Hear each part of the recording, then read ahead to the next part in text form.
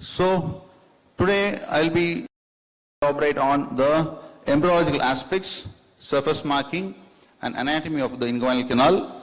You'll be able to learn something about the ligaments, triangles and spaces around the inguinal canal, and you can have an idea of the open and laparoscopic anatomy of the inguinal canal and a little surgical significance of these structures, which I'll be able to elaborate as a surgeon. So before we go into the inguinal canal proper, we need to know about the anatomy of the anterior abdominal wall. Because as you know, this inguinal canal is situated in the lower part of the anterior abdominal wall, and this anterior abdominal wall forms a drum-like structure. Just imagine that's a drum-like structure which all these structures put into it. So we have the skin, subcutaneous tissue, which is divided into the superficial campus and the deep scarpa fascia.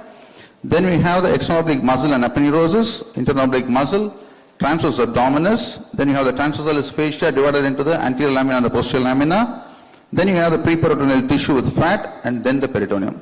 So you have nearly 10 structures in the anterior abdominal wall, which forms a drum-like thing around your waist, right?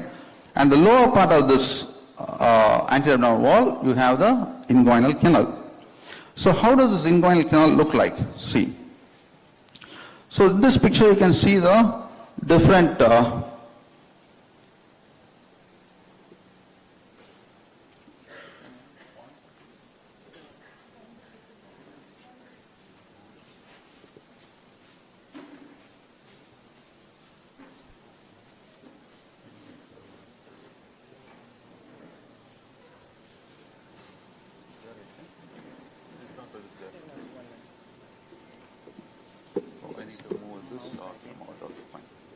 Thanks. So you can see these layers of the anterior abdominal wall. So that is the skin, subcutaneous tissue. Then you have the external oblique muscle. It's containing as the aponeurosis here. And then you have the internal oblique muscle, transverse abdominis. And that is the transversalis fascia, a very important structure. Then you have the preperitoneal fat, and then you have the peritoneum. So these are the structures through which this forms the anterior abdominal wall. Now, you see a cross section, what happens to the anterior abdominal wall in the inguinal region. So here, you see the first layer, that is the skin, subcutaneous tissue, then you have the external oblique aponeurosis. So that comes down till the lower end. But unfortunately, what happens is, this internal oblique and the transverse abdominis, they stay short of coming up to this level, and they just arch, and they form the roof of this area. So there is a deficiency of these muscle layers in this area. Understood? So after that you have the transversalis fascia, preperitoneal fat and the peritoneum. So this is the cross-section anatomy. Just keep this in mind. We'll go ahead and see what happens. So why this, you get this defect in the lower part of the anterior abdominal wall? Why this happens in the lower part of the anterior abdominal wall? That is because of two things. One is upright posture. As you all know, we have evolved from the quadrupeds. So now we become bipedal mammals, right?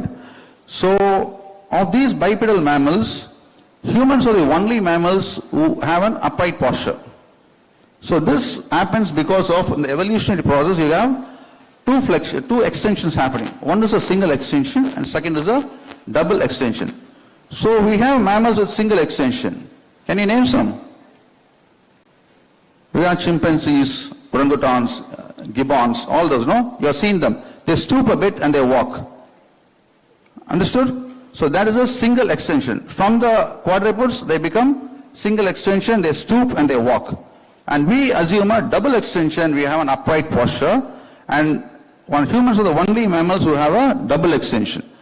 Because of that, what happens is you have some osseous, that is in the pelvis, and you have some fibromuscular changes happening in this area of the lower abdominal wall. So that is one reason why you have a weakness in the anti-abdominal wall in the lower part. The second thing is a testicular descent. As you know, the testis develops within the abdomen, then it descends through the inguinal canal into the scrotum. So that is one reason why you have an inguinal canal which is being formed. So does that raise any question to you? So do females have inguinal canals? If this is only because of the testicular descent, why do females have inguinal canal?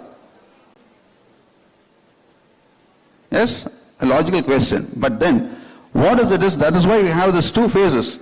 You have a trans-abdominal phase and you have a trans-inguinal phase, which means that this inguinal canal formation is because of a degenerated part of the mesonephros which develops into the testis, that is the gonad. Till this 15th week of embryological development, these gonads are undifferentiated. They don't belong to either a male sex or a female sex. But this gubernaculum develops and it starts pulling the gonad down. This gubernaculum extends from the so-called projection in the lower abdomen, which can either become a scrotum or a labia majora. Right. So this gubernaculum extends from there to this undifferentiated gonad in the 8 to 15 week time. So this is known as the trans-abdominal phase, where the testis starts descending from the median ridge, it starts descending to the pelvis. After that, it either gets differentiated into the male gonad or a female gonad. If it becomes a male gonad, it starts the transinguinal phase, travels through the inguinal canal and goes into the scrotum. If it becomes a female gonad, it stays back in the abdomen, but only the gubernacular structure remains as a round ligament of the uterus. Understood? So the inguinal canal is present in both the male and the female, but the gubernacular pull is one reason why you have a inguinal canal. So this is the structure showing the testicular descent. From the abdomen, it descends here and then it goes into the scrotum. So now, again, coming back to the original picture. So now you imagine that a testis which is here has to descend and come down here. So what happens? It has to pass through all these structures. It has to pull this peritoneum. It has to go through the transversalis fascia. It has to traverse the internal transverse abdominis, internal oblique, external oblique, and then it has to come down into the scrotum. Understood? So as it descends, it pulls all these structures down. So it will be pulling the peritoneum down, which forms the processus vaginalis. It pulls the transversalis fascia along with it, which forms a covering for its descent, which forms the internal spermatic fascia. Then the internal oblique muscle, which becomes the cremaster muscle, it forms the cremasteric fascia. Then you have the external oblique aponeurosis, which comes down as the external spermatic fascia. Understood? So this descent is one, as it goes down, it pulls everything and comes down into the scrotum as its facial coverings, which we'll be seeing later. So next we come to the surface marking. So once this embryological descent happens, then you have the inguinal canal. So this inguinal canal surface marking is for the adults, which means that you have a variation in the infants, which we'll be seeing later. So this surface marking, you need to know about the inguinal ligament. So inguinal ligament is a ligament which is extending between the pubic tubercle and anterior superior iliac spine. This is formed by the lowermost part of the aponeurosis of the external oblique muscle. So it gets enrolled and forms the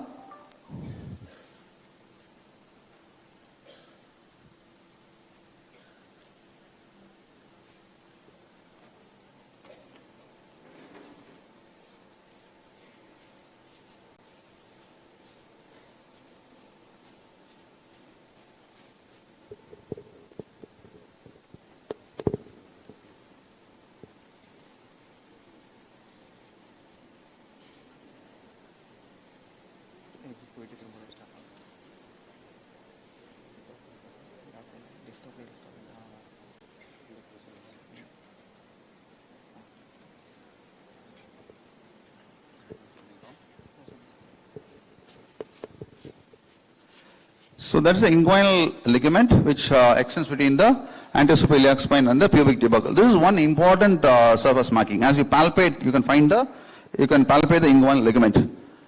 So again, in the exams, you frequently get confused between these 2 points, the midpoint of the inguinal ligament and the mid-inguinal point.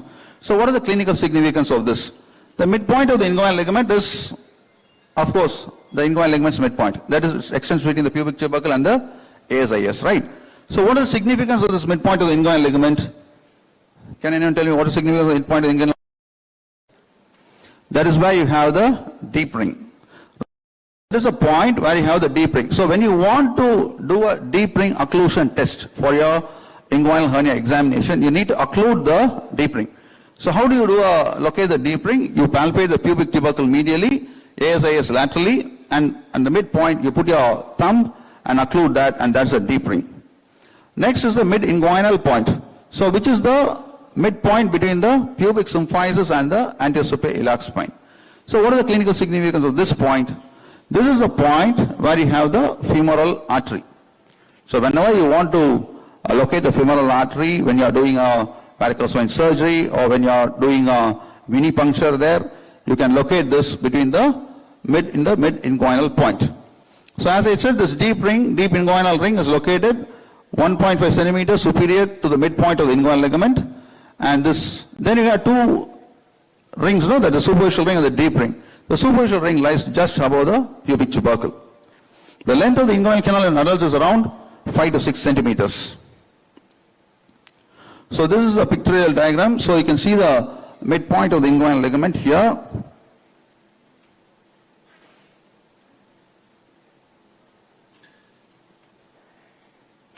So there is a mid-inguinal point where you have the femoral artery, and you can see the midpoint of the inguinal ligament. Okay, right. So as I said, there are certain variations in the inguinal canal anatomy. So is there a variation between the male and the female? No. Except for the contents, there is no variation in the structure of the inguinal canal between a male and a female. In infants and adults, of course, there is a lot of variation. What happens in the infants? In infants, the superficial inguinal ring and the deep ring are superimposed. They lie one over the other, which means that there is no inguinal canal which is being formed in an infant. The clinical significance of this is when you do a surgery for a congenital hernia, you don't open the inguinal canal at all because there is no inguinal canal. You cannot open it, right? Whereas in adults, as you see, it migrates. As a child grows, this superficial ring migrates down, inguinal canal is formed because the waist gets extended. So next we come to the boundaries. So we have seen the embryological development of a inguinal canal. We have seen how it looks like in an infant, and now we are coming to the adulthood. So the adult has got an informed inguinal canal. So what are the boundaries of the inguinal canal? So anteriorly it's bounded by the external oblique and the internal oblique muscle, aponeurosis plus muscle. And posteriorly you have the internal oblique aponeurosis with transverse abdominis muscle forming the, what is that? They together form what? Can someone answer? Be interactive. Can someone answer? It's a conjoint tendon, right? So you have the conjoint tendon and the transversalis fascia. Superiorly you have the arched fibers of the conjoint tendon, and inferiorly you have the inguinal ligament and the lacunar ligament. So this is normally you have a mnemonic for this. They say it is 2 malt. That is 2 muscles, 2 aponeuroses, 2 ligaments, and 2 T's. That is transversus abdominis and transversalis fascia. So this is a pictorial diagram. So these are the boundaries. So anteriorly you have the external oblique aponeurosis which gets enrolled and forms the inguinal ligament here. And then you have the internal oblique and transversus abdominis which are staying short of reaching the bottom. So they arch here and you have a defect here. And this is the transversalis fascia and the peritoneum. So if you have a front look, what happens? This is the arch fibers of the conjoint tendon, and here you have the inguinal ligament, and unfortunately you can see that there is no muscle fiber here. This area has no muscle fiber. So this is the weak point of the posterior wall of the inguinal canal, which is lined only by the transversalis fascia and the preperitoneal fat and the peritoneum. So this is the area which is weak, and you can develop a direct inguinal hernia through this, and the indirect hernia comes out through the deep ring, which we'll be seeing a little later. So here are two rings. As you all know, we have a superficial ring and a deep ring. Why do these rings happen? So any canal should have a entry and an exit. You have a Suez Canal, you have a Panama Canal, you have a Grand Canal, so many canals, everything has got a connection. One connects the Atlantic to the Pacific. So this connects the abdomen to the extra-abdominal area. So this intra-abdominal opening is known as this deep ring, which is a defect in the transversalis fascia, and this superficial ring is a triangle opening in the external oblique aponeurosis. Why this happened? We already seen. It's because of the testicular descent. This testis pushes this transversalis fascia, creates a rent in that, and comes out and takes the transversalis fascia as a covering for itself, which forms the internal spermatic fascia, and then it again comes and takes the external oblique aponeurosis covering and forms a rent in that, which is known as the superficial inguinal ring. So that is the deep ring, and this is the superficial ring, and the testis descends into the scrotum. So contents of the inguinal canal, in the males it's spermatic cord with all its structures, with its three arteries, cremasteric artery, testicular artery, artery to the ductus deferens, and it has also got the pampiniform plexus, lymphatics, sympathetic plexus, all that, the cord structures. And in the female, you have only the round ligament. Apart from that, what's common for both of them is you have the genital branch of the genitofemoral nerve and the ilioinguinal nerve. These two are the two components of the contents of the inguinal canal. So as you can see here, this cord structures, they come down into for the male, and here you have only the round ligament. So uterus has got a round ligament, a tube, and ovarian ligament here, right? So here this round ligament descends through the inguinal canal and gets attached to the labia majora. So this is an overview of all the arteries and veins. These are not contents of the inguinal canal. These are the structures you come across in that inguinal area.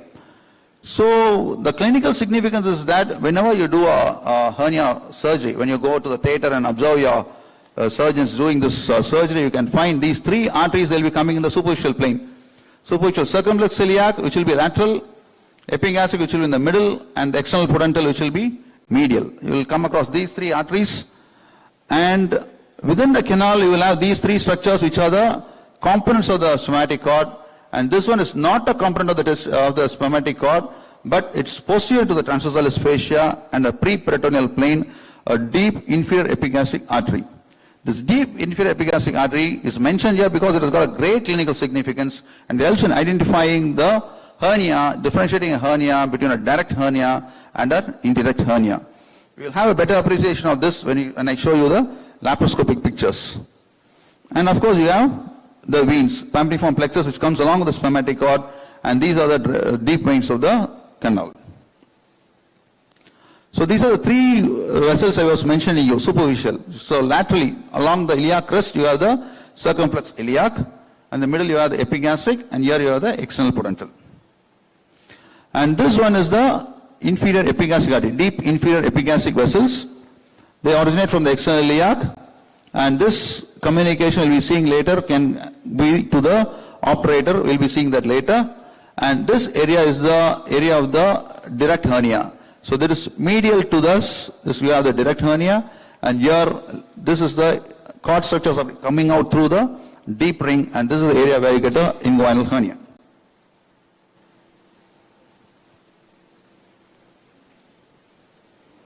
And we have three nerves in the inguinal region. That is, these two are ilioinguinal and iliogenitofemoral, or contents of the inguinal canal, and iliohypogastric is it passes through the inguinal canal, but it's not a content. So these are the three nerves which I was speaking about. So now we see some important ligaments. These are some important ligaments which we come across in the inguinal ligament. So they have got some alternate synonyms also. So this is the inguinal ligament, is also known as the Poupart's ligament. As I told you, this is the lower edge of the external oblique aponeurosis, which is a main part which forms the floor of the inguinal canal. Then you have a lacunar ligament, also known as the Gimbarnard's ligament. So this is an extension of this inguinal ligament over the pubic tubercle into the pecten pubis. Then you have this pectineal ligament or the Cooper's ligament. This is over the pecten pubis. I'm showing you the pictures, right? This is a pecten pubis, over the pecten pubis. And of course you have this iliopubic tract, which of late is gaining a lot of importance, and it's considered to be a facial thickening of the behind the inguinal ligament. So you can have a better idea if you see this picture. So this is the inguinal ligament you were speaking about. Pubic tubercle here to the anterior superior iliac spine, that is the inguinal ligament. And this reflection over this pecten pubis is known as the lacunar ligament or the Gimbarnard's ligament. So this forms the medial boundary of the femoral canal. This forms the medial boundary of the femoral canal. The clinical significance is that whenever you have an obstructed femoral hernia here, you have to divide this lacunar ligament to release the femoral hernia, and because laterally here you will be having the femoral vein. You're going to do an extension here. So that is the clinical significance of this lacunar ligament. And this inguinal ligament, lacunar ligament getting reflected over this pecten pubis. Pecten pubis is bone, pubic ramus. So over this pubic ramus, pecten pubis is known as the ligament of Cooper. Right. So this inguinal ligament, when you see in the posterior aspect, the transversalis fascia behind this inguinal ligament is known as the iliopubic tract. So this iliopubic tract is of significance in doing a laparoscopic hernia repair. And the Cooper's ligament is also significant. So now we come to the coverings of this thing. This I already talked to you. This internal spermatic fascia is derived from the transversalis fascia, cremasteric fascia from the cremaster muscle, which is actually a part of the internal oblique muscle. So many times they ask in the exam where this cremaster muscle is coming from. It is a part of the internal oblique muscle. And then we have the external spermatic fascia, which is derived from the external oblique aponeurosis. So this picture can show you the coverings. So see, this testis is descending. Assume the original embryology, the testis is descending from the abdomen. The abdomen is here, and from there it is descending. So when it descending, the first structure it encounters is the transversalis fascia, which gets invaginated here. That forms the internal spermatic fascia, this blue line. Then you have the internal oblique muscle, which proceeds as the cremasteric muscle, which forms the cremasteric fascia. Then it encounters the external oblique aponeurosis, this green line, which continues as the external spermatic fascia. So as far as exams are concerned, this external spermatic fascia is not a content of the inguinal canal, because it starts only from the superficial ring and extends into the scrotum. So this doesn't come into the inguinal canal. So that is a significance of this. So now, having seen all the ligaments and all, now we will be seeing some triangles and quadrangles which are present in the inguinal area. So this is one important triangle known as the Hasselbeck's triangle, which can differentiate the area of a direct hernia from a indirect inguinal hernia. So the boundaries of this Hasselbeck's triangle is laterally, medially you have the lateral border of the rectus abdominis muscle, and laterally you have the deep inferior epigastric artery, and inferiorly you have the inguinal ligament. This picture can show you better. So this is the Hasselbeck's triangle. This is the rectus abdominis muscle. This is the right side. So this is the rectus abdominal muscle. You have the lateral border of rectus abdominis muscle here. This is the inferior epigastric vessels, and this is the inguinal ligament. So this area we showed in the original picture, this was devoid of any muscle. So this has only the transversalis fascia and the peritoneum, and any bulge coming out through this area is known as a direct inguinal hernia. And this is the area through which you get the inguinal, this is the deep ring through which you get the cord structures coming out. So there is a defect in the transversalis fascia. Any abdominal content descending down through this defect into the processus vaginalis is known as a indirect inguinal hernia. So next we see another important aspect of the inguinal region. This came into vogue after the minimally invasive surgeries. With laparoscopic surgery they found that there was another area of significance, and that is known as the myopectinal orifice of Frouchard.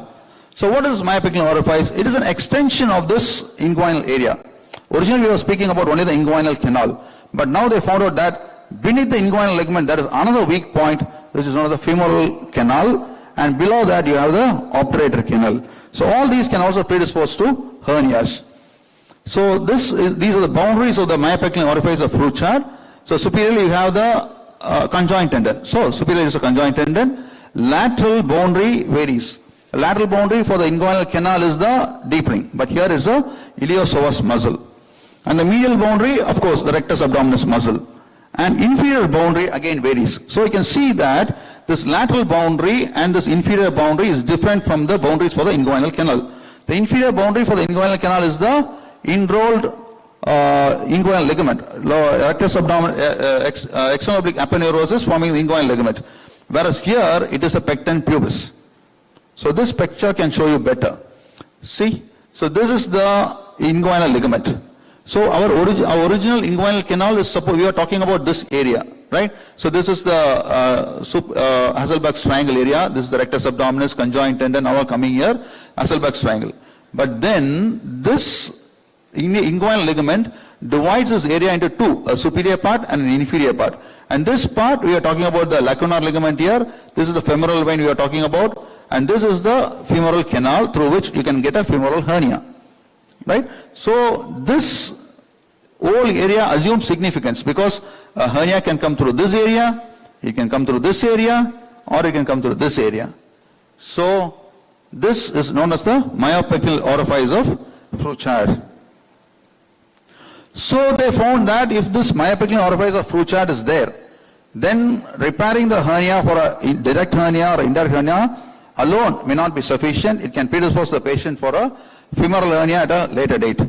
So with this, they went in for a minimally invasive approach for hernia repair, and that is known as a posterior approach. Whatever you are doing in an open hernia repair is an anterior approach. We go from the skin, we go to subcutaneous tissue, that is known as an anterior approach. When you come from behind, you start with the peritoneum, preperitoneal fat, come to the transversalis fascia, then do a repair, that is known as a posterior approach. So this posterior approach can be done in an open technique also, known as the Kugel's repair, or nowadays we do it only in a minimally invasive surgery. So we will be showing you some pictures. For UGs, it may be too much for you, but then if your HOD Soundarajan sir is giving you 90 marks for your presentation, then he wants to give you 95 marks, you need to answer some questions in this part also, right? So this is the laparoscopic anatomy. You have an inside view of this. So this is the peritoneum you are seeing here, and this middle thing, this is known as the median umbilical ligament, which is the remnant of the urachus. You have the medial umbilical ligament. This median umbilical ligament, you have only one, right? It's in the midline, you have only one. And you have a medial umbilical ligament on either side, which is the obliterated umbilical arteries. And here, and lateral to that, you have the lateral umbilical fold, which is formed by the peritoneal elevation, which is caused by the inferior epigastric artery. So now you will be having a better understanding of this Hasselbalch's triangle here, right? So this is the inferior epigastric artery. This is the lateral border of the rectus abdominis muscle, and here you will be having the inguinal ligament. And this area is the area of the direct inguinal hernia, which is known as Hasselbalch's triangle. And here you can see the gonadal vessels which are coming out here, and the vas difference which is descending here.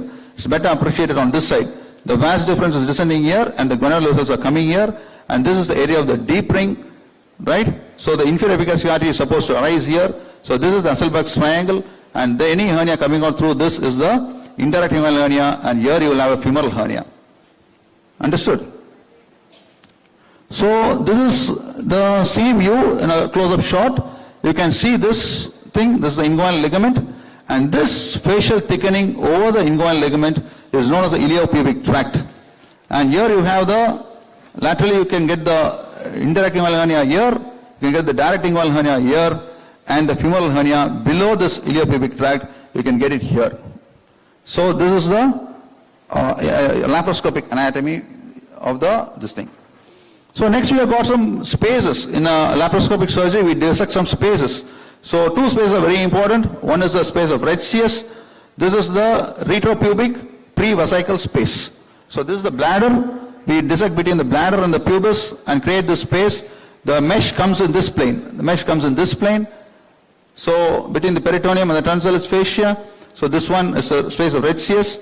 And laterally you have the Bogra space. So you need to know the names of these spaces to get this 90 to 95 marks.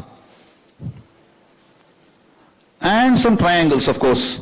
So this triangle of doom and triangle of pain. I'll go back to that picture, you can have a better understanding. So this one, you can see, this is the vas deferens, this is the gonadal vessels, and here, what is the thing you'll be getting here?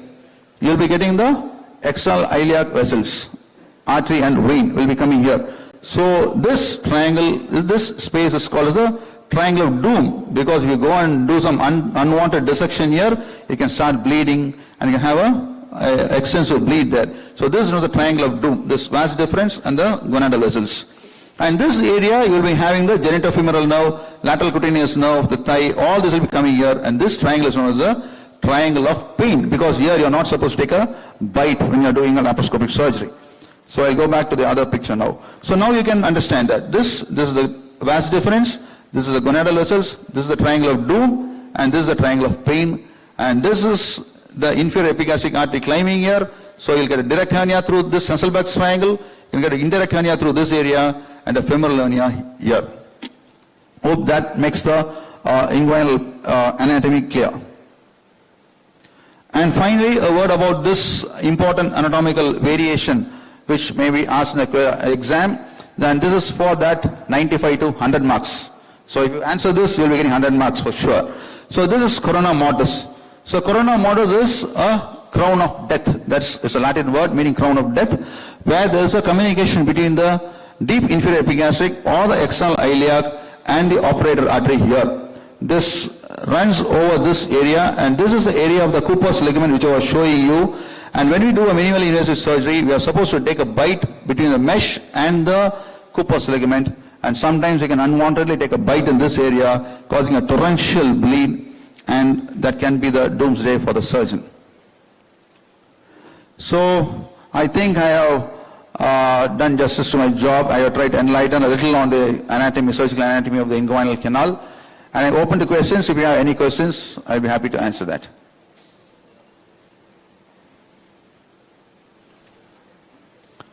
So if there are no questions, once again I would like to thank my Professor Soundararajan sir, and his team of surgeons here, and the organizers of this Smart UG 2024 for having given me an opportunity to lecture in this wonderful program. Thank you so much.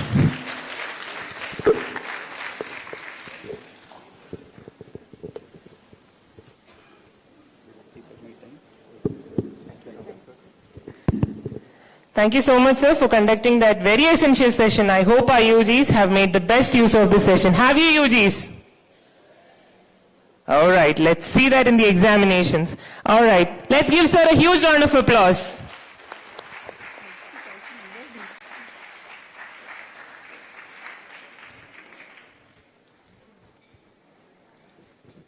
Okay, guys, so one academic session down. What's next? What's next? Aha, so interested to study. Case presentation. What else? Come on. A song. Now who's going to sing the song? That's right. Let's hear it for Aishwarya from the third year MBBS SMIMS to present us with this beautiful song.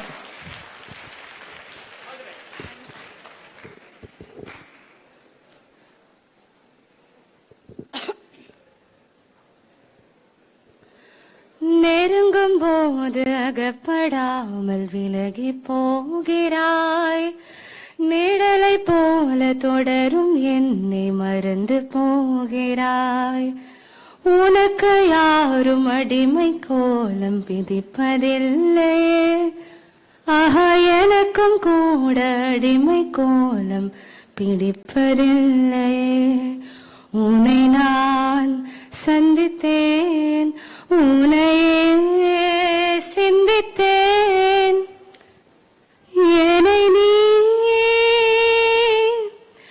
இணை சேரும் திருநாள் வருமோ butterfly butterfly oh, butterfly butterfly ஏன் விரித்தாய் சிறகை அருகில் நீ வரும்போது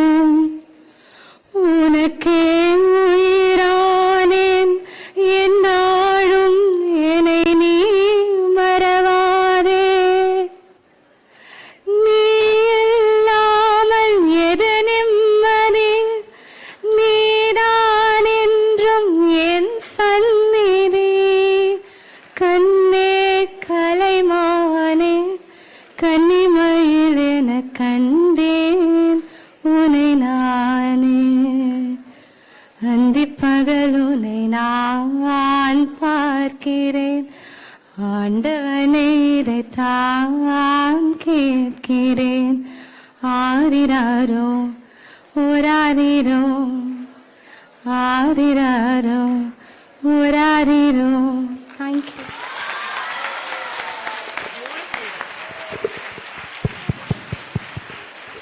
I think she deserves applause. Give it up for Aishwarya from the third year.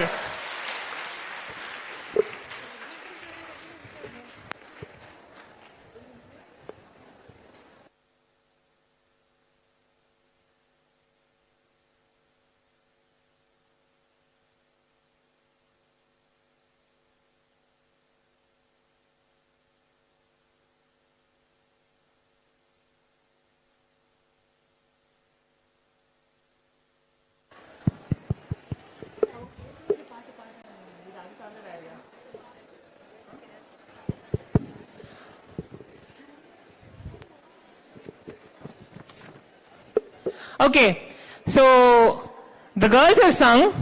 Isn't it time for the boys to sing? Don't you think?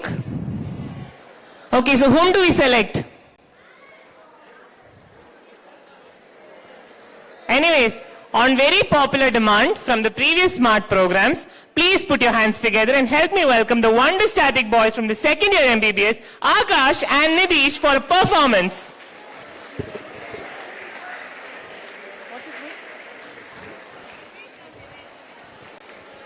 In a twist of change, Akash, Nidish and Dinesh. So let's hear it for them. Come on.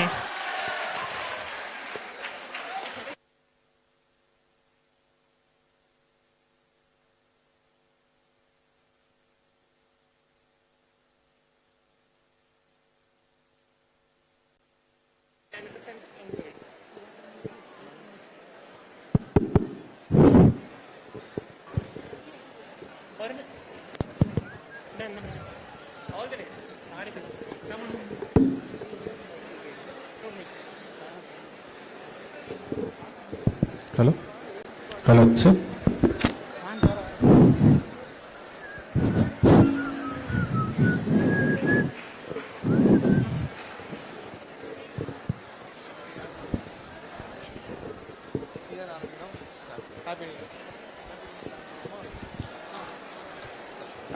எல்லாருக்கும் happy new year. 2023 முடிஞ்சு நான் கேட்டது பார்த்து பழகிய 4 தினங்களில் நடையுடை பாவனை மாற்றிவிட்டால் சாலை முனைகளில் துரித உணவுகள் வாங்கி உண்ணும் வாடிக்கை காட்டிவிட்டால் கூச்சம் கொண்ட தென்றலாய் ஈசா இவளாயுள் நீண்ட மின்னலாய் ஈசா உனக்கேற்ற ஆணாக என்னை மாற்றிக்கொண்டேனே. ஒரு மாலை நிலவையில் நேரம் அழகான இலையுதிர் காலம் சற்று தொலைவிலே அவள் முகம் பார்த்தேன் அங்கே தொலைந்தவன் நானே. சற்று தொலைவிலே அவள் முகம் பார்த்தேன் அங்கே தொலைந்தவன் நானே. பட் அவர் கொடுத்தது கண்கள் ரெண்டும் நீரிலே மீனை போல வாழுதே கடவுளும் பெண் இதயமும் இருக்குதாட இல்லையா.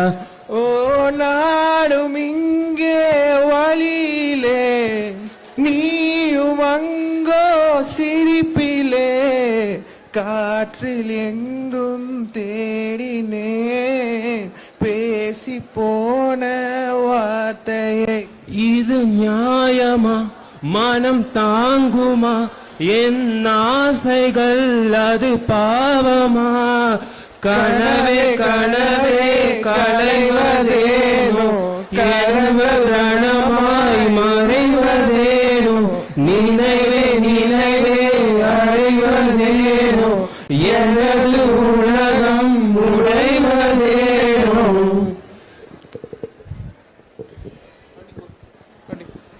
சூடாக இல்லாவிட்டால் ரத்தத்தில் வேகம் இல்லை, சேட்டைகள் இல்லாவிட்டால் இனிமை இல்லை. கூட்டை தான் தாண்டாவிட்டால் வண்ணத்து பூச்சி இல்லை, வீட்டை நீ தாண்டாவிட்டால் வானமே இல்லை. வானவில்லை போலே இளமயடா, தினம் புதுமயடா, அதை அனுபவிடா.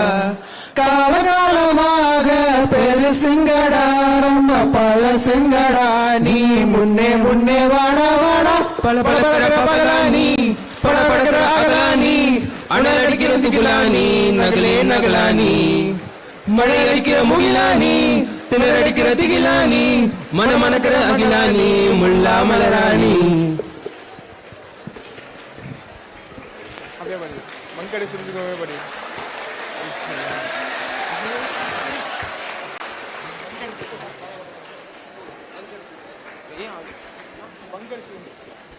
பங்கடிச்சு தெரிஞ்சுக்குவோமே, கடைசியில படிச்சுக்குவோமே. சன்ரைஸா பார்த்ததில்ல கண்ணின் மணி, எங்களுக்கு early morning 10 மணி. லைட் ஹவுஸ் உயரத்தையும் எங்களை உள்ளட்ட தாண்டும், பரீட்சையில பதில் எழுத பாதி பேப்பர்ல நோண்டும். சுட்டாதான் நெருப்பு பட்டாதான் பொறுப்பு, ஏத்தி ஏத்தி ஏத்தி என் நெஞ்சில் தீய ஏத்தி, மாத்தி மாத்தி மாத்தி என் ஸ்டைல கொஞ்சம் மாத்தி. சுடுவாது தெரியாது சொக்கத்தங்க ராசா, சுட்ட பத்தம் கிடையாது முகத்த கழுவிலே சார். ராஜா நான் ராஜா, என் பேட்டைக்கு என்றுமே ராஜா. ராஜா நான் ராஜா, என் சாலை எங்கிலும் ரோஜா. ராஜா நான் ராஜா, என் பேரு கெடுப்பண்ண ராஜா. ராஜா நான் ராஜா, என்னை தாங்கி முடிகிறா ராஜா. Thank you.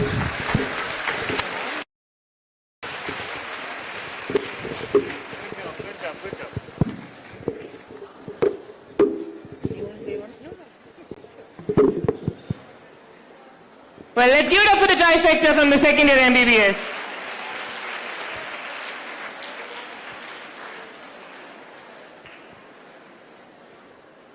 Alright, up next we have another song from the second year MBBS, Miss Kalayarisi.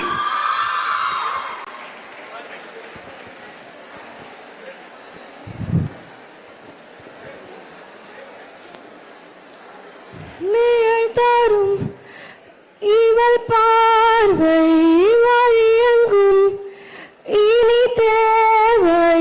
உயிரே உயிரே உயிர் நீதான் என்றால் உடனே வருவாய்.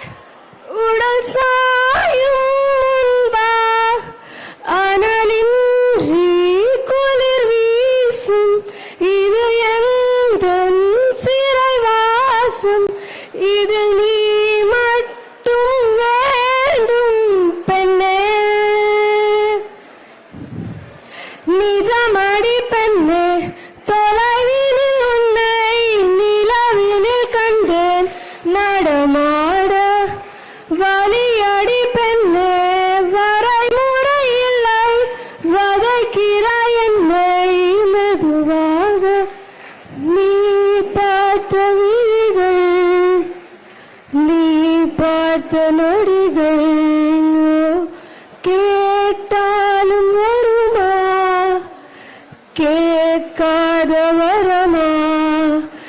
இது போதுமா, இதில் அவசரமா, இன்னும் வேண்டுமா, அதில் நிறைந்திடுமா. நாம் பார்த்த நாள் நம் வசம் வருமா, உயிர் தாங்குமா. என் விழிகளில் முதல் முறை நிஜமடி பெண்ணே.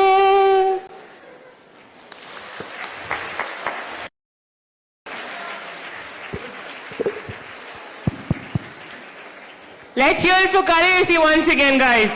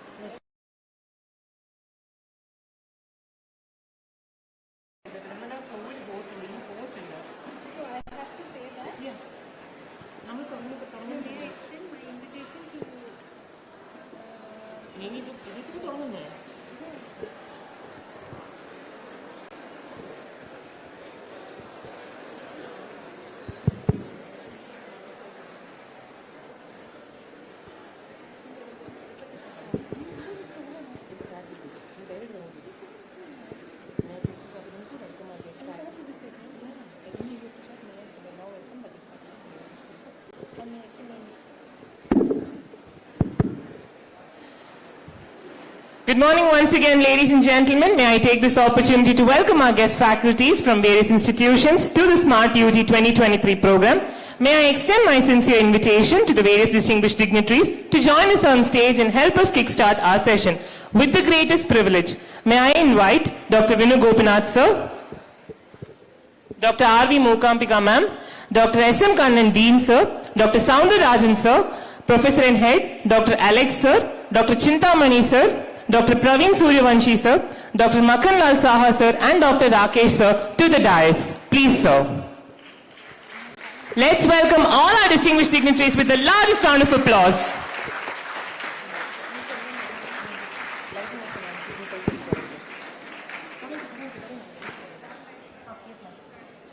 Lighting of the lamp signifies epitome, grace and power of enlightenment. Even after the darkest of days, there will be light. May I request all our distinguished dignitaries on the dais to light the Kuthavilaka and help us keep this momentum going. Prayer at its highest is a two-way communication between the soul and God. No event is complete without invoking the blessings of the Almighty God. With that note, may I request all our participants and students to rise for the prayer song.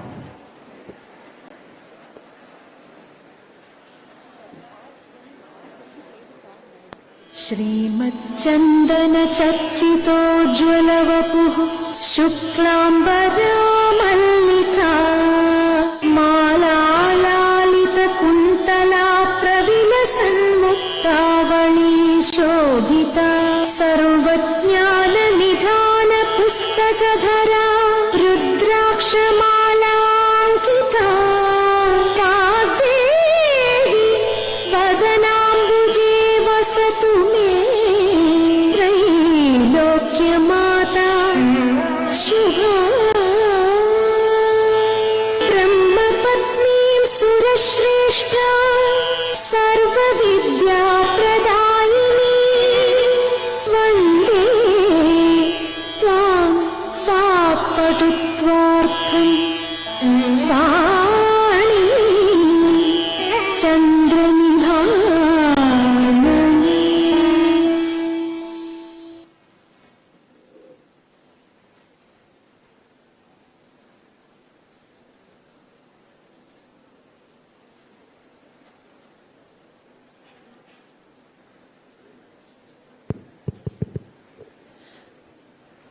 May the flames of this lamp enlighten our minds and broaden our knowledge. Thank you, distinguished dignitaries, and please take a seat, everyone.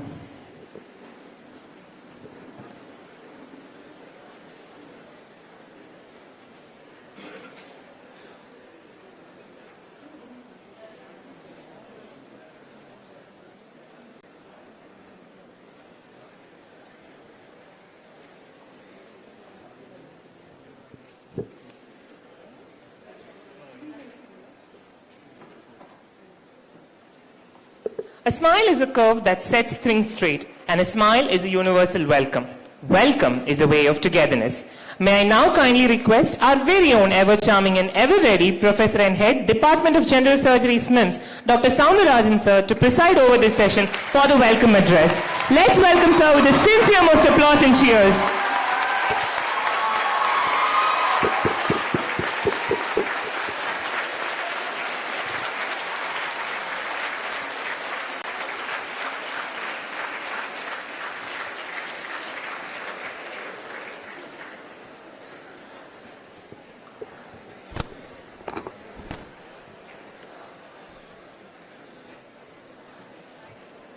Very good morning. and all.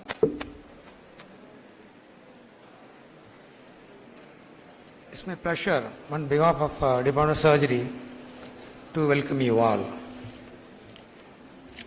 As a head of the department, it gives immense pleasure to be a part of this novel event.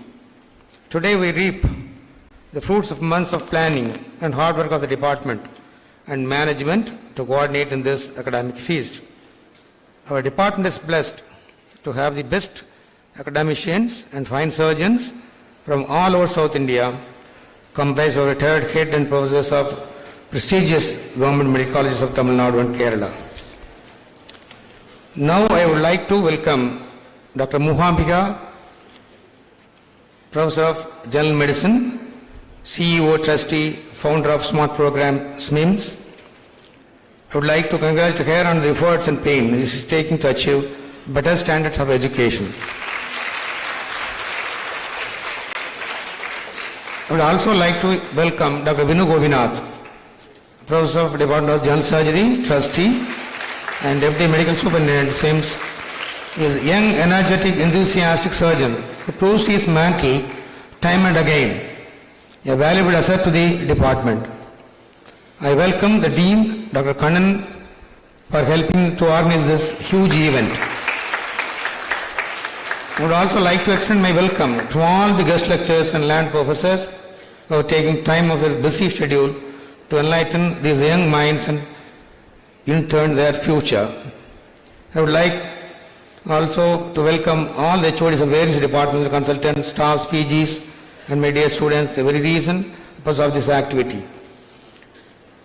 I especially welcome the chief guests and VIPs.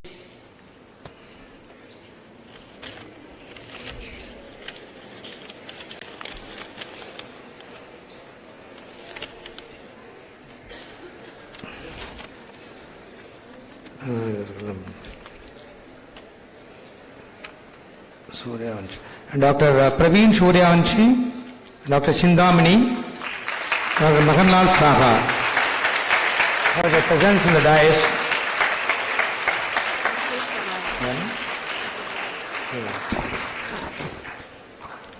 I also welcome my colleagues from various departments and PGs of various departments and whatnot, for all personnel present here. Thank you.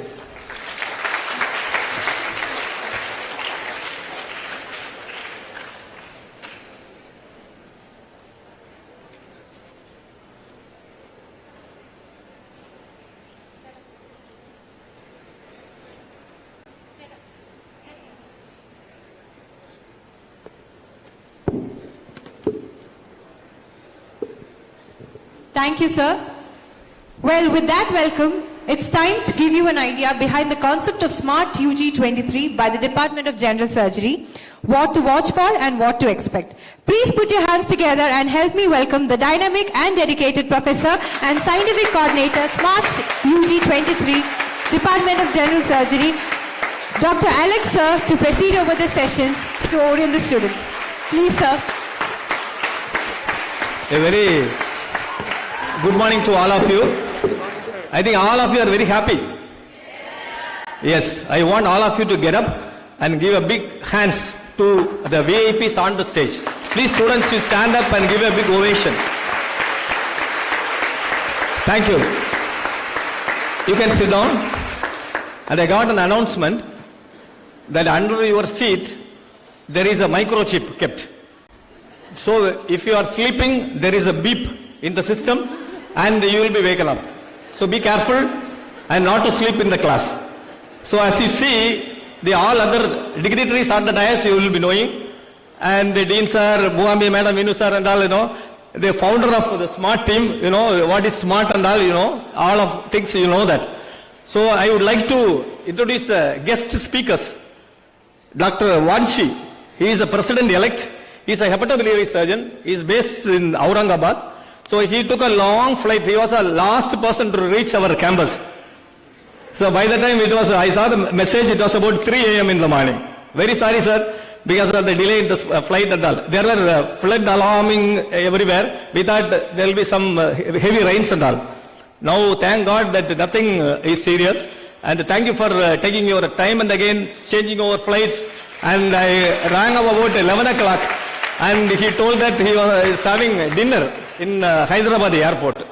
So that thank you and sorry for the inconvenience. So next Chindamani sir, you will be knowing, if you have the Google, you can browse the Chindamani clinics, PG clinics. So I used to study along with my son for his MCH preparation. So about late in the night when you go to sleep, before sleeping, we would like to hear some videos. So I became a fan. I just peeping through him, his friends and all very big fans of Chindamani sir. So I just peeped in, I liked, and finally before sleeping, my wife, she also came in peeped.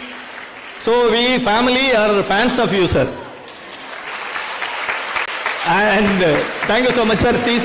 He is a very famous person. He goes abroad, he is the FRCS examiner. He has got a lot of FRCS degree. When you go to the CV, you will be able to hear and see all of that. And next is our Makarlal Saga sir, bedside clinics. He has written a book. So very great, eminent persons. One from Delhi, Safdarjung Hospital, Sir Chindamani sir, and another from Aurangabad, hepatobiliary surgeon, and sir is from Calcutta. So from all over the place of India, and tomorrow also there are so many guest speakers are planning to come and grace the function. What is your aim? So we mainly focus on exam-oriented cases. So ma'am has designed in such a way, he had several meetings along with us. So we had a big discussion with our faculty, Amala madam, Aishwar madam, and Subrata madam and all, Pandi sir, our faculty, senior professors, and we had so many meetings in our academic council and all. She formulated the entire thing, from head to foot. Oral cavity, thyroid, breast, then abdomen, then varicose veins and PVD, all things which are related to undergraduates. So I request our guests to have a lecture based on MBBS, sir, not FRCS standard. So, and one more request, we are running short of time. I request the guests to be precise in their talk, and we spend more time on the discussion part. So our students are very enthusiastic to see you, to hear you, and to answer your questions. They are well prepared for the past 2 months. So like an exam preparation. So you can ask questions. Simple questions, sir. Simple questions. So I am in favor of you, so that all should get a pass in the examination with a distinction, and I want all of you become Indian medical graduate, perfect Indian medical graduate. Thank you for the opportunity. And the time schedule now, I have told about the timing, this thing and all, there will be break in between, there will be entertainments, so that you will not sleep. If you sleep, I told, the beep will come, and you will be asked to come and perform thing in the future, especially people who are sitting in the third row, girls. Okay, thank you so much.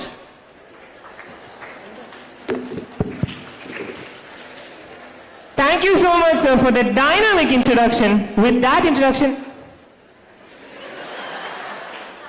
there is a YouTube link also, so you can send it to your friends, and ma'am has arranged the YouTube link. It is live going on, so you can send the friends who are in Chennai, Delhi, this thing and all, and the guest speakers also, sir. You can share with your students, UG students and PG students, so that they can also see you in the southern part of India.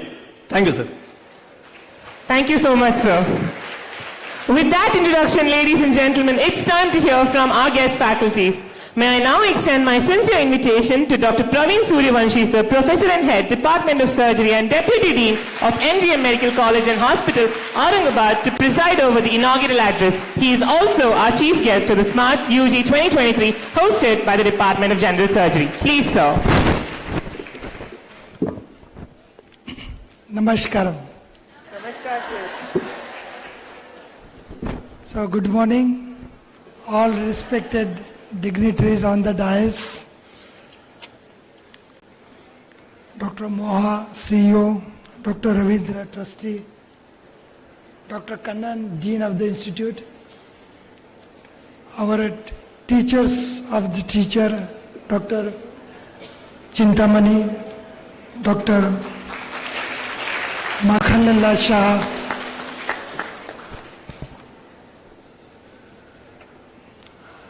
our very enthusiastic Dr. Alex, our head of the department, Dr. Soundarajan.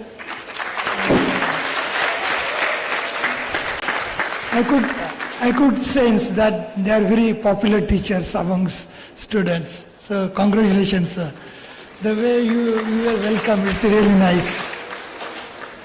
So first of all, I welcome you all for this wonderful program, academic program.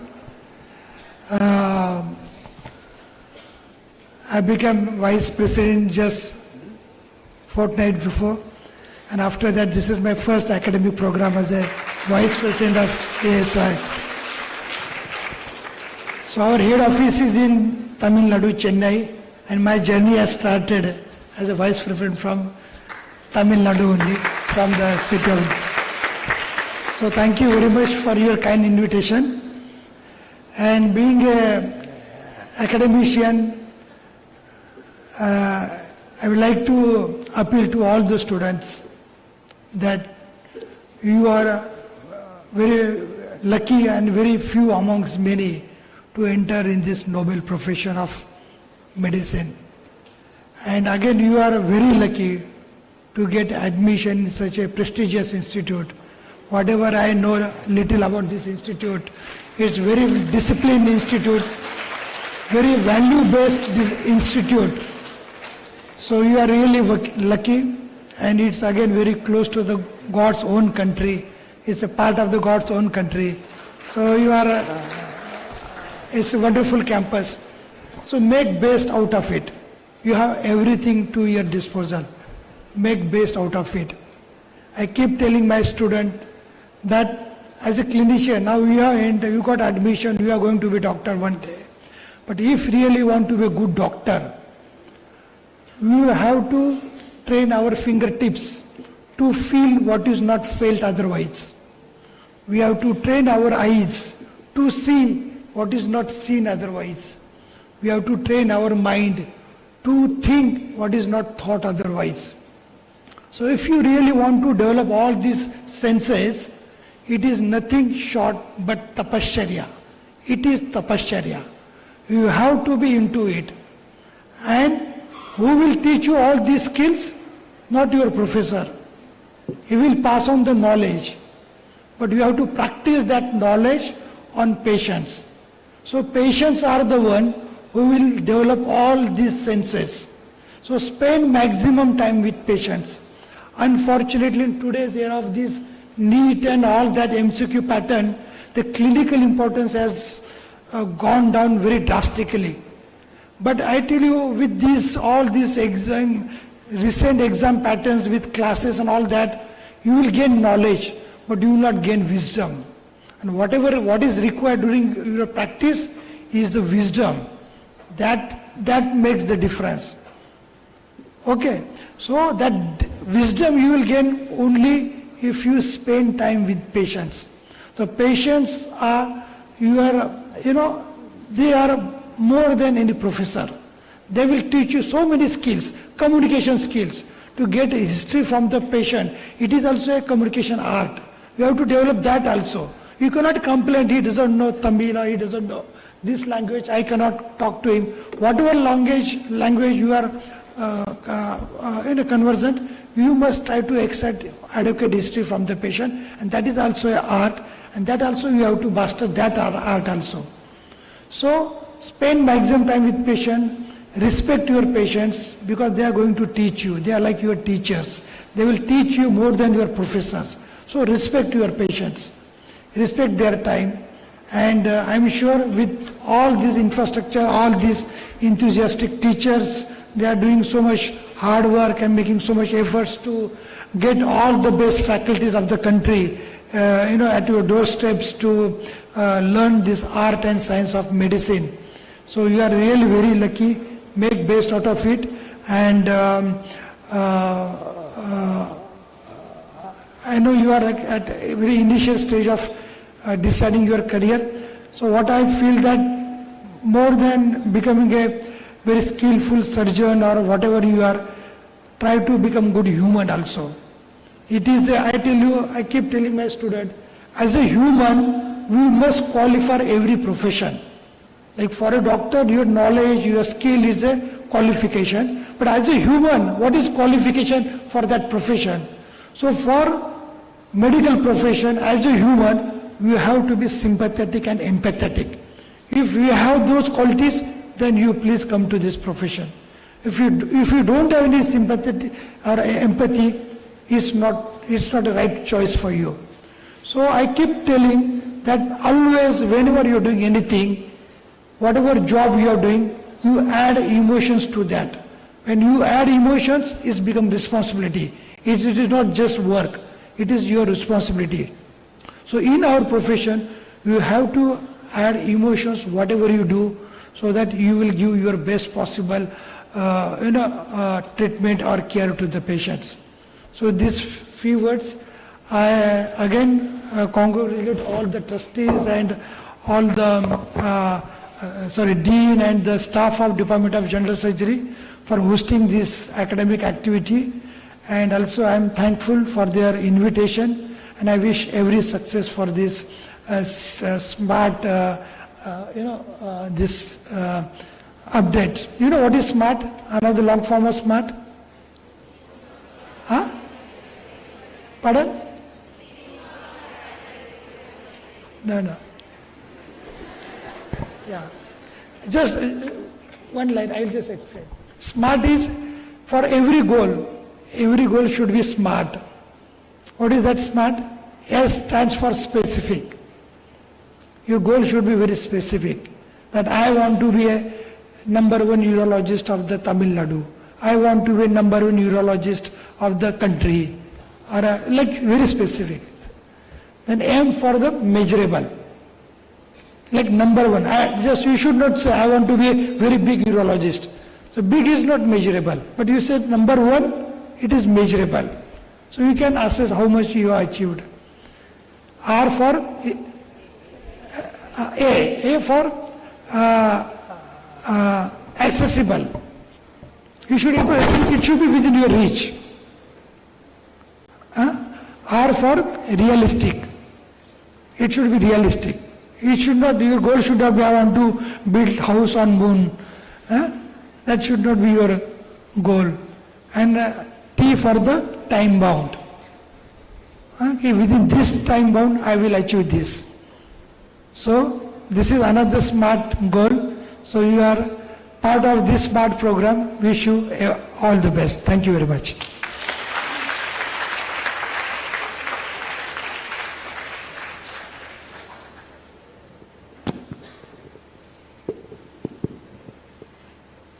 Thank you, sir, for your kind words of wisdom. May I now invite Dr. Chintamani, sir, Professor and Head, Department of Surgery, VMMC, Hospital, New Delhi, to share his thoughts and views about our session. Good morning, everyone. That's not good. Good morning. Good morning, sir. Just about good. Good morning. That's how I start my class. Thank you very much. Dignitaries on the dais, the chair, the CEO of the college, the academic in charge, the dean, faculty of medicine, head of the department surgery, and of course my very dear colleague, a par excellence academician, Dr. Praveen Suryavanshi. And ASI is indeed blessed to have a vice president coming in to make that impact. And of course, Dr. Saha, we have been together for a very long time. I think he's written a book which a lot of you read, but also read the foreword. I've written the foreword for all his books, and I take that with a lot of pride. And other dignitaries on the dais, off the dais, ladies and gentlemen, dear students, I cannot tell you how delighted one feels in the company of students. There's an old saying, I use it all the time for my students. A teacher is only as good as his students. And there are no bad students, there are only bad teachers. So the story is over. So you're all brilliant. So what you do with yourself is all that life is all about. And for you, it could be a very straightforward approach to life, therefore, to make yourself better each day. So don't compete with anybody else. Now, how did it all start? I got a call from Dr. Alex, and he's infectious, as you can see, with his joy and his enthusiasm. So I didn't have a choice but to say yes. So thank you very much for inviting me over, Dr. Alex. It's a pleasure to be here, and you're blessed to have a teacher like him. I also thank him for all the kind words he has used, and you're also welcome to watch that channel, which is all free. I've just shared my ignorance there. So sharing ignorance is something which is rare. Most people come out and share their information. I've talked on the ignorance, and we're very blessed. It's more than 1 lakh subscribers globally. So when I travel abroad, it still gets accounted for. So they're all happy to be part of that baggage of ignorance. Why do we need to be trained? Why do we need to be taught? And as Dr. Suryavanshi brought out, SMART, the PICO, many of these acronyms that you get. And there is one which is very, very important, and that is KISS. You hear the word KISS and everybody is alarmed. It's an old managerial term, keeping it simple and safe. I call it keeping it simple and stupid. The reason is, do not reinvent the wheel. It's already there. Learning is about learning. So no rocket science. And you cannot learn anything unless you enjoy doing it. So first thing is, enjoy what you do. If you don't enjoy it, you're wasting time, you'll never learn anything, I can assure you. Coming to these exams, whether it's NEET or I've gone through all the exams in my life, and there came a moment when there was no more exam. So I realized there's no place to go. But that's a sad part of the story. So enjoy the journey rather than the destination. And especially for a medical student, you're running in a circle. And when you run in a circle, who are you chasing? Yourself. There's nobody else to chase. You all will fall into a rat race of, you've already been through one, there'll be another one, and then there'll be another one. You know what is the tragedy of a rat race? The winner and loser both are rats. So don't be a rat, be yourself. And that can only happen if you discover yourself while you're going forward in this special journey. I don't think there's a bigger blessing than to be a doctor. If you don't realize it, you're wasting time again. We don't wait for the world to say it's a noble profession. Because you're all waiting for somebody to appreciate how we look today, how we talk today. No, appreciate yourself. It is indeed the noble profession. And you make it nobler by thinking about it. How do you make anything rare? By not thinking about it. You know, I remember publishing a case of soft tissue sarcoma in an HIV case, 88. It was a rare disease. Nobody knew of AIDS. It only happened to monkeys. And in Africa, the humans got in contact, and that's how it spread to humans. Now we know HIV. We've gone beyond it. And that malignancy was published. Today, if I try to publish it, they will say, no, everybody knows about this cancer. It's a soft tissue sarcoma. So what's the big deal? So don't look for something to be rare. It becomes rarer when you don't think about it. Otherwise, everything is commonly available. That's why we use the term research. We don't say search. Research is finding it again. Naturally, it was all there. We just stumbled upon it. But the apples were falling all over the world, right? Newton, for the first time, thought of gravity. But nobody noticed it. So it comes to a trained mind and a prepared mind. And these kind of CMEs train you into thinking. I think if at all there is one take home that you can take from today, tomorrow, day after. Otherwise, there is nothing that you can be told. It's all there now. Today, Dr. Google tells you everything, which is good and bad at the same time. We live in the era of information bombardment. You put a word, click, million articles on anything, which is dangerous because we're suffering from too much of information. But as very rightly brought out by Dr. Praveen, lack of wisdom. Wisdom comes by being there.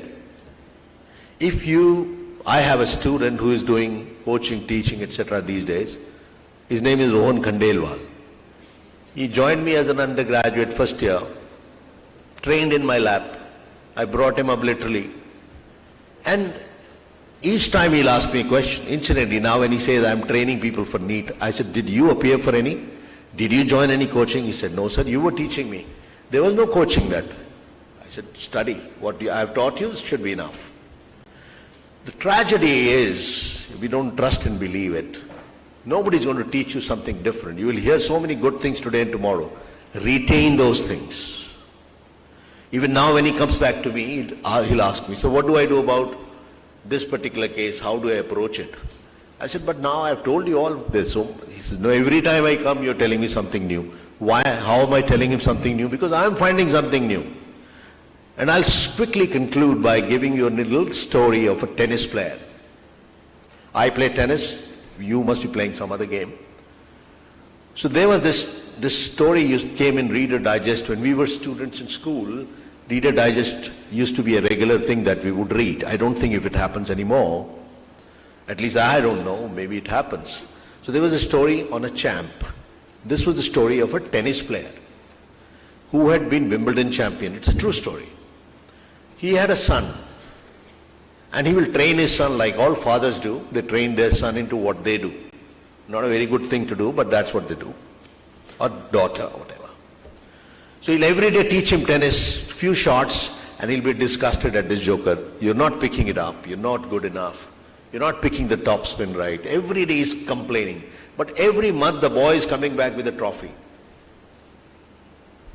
So he's wondering what's happening to the standard of students today. The players today. Finally, he wins the junior Wimbledon championship and he brings home the trophy. He says, this is too much. How can this blighter win? He doesn't know anything. So he picks him up and goes to his coaching academy. So his coach is busy coaching others. The coach can see that champ has come. He was called champ in his county. So he could see that he's a little disturbed. So he said, champ, wait, I'll finish with my coaching schedule and I'll join. You'll find it relevant for you. I'm just coming to the point. We'll have a cup of coffee and discuss. So at the end they sat down and he said, the coach said, champ, guess what's the problem? He says, I've got a son who's trained by you. He's hopeless. I teach him every day. I can't teach him forehand topspin. I've taken so long. How is he winning the junior Wimbledon championship? Has the standards come down? He says, no, the problem is you're not understood one basic aspect of training. When you were teaching him or coaching him, you were getting better also. So the relative distance remained just the same. So you never noticed he's become a brilliant player. Even you have got better. So students teach their teachers to be good and better each day. So it's not that students grow in isolation. Teachers grow along with them.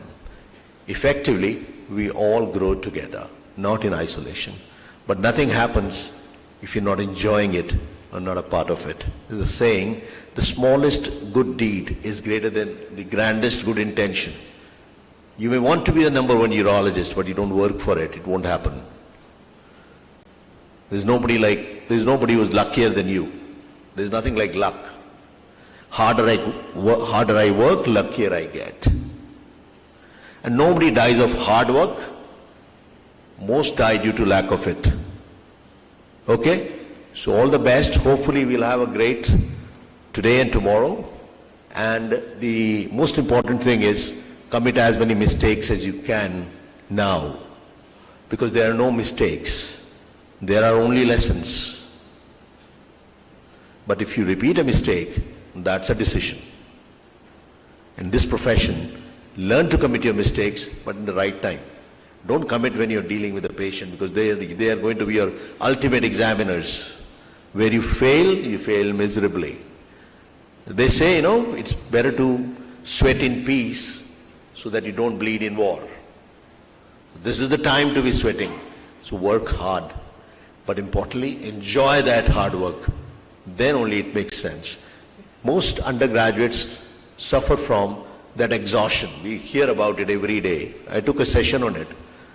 They're depressed about life. There's nothing to be depressed about. It's the best life you can have. You're dealing with people every day, humans. And when a person is sick and tired and especially poor, that's the best time to talk to him, because that's when he's closest to being with God. And you hear from him the truth. You don't speak the truth when you're fine. You only speak when you're in pain. So you're getting an opportunity actually. So enjoy this opportunity. May you do the best in your life. Enjoy yourself. Journey is important. There is no place to reach, no destination. So enjoy the journey. If you're waiting for something to happen tomorrow or day after, nothing is going to happen, because you'll keep running in that circle. So it's enjoy that.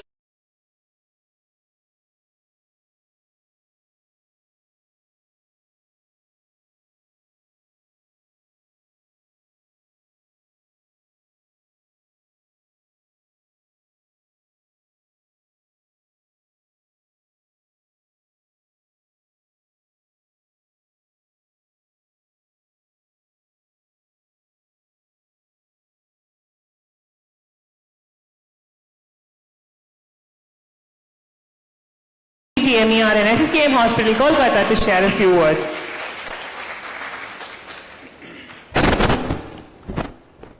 Good morning. Respected CEO of the college, Dean Sir, senior faculty in the dais, and my dear students. I must thank the organizers to conceptualize such a nice concept of having a clinical surgery update for undergraduates, which is not usually done in most of the centers. It's mostly a PG course where most of the PG students attend. And MBBS is a long journey, I agree. You have a long period to go through preclinics, clinics. And now with advent of a lot of virtual platforms, everything is taught in online. Even the bedside clinics is taught online. But what is lacking on online teaching is your touch to the patient. In your day-to-day classes, you learn a lot of things. One teacher will come and show you a particular clinical method. Next day, another teacher will come and say, oh, you have learned it wrong.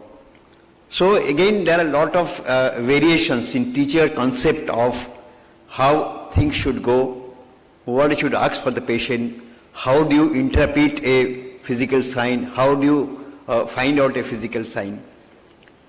This sort of quick 2-3 days course where a lot of faculty come from outside, you have a good exposure to a lot of things in a very short time. You see, you dedicate from morning 9 to 4-5 in the evening for 3 days continuous for clinical surgery. That is a very in-depth spending of time learning the nuances of clinical surgery, and some questions that are already there in the book, but how the examiner throws this question to you, how he expects what should be an ideal answer. So I am sure at the end of 3 days, you will have an in-depth idea of how to approach a surgical case, how do you examine a particular patient, what should be the correct clinical method, and how do you interpret a particular sign, how do you justify your diagnosis. And you see, MBBS exam is not a very exhaustive exam. If you know the basics, you are through. Nobody will ask you what is the recent advance in a particular field. You learn the basic things, and examiner will be happy to give you a pass mark or even a honors marks. So you are free to ask any question about these 3 days time. And whatever presentation I made, I prepared the presentation thinking of a student starting his career in surgery. So my presentation will be all basic, and maybe that you are starting your surgical career, and you can ask me any question. I will be having a pleasure to answer your queries. So I'm sure you'll enjoy the next 3 days, enjoy these classes. These classes are more interactive than one-way presentation by teachers. And I hope you will have exposure to patients also. And I must thank the organizer to organize such a nice event for undergraduate students. Thank you all.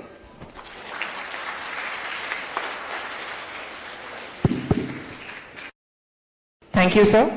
On that note, let me take this opportunity to welcome our Dean, sir, Dr. S.M. Kannan, and our Deputy Medical Officer and Trustee, Dr. Vinu Gopinath, sir, to felicitate our chief guest and keynote speakers with a token of our respect. Please, sir.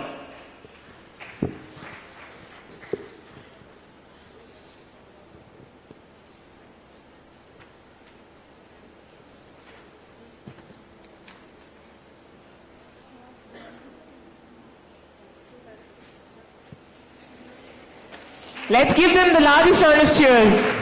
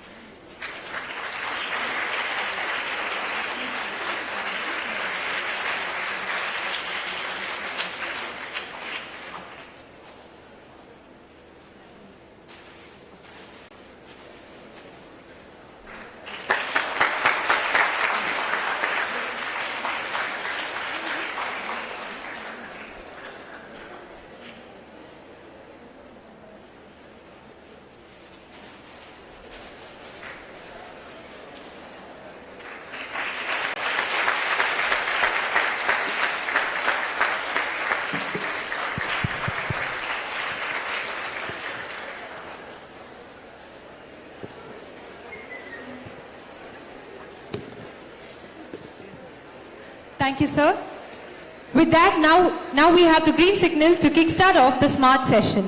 Thank you, professors, for joining us on stage and making this moment even more valuable. Let us give them a huge round of cheer.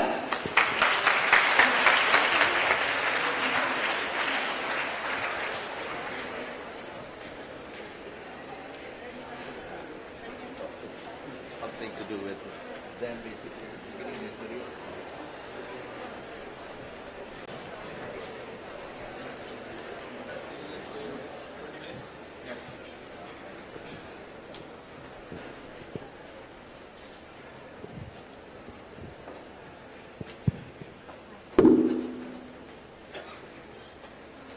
All right, everyone. Up next is,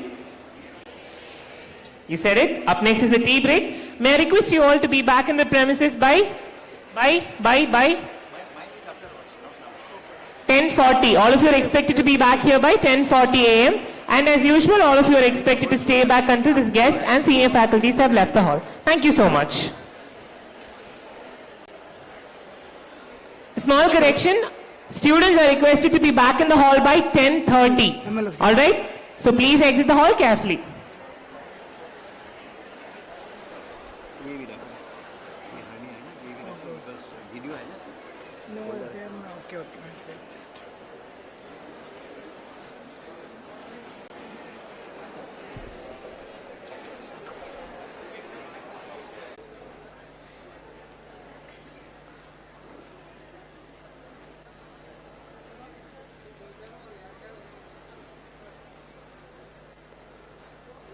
Usually after tea break, this is what happens. I'm used to it, but please settle down fast.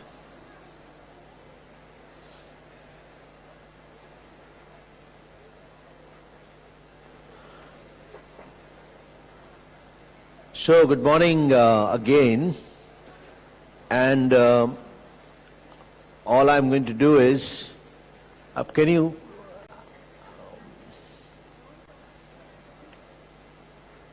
can I have your attention, please, just for a moment?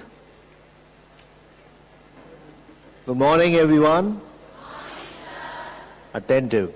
Good morning, sirs. So we are going to talk about approach to short and long cases in surgery. Well, I think it's a good idea to discuss the approach. Rather, can you settle down faster, please? But as long as you're coming in, I'll keep looking at it. That's how usually in my class I'll make sure. Please sit down quickly. And can you just close that door, please? Thank you. So when we talk about approach to a short and long case, you must understand that this term short and long case has disappeared in most exams.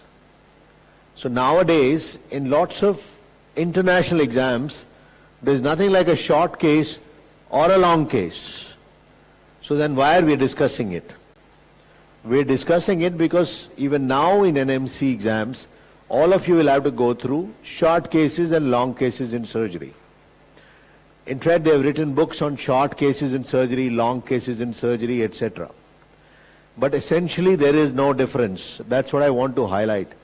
My talk is going to be just based on a commonsensical approach to surgery cases during your lifetime and also in the exam. So don't be totally obsessed with exam, because exam is just one hurdle that you need to overcome, but life is going to be all through your exams only. So what is a long case and what is a short case? I don't know whether you are aware of it. Most of you are from, I was asking your teachers, a lot of you are getting exposed to surgery for the first time.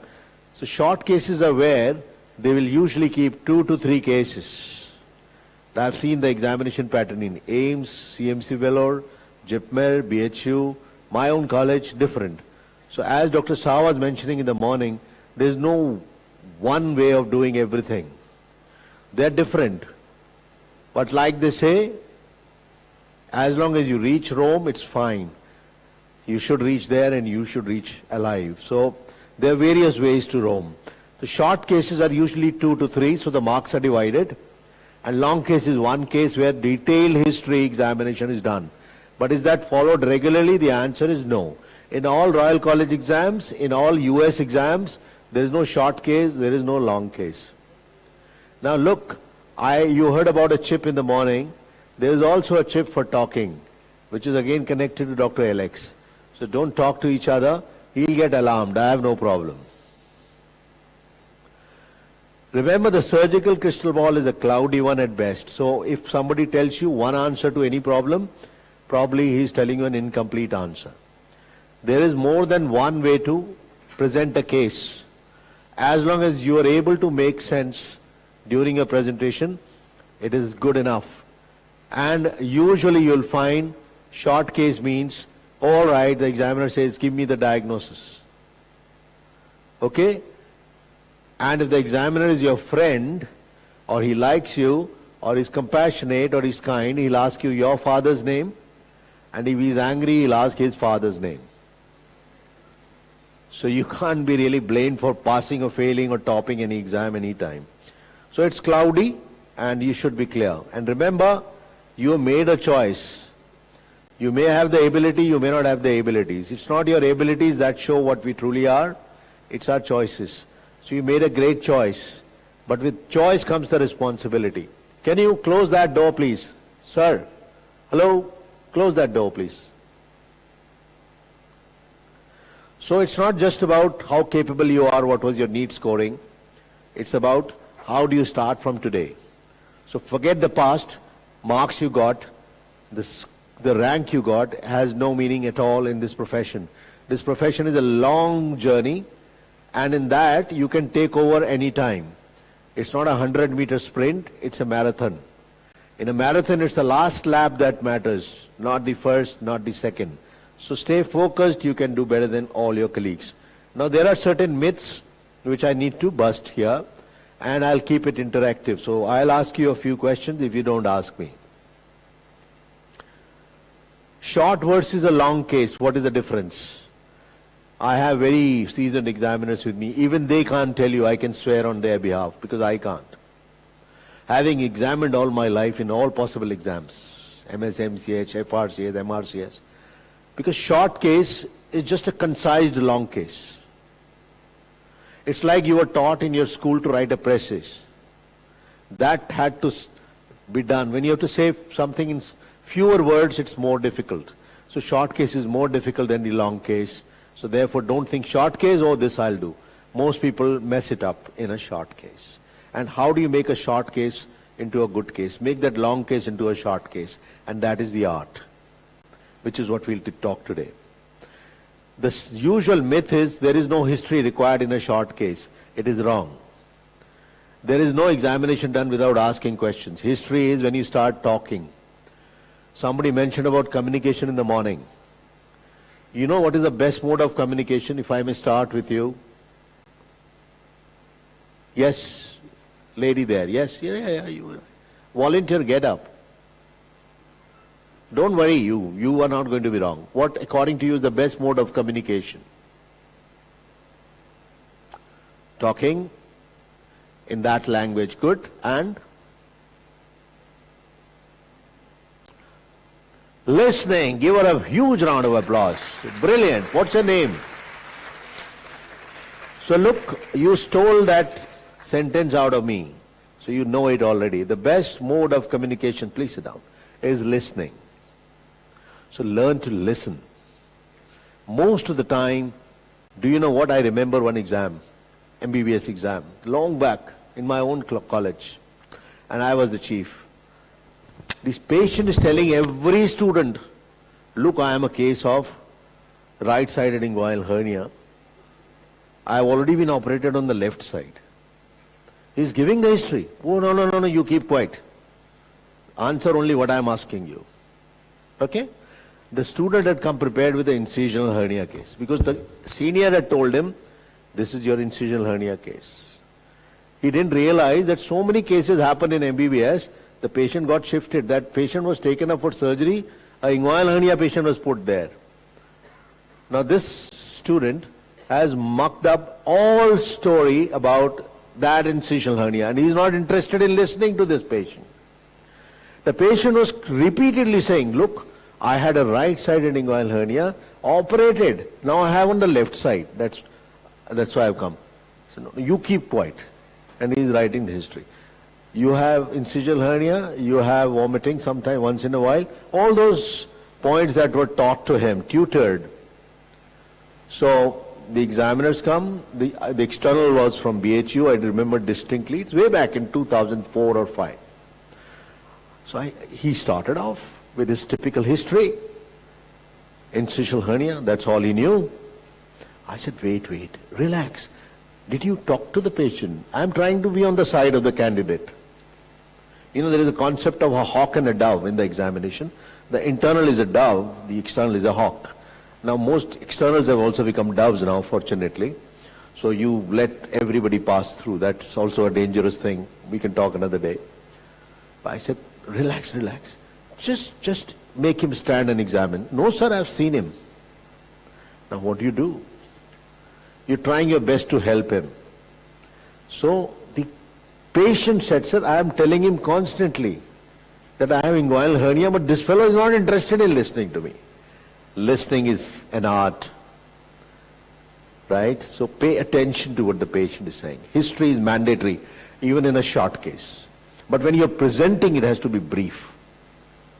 You cannot give the whole long laundry list when you're presenting a short case. That's the only difference. It is also important that examiners need to be taught how to examine.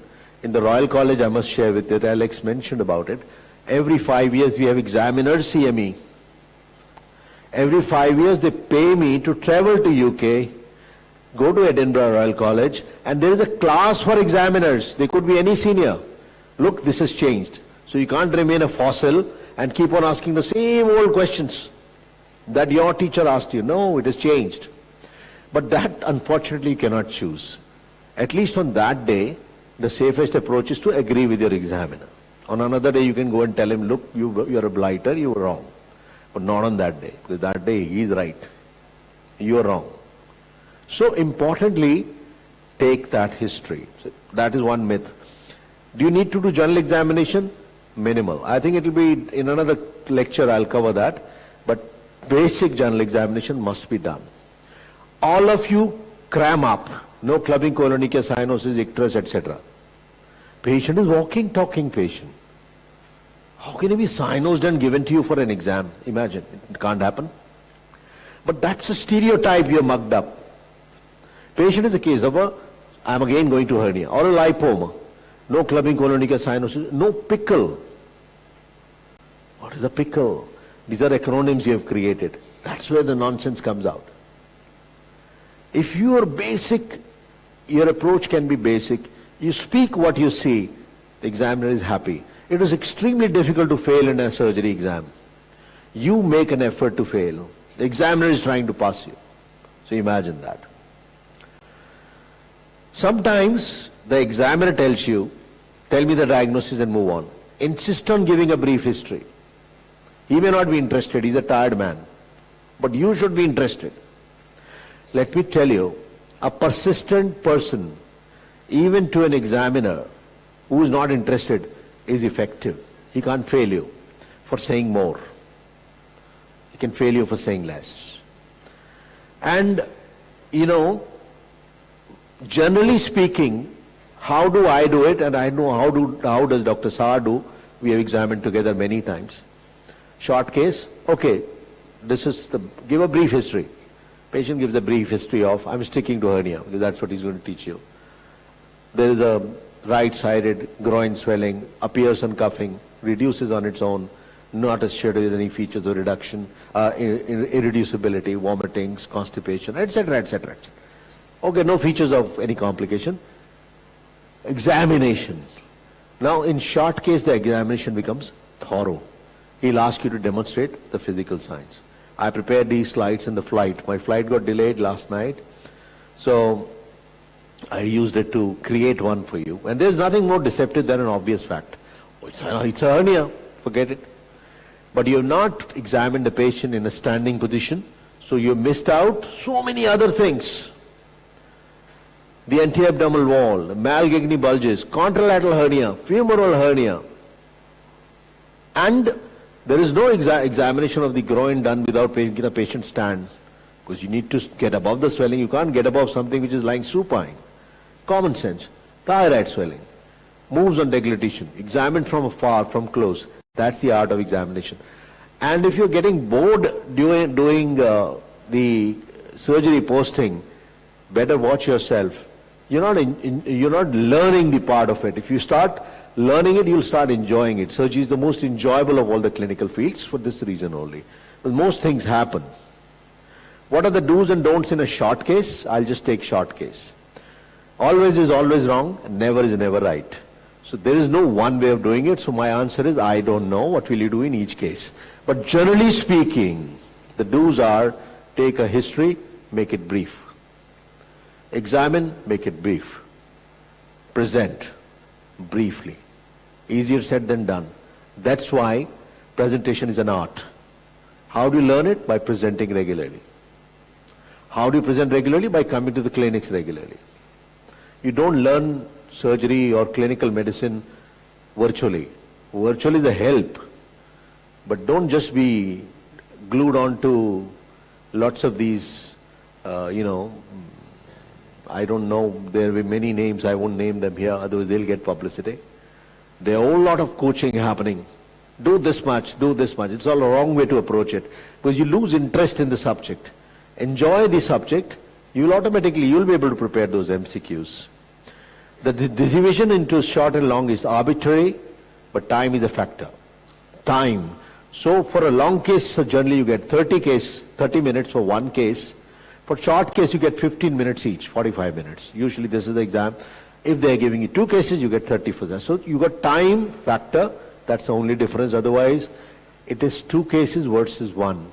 It's important to examine and take a history exactly the same way. Please do not use this term. It's more for trainers than for trainees. There is nothing like local examination. This term is obsolete. Local is a local part of a regional examination. I'll give you an example. You got a swelling or an ulcer on the umbilicus. Don't say local examination of the abdomen. Abdomen cannot be local. Examination of abdomen, examination of breasts, examination of upper limbs, examination of lower limbs, examination of inguinoscrotal region. It's an examination of a region. And in that, you can have local examination of an umbilicus. Examination of head and neck, whole head and neck, and local examination will be tongue, oral cavity. So don't use this term. It is there in a lot of books. It is regional examination. Region. I'm dividing it again. Head and neck, breast, thorax, abdomen, groin, lower limbs, upper limb. End of the matter. Back, spine. Joints for the orthopedics people. There's an ulcer on the foot. Examine the limb as a whole, not just that little ulcer. So examine the whole patient, not a hole in the patient. This is common. You see an ulcer on the leg, let's start with the ulcer. You will miss the contralateral leg, because how would you know about the cause of this ulcer? It's a varicose ulcer, there will be varicose veins above as well as contralaterally they may be present. And how do you say right breast is normal or abnormal unless you examine the left breast? Unless you, anything paired in the body, examine the normal side first. Anything paired in the body, and mention it. Eyes, right eye has a lesion, start by saying the left eye is normal. Right breast has a lesion, start by saying the left breast and axilla are normal. Otherwise later on you'll miss out. Because each individual is different. The texture of a breast in one lady is different from another, and you may take it as lump or nodularity when it is actually a normal breast. It's possible, but how would you know that unless you examine the contralateral side? So there is no short or long in examination anymore in most places. DNB, all are equal, 4 cases. FRCS, 4 cases. MRCS, the long time back it disappeared. In some exams it is gradually going. In my college we have stopped it. We just put 4 cases. We don't make long short. AIMS doesn't have short cases. So it is changing, but you will get that. That's why I kept it. So convince the examiner with your approach and attitude. And the do's and don'ts in the long case are more or less similar. But what is the difference? One case, more time, more marks. So naturally your eyes lit up with the last part. More marks. Okay. You know, but more time is not a good news. Why? You have a lot of time to kill yourself. In a short case, it may be over before you actually destroy yourself. An examiner may be agreeing with you, may be giving you a long rope. He's trying to help you to get you out of the dig, the hole. But he may also be giving you a long rope to hang yourself. So the time is not good news always. But it's good news for those who are doing well. Remember, in any exam, when you start, you are basically a spinal animal or creature. Nobody thinks when he starts, anybody. When you start answering well, you become cortical. You're doing well? Oh yes, now I'm there, I'm passing. Why am I saying this? A spinal creature would perform if he is practiced enough. So if you don't come to your clinics, you can't become a doctor. Then you can say, I'll become a radiologist. The radiologist is also a doctor. Or I'll become a microbiologist. He or she is also a doctor. And you would argue, I'll become an anatomist. I'll have to think. You know, because you're dealing with dead people. But even there it's moving. So, make it a point.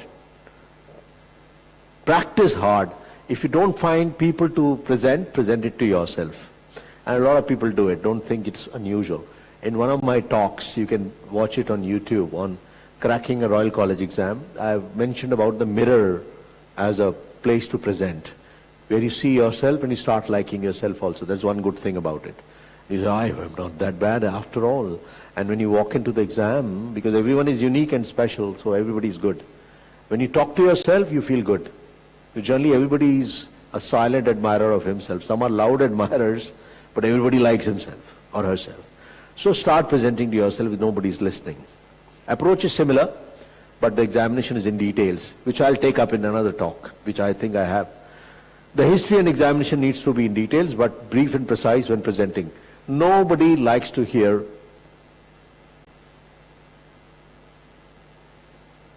nonsense. I was looking for the right word. Okay?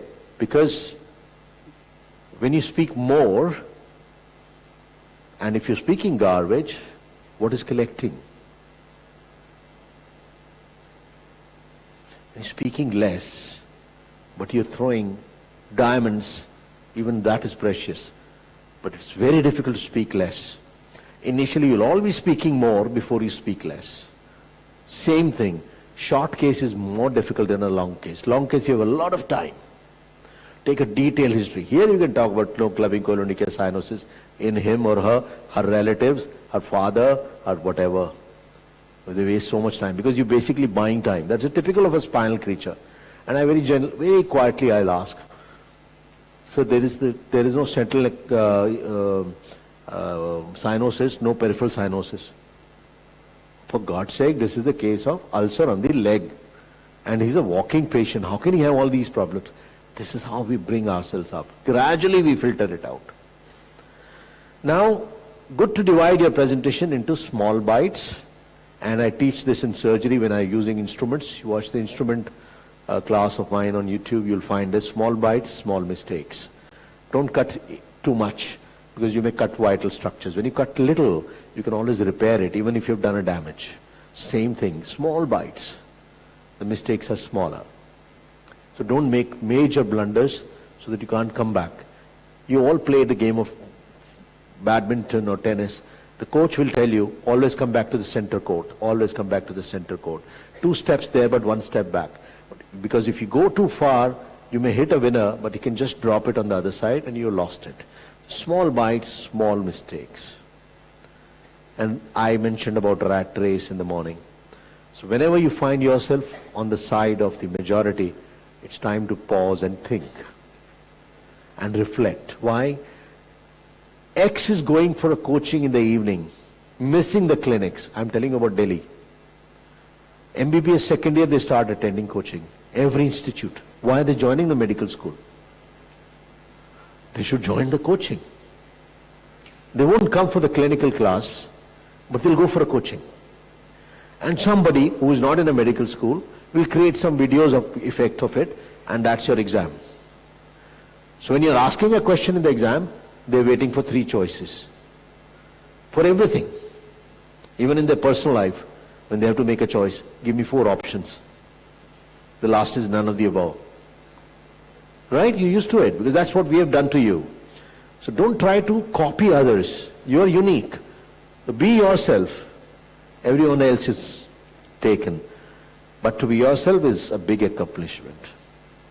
Now, lastly, this is a Dreyfus model, not for you, which is for learning as you grow into excelling, and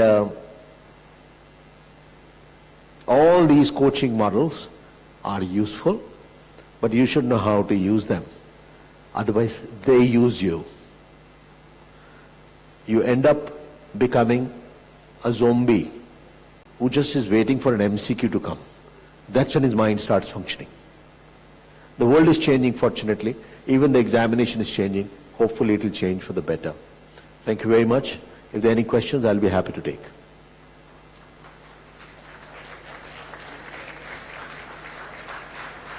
Any question?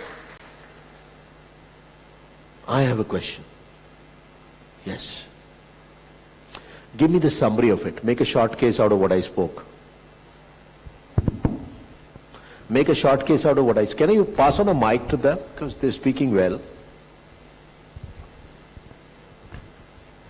It's functioning, yeah.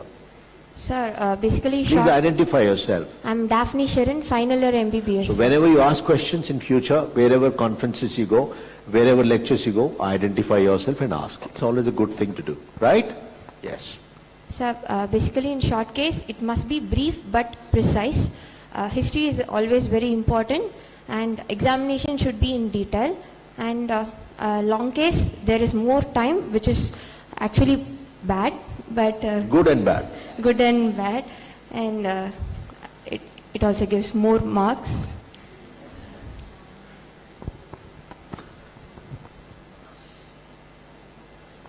No, you speak, you're doing very well.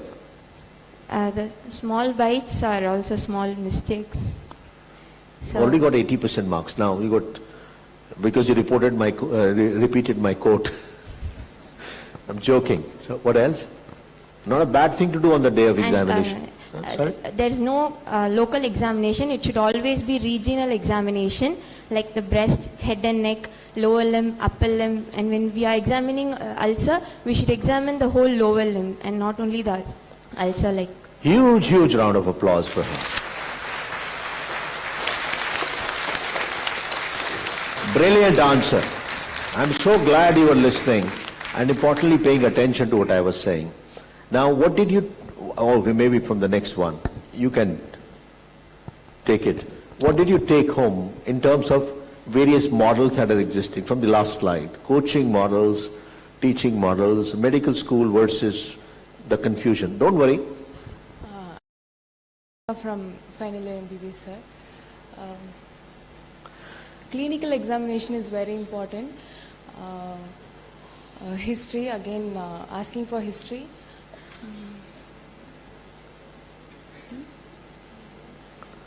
Don't worry. Yeah. Attending clinics is very much important.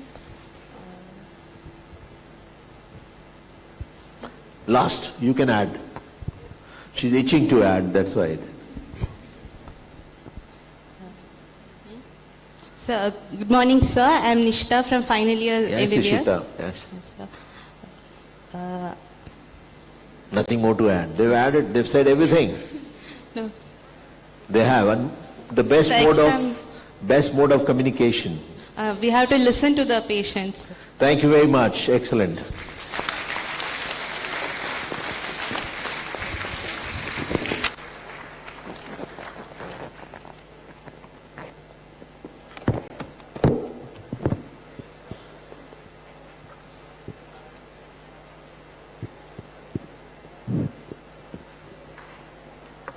Thank you, sir, for giving us that insight into the world of surgery exams.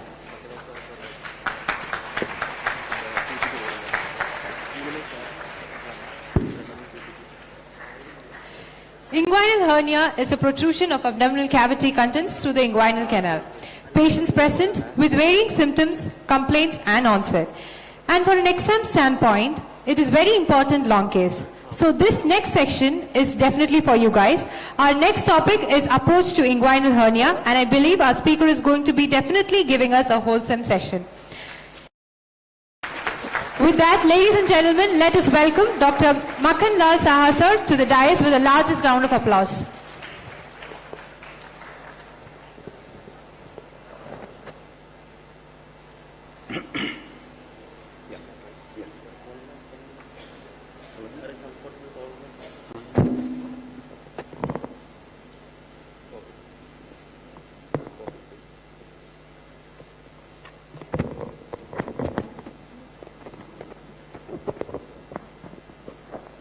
Okay. Good morning. This is the first surgical case you are exposed to when you join as a second year or third year MBBS student. And this is the entry to the clinical surgery. So my presentation will be very basic thing. How do you approach a patient who is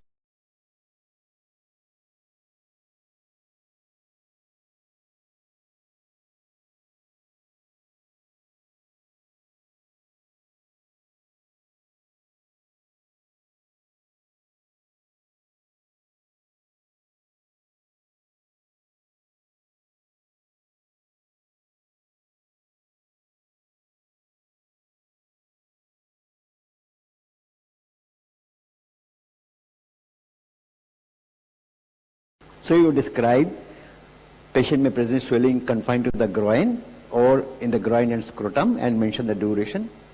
Some patient may have pain or may not have pain, it may single chip complaint. The next is history of present illness. Keep in mind that this is an area of a long case writing where it should be very exhaustive. It's not only 4 or 5 lines. History of present illness is a area where you mention about the detailing the chief complaint number 1, and the next paragraph should be asking the patient about any systemic symptoms. You must be conversant with asking some questions which relate to derangement of GI system, urinary system, cardiovascular, respiratory and neurological system.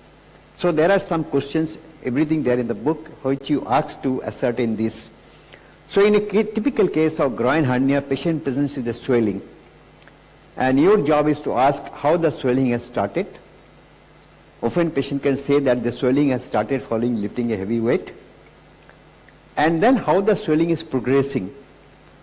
It can be a swelling starting in the scrotum and then ascend to the groin. It is unlikely to be hernia. It is primarily something from the scrotum. Or it can be a swelling which started in the groin and then gradually increase in size to descend to the scrotum. And then next question will be whether the patient has noticed anything, any change in the swelling with activities. Whether swelling gets reduced on lying down. Some patient can say that he is noticing that the swelling is not going back as it was going earlier. So these are the important things you inquire about the swelling. Some patient may have pain. Hernia is a painless disease, but some patient may have pain. And pain in hernia may be of different reasons. When the hernia starts developing, it causes stretching of parietal peritoneum. As the hernia is getting bigger, there is stretching of parietal peritoneum. Patient may have dull ache in the region of swelling. And the typicality of this pain is, this pain gets aggravated while he walks. When he lies down, when the hernia gets reduced, the stretching is gone, pain is over. Or a hernia may have been pain because of complications, when the patient has got obstruction or strangulation. Once you have gone through this elaboration of these two chief complaints, the next important part is to find out whether the patient has got any chronic straining factors like constipation, urinary obstruction, COPD, or other breathing difficulties.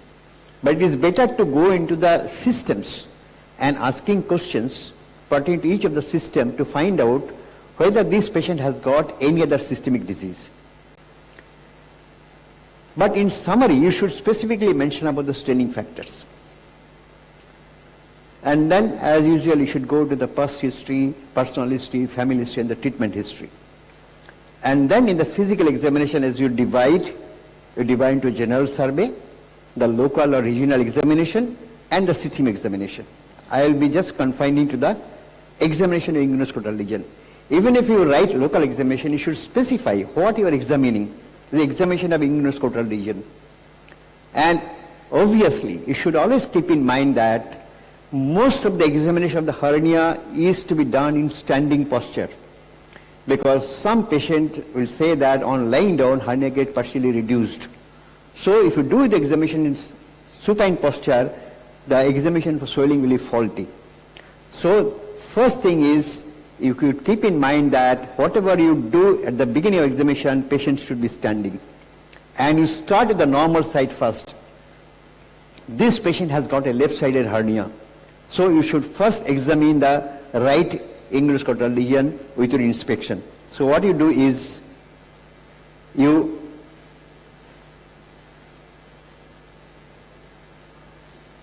explain. To explain.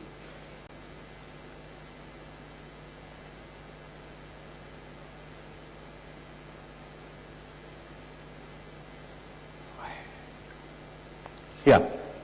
You first look at the right side. You ask the patient to cough. Look at the right side. Right side is normal.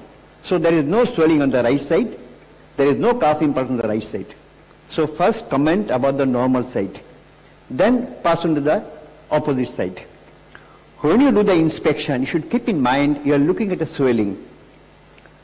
So in a patient who has got a inguinal swelling, you inspect the swelling and try to find out what is the position and extent of the swelling.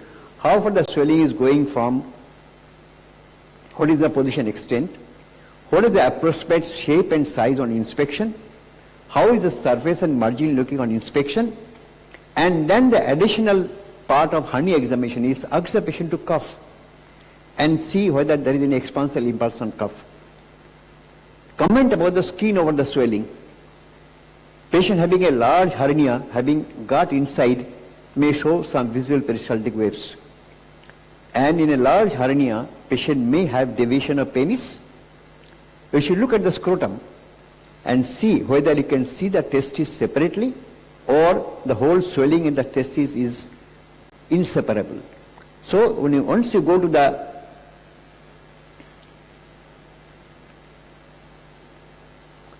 you will now look at the disease site. You see the swelling extending from the region of the inguinal canal up to the root of the scrotum, up to the bottom of the scrotum. There is expansile impulse on cuff. I ask the patient to cuff and look at that. And then try to see the surface. Surface appears smooth, margins are seen rounded, skin over the swelling is normal, and often you will find the scrotal rugosity may be lost because of the large inguinoscrotal hernia. Then starting the palpation. Still again in standing position. Patient is still standing. Whole inspection should be done on inspection. Again on palpation you start at the normal site. You palpate the normal site for any swelling. Keep your finger in the root of the scrotum and ask the patient to cuff to assess any expansile impulse on cuff on the normal site. This is a normal site. I am palpating the normal site. There is no swelling.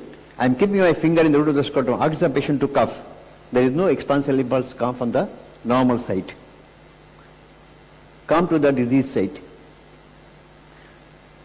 Once you start with the disease site, we have seen a swelling in the left inguinoscrotal region inspection.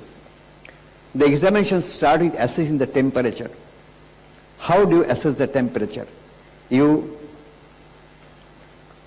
just put your back of the fingers and assess the temperature of the swelling.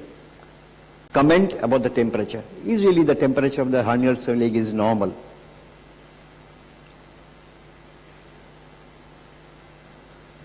Then assess for tenderness. These are the two important things to be done for almost all swelling. Press the swelling and appreciate whether the patient is complaining of any pain over the swelling on pressing. This can happen when the hernia is obstructed or strangulated.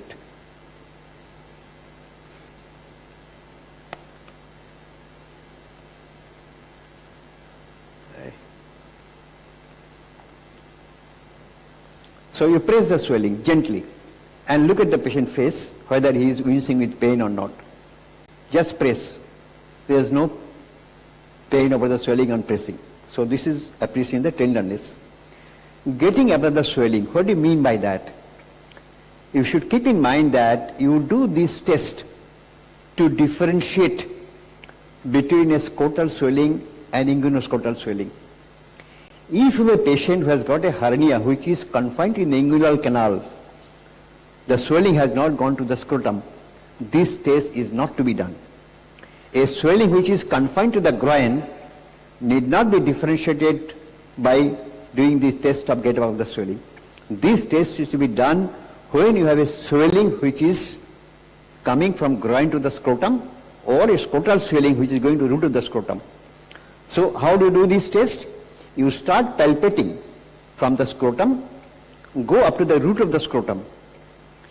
At the root of the scrotum, if you palpate only the spermatic cord and swelling is below your finger, it is possible to get above the swelling. Your inference is it is possible to get above the swelling, suggesting this to be a scrotal swelling. If it is a hernial swelling coming from the groin to the scrotum, you start palpating from the scrotum, come to the root of the scrotum, you still feel the swelling, you cannot feel the spermatic cord separately. It is not possible to get above the swelling, suggesting this to be a inguinoscrotal swelling.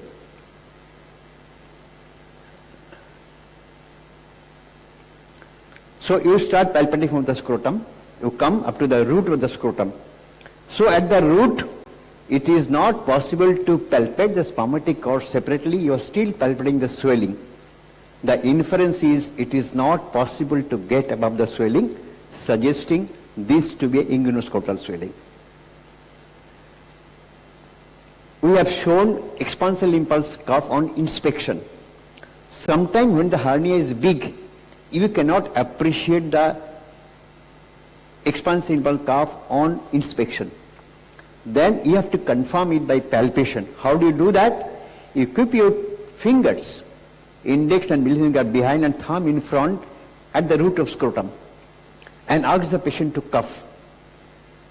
In case of hernia, this cough impulse can be appreciated by looking at your finger, that fingers are getting separated. So that is how you do the expansal impulse on cough. Keep your finger and ask the patient to cough. You see, you can see that your fingers are getting separated. So this is a palpable expansal impulse on cough. Next is, you have to describe the inguinoscrotal swelling by finding the extent of the swelling. How far the swelling extending from region of deep inguinal ring up to the scrotum, above and below, medial and lateral side.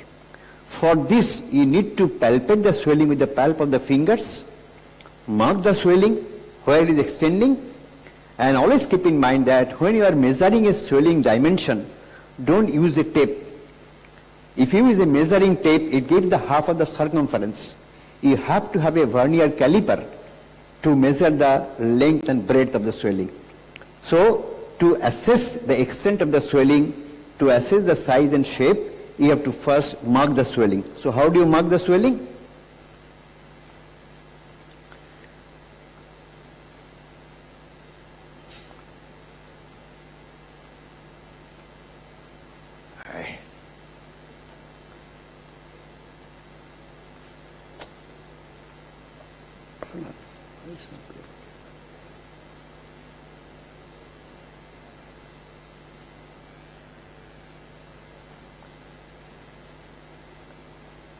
Yeah.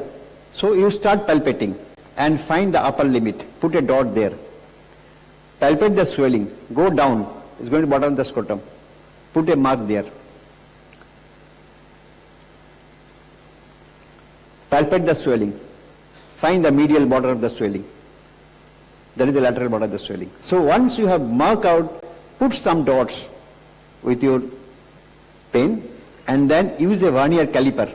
So first you assess the extent of the swelling by palpating.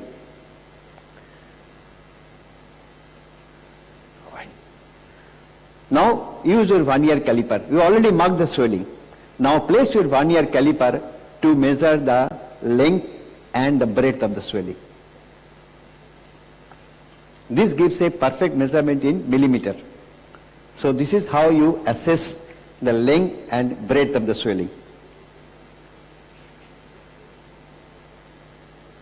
Next is to comment about the surface and margin of the swelling. You palpate the swelling as you do in any other swelling and comment about the surface.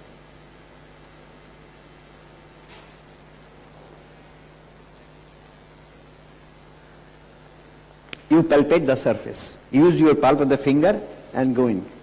In a usual inguinal hernia, the surface is usually smooth.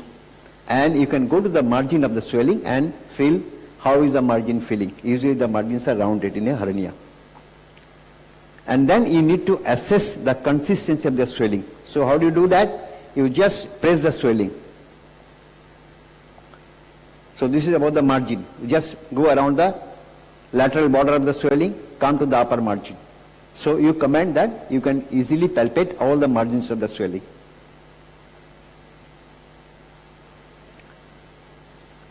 Consistency. You will just press the swelling.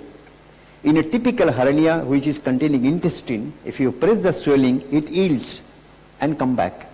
It is soft, elastic in feel.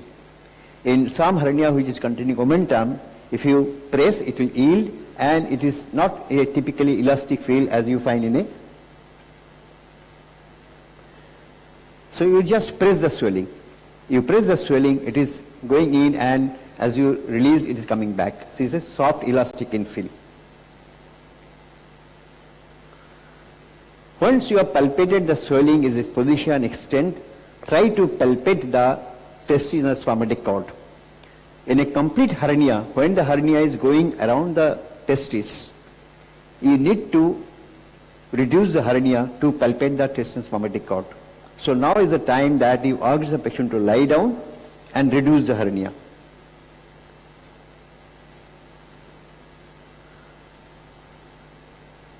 So once you have reduced the hernia, you can now palpate the testis. Because some patient with inguinal hernia may have associated hydrocele. In that case, you need to assess whether there is a swelling confined to the scrotum also or not. Next important part is to assess the relation of the swelling to the pubic tubercle. This is often an exam question that exam will ask you, show me whether it is a inguinal hernia or a femoral hernia. And how to do that? It is done by showing the relationship of the swelling to the pubic tubercle. The first thing is to find the pubic tubercle itself. So how do you find the pubic tubercle? You adduct the leg against resistance. You can palpate the taut adductor longus tendon medially. Trace this tendon up. Trace this tendon up. You will reach the bony point, that is pubic tubercle. Now put your finger in the pubic tubercle and see where is the hernia. In inguinal hernia, the hernia will be above and medial to this pubic tubercle.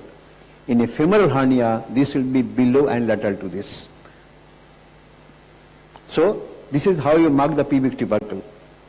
You ask the patient to lie down, ask the patient to attack the thigh against resistance. Yes. This is the taut adductor longus tendon and the upper medial aspect of the thigh. Follow this up. This leads to a bony point, that is pubic tubercle. Mark that. And then keep your finger in the pubic tubercle. Place your finger in the pubic tubercle and see where is the hernia.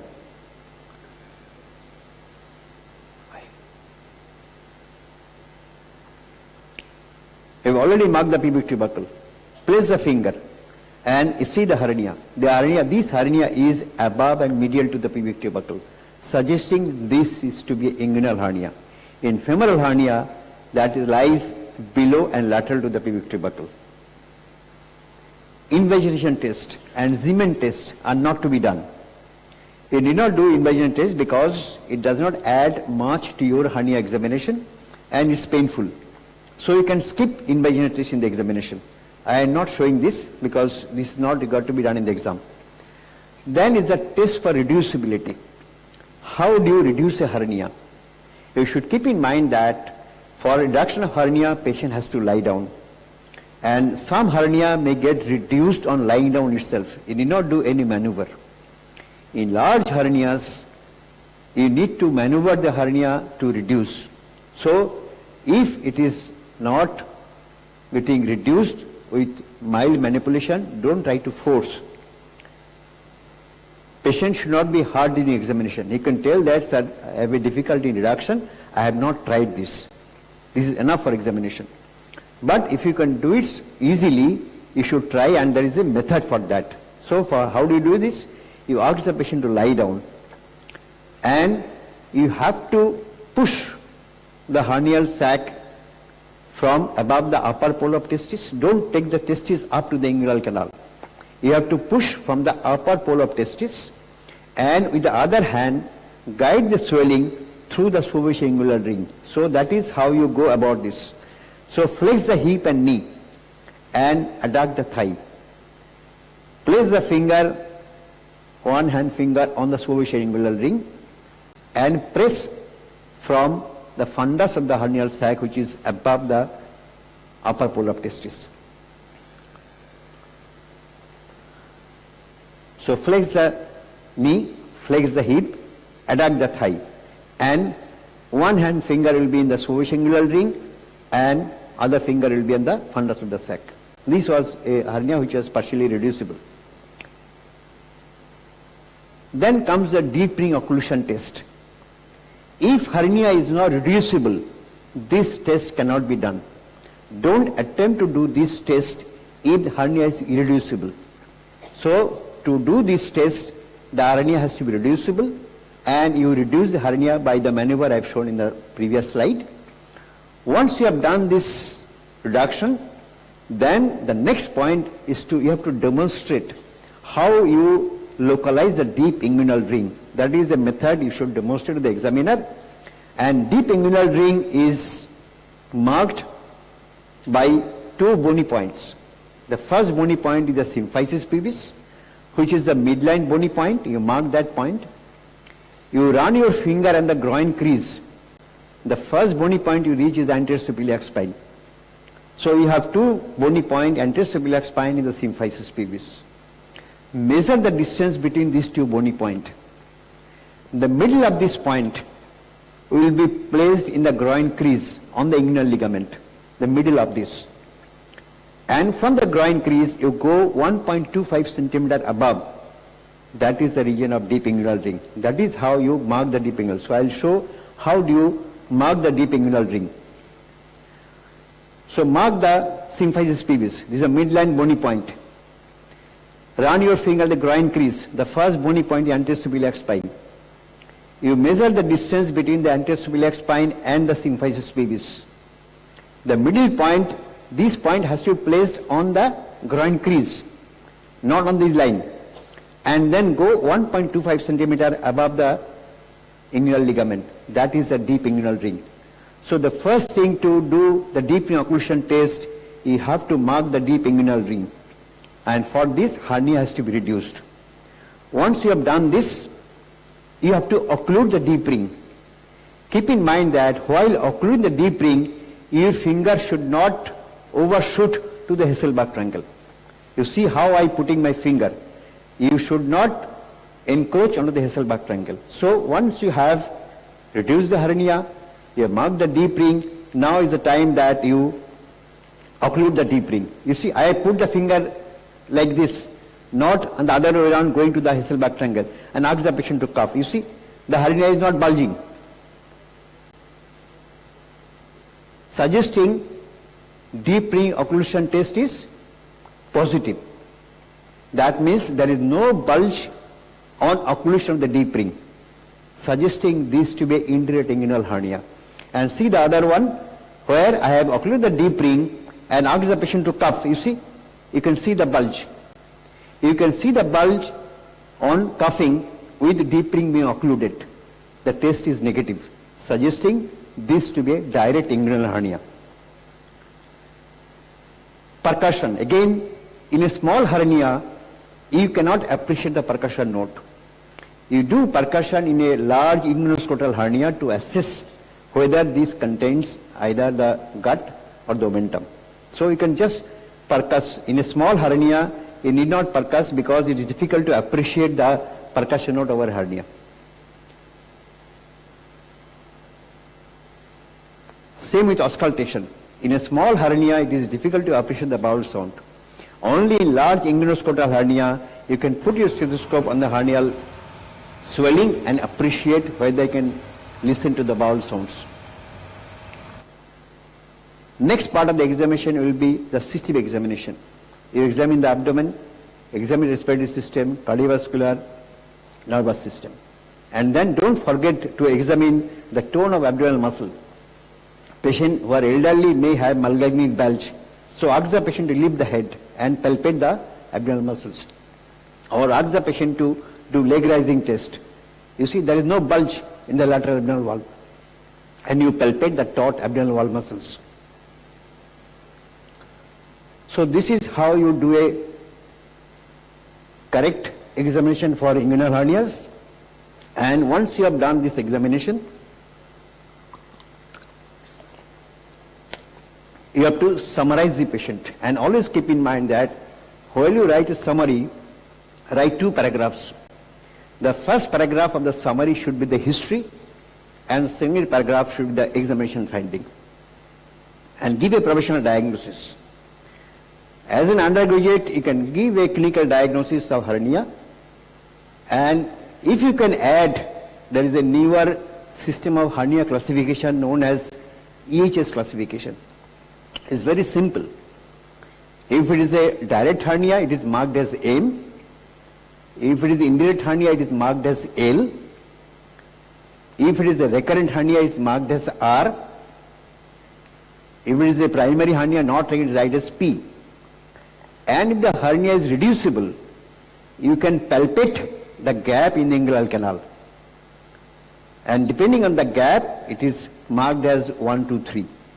So as an MBBS, you can skip this EHS classification, but who are conversant, if you are taught in your day-to-day practice, you can add this as per EHS classification. This is L, P and 2. And if you can explain what is L, L means lateral hernia, indirect. P means primary hernia, is not recurrent. And 2 means the gap of 3 centimeter. So this gives a good impression, you know the latest classification of EHS. In brief, a video examination for your groin hernias. I was asked to speak little about uncommon hernias approach. So what do you mean by uncommon hernias? In your day-to-day practice, you will find the hernia is the most common surgical patient you are seeing in your wards.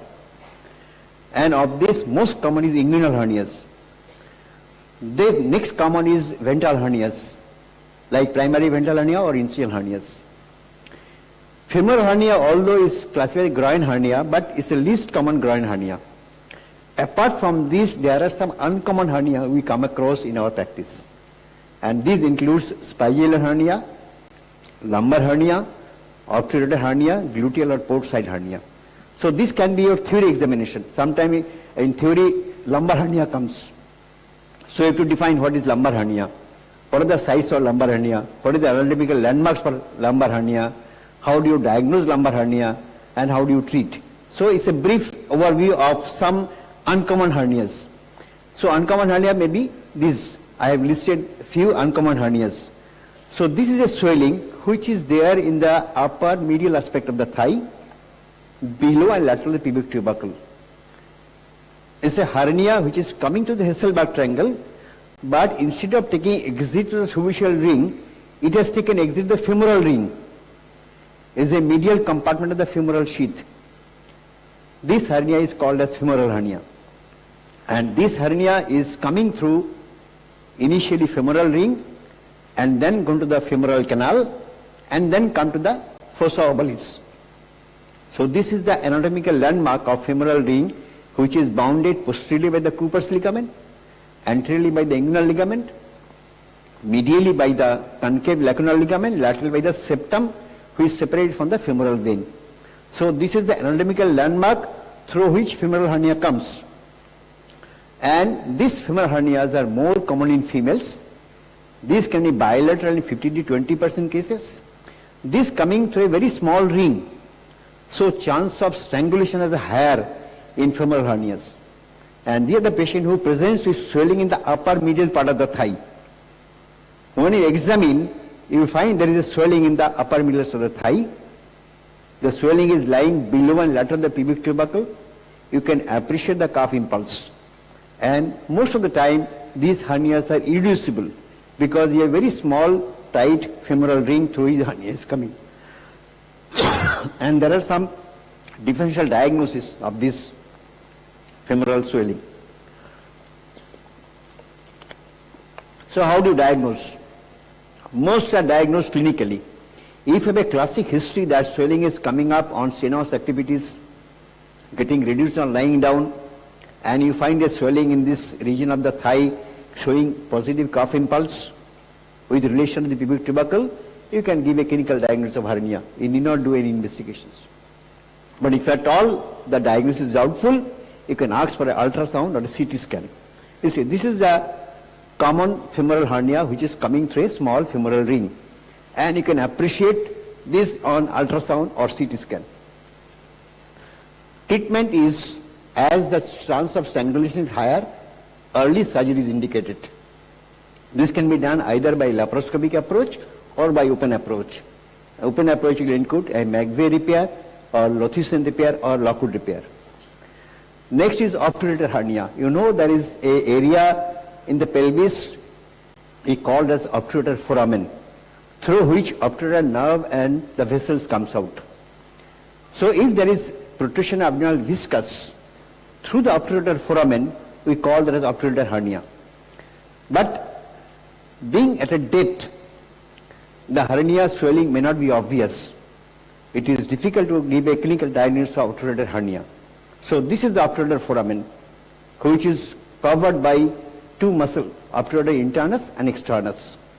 And this hernia can come through the obturator foramen. Diagnosis is difficult because this swelling may lie in the perineal side or in the upper medial aspect of the thigh. This is a very small opening, chance of strangulation is higher. Patient may present the intestinal obstruction. And most of the time we need to diagnose by investigation with an ultrasound or CT scan. If you do a CT scan, you can see a bulge which is coming lateral to the symphysis pubis. Treatment is early surgery, either by laparoscopy or open approach. Lumbar hernia. What is lumbar hernia? A hernia coming to the lumbar triangle. And you should keep in mind there are two lumbar triangles. One is superior lumbar triangle and one is inferior lumbar triangle.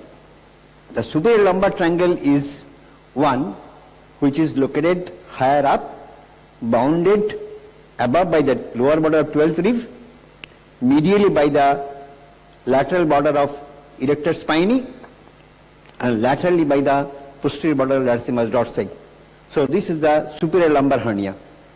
Inferior lumbar hernia occurs through lumbar triangle of Petit, which is bounded medially by the posterior border of external oblique, laterally by anterior border of latissimus dorsi, and below by the iliac crest. So these are the two important hernias which occurs either through the superior lumbar triangle or inferior lumbar triangle. And these are the patient who present swelling in the particular area, either in the superior lumbar triangle here or inferior lumbar triangle here. And this will show a positive cough impulse. Hernia may be reducible. Diagnosis may be obvious on clinical ground, or you may need to do ultrasound or CT scan to confirm the diagnosis. And treatment is either by a laparoscopic or open approach. Another important hernia which is classed as a ventral hernia is called as spigellian hernia. This occurs with spigellian defect. This is an area where you have a area in the abdominal wall at the lateral border of the rectus sheath where the posterior rectus sheath ends. This ends at the arcuate line. Midway between the umbilicus and symphysis pubis, the posterior rectus sheath ends at the arcuate line. At the junction of this arcuate line and the lateral rectus, there may be a defect. This is known as spigellian defect. If herniation occurs at this site, that means lateral to the rectus muscle, at the level or below the arcuate line, this is called as spigellian hernia. This often remains undiagnosed because this is a type of parietal hernia where the swelling may not bulge deep to the skin. It may remain confined below the extremity aponeurosis. So it is sometimes difficult to diagnose clinically and often diagnosed by investigation with a CT scan. If you do a CT scan, you see the rectus muscle. Lateral to rectus muscle, there is a bulge of hernia. So this is a typical site of spigellian hernia. Again, this is a hernia which is higher chance of strangulation. So early surgery is indicated in patient who is having a spigellian hernia. Then another rare hernia is a hernia which can come to the sciatic foramina. You know that there are two sciatic notch in the iliac bone which is converted to foramen by sacrotuberous and sacrospinous ligament. One is greater sciatic foramen, one is lesser sciatic foramen. Hernia coming to the greater sciatic foramen is known as the gluteal hernia. And hernia coming to lesser sciatic foramen is called as sciatic hernia. Again, these are difficult to diagnose. So hernia coming through these areas in the foramen is known as either gluteal or sciatic hernia. These are very difficult to diagnose clinically. Most of the time is an incidental diagnosis and diagnosis based on the investigations. Differential diagnosis can be a swelling deep to the gluteus maximus muscle, maybe a tumor from the gluteus maximus muscle, or can be a tubercular abscess. So diagnosis based on the CT scan. And there is a gap in the sciatic foramen through which a hernial sac may bulge. Early repair is indicated because the chance of strangulation is more in these hernias. A new term has come known as port site hernia. More and more laparoscopic procedures are done. And you have a port site made in the abdominal wall. If you do not close the port site properly, there is chance of herniation through these small port sites. It's a variety of incision hernia, but specifically termed as port side hernias. So if you do imaging, you will find that there is a small bulge. You can see a small bulge through the infraumbilical area. This is a port made for lap cholecystectomy through which the hernia has occurred. So in brief, in uncommon hernias, you need to do a good clinical evaluation, identify the exact location is crucial, and need to tailor the treatment depending on the type of hernia. And clinical examination should include a good history and examination. You have to identify the risk factors which has caused this hernia, and accurate clinical diagnosis required to plan treatment. And some of these hernias are not obvious on clinical examination. You need to have some investigations in the form of ultrasound or CT to give a diagnosis. And these rare hernias sometimes need a multidisciplinary approach. These can be difficult hernias where you might need approach from a plastic surgeon or a neurosurgeon so that you can do a proper repair for these hernias. And you need to counsel the patient that he has got a rare hernia, is it difficult to manage surgically, and there is a risk of recurrence following repair. And this patient approach can be either a laparoscopic approach for this repair or can be open approach. Thank you.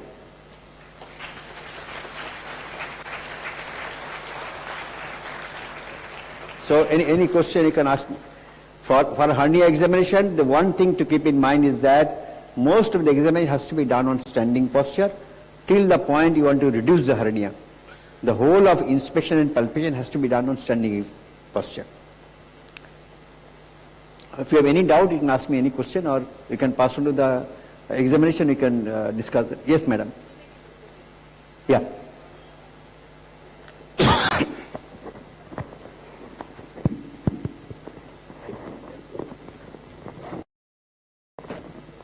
Thank you so much, sir, for giving us an insight into the world of hernias. Audience, I really hope that you have made best out of this session. So let's give sir a large round of applause, and thank you so much, sir, for that wonderful session.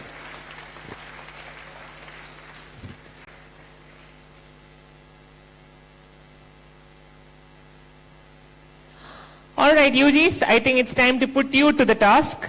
Since all our professors and guest faculty today have given us an insight into the world of hernias, I think it's time that you do justice.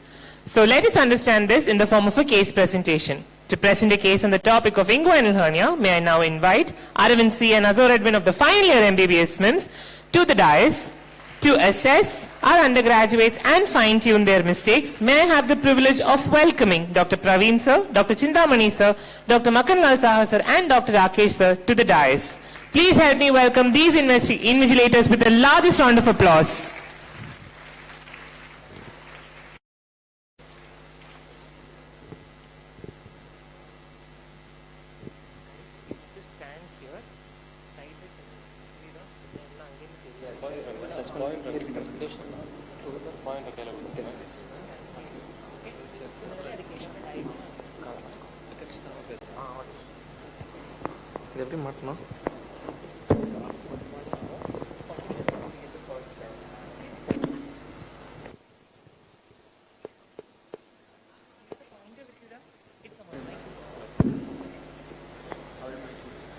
On this see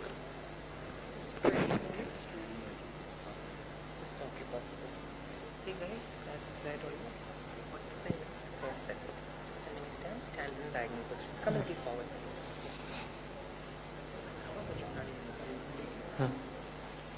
Good morning to all the dignitaries present on the dais and off the dais. Myself, Azor A. Edwin, and my friend Aravind C. here to present a case.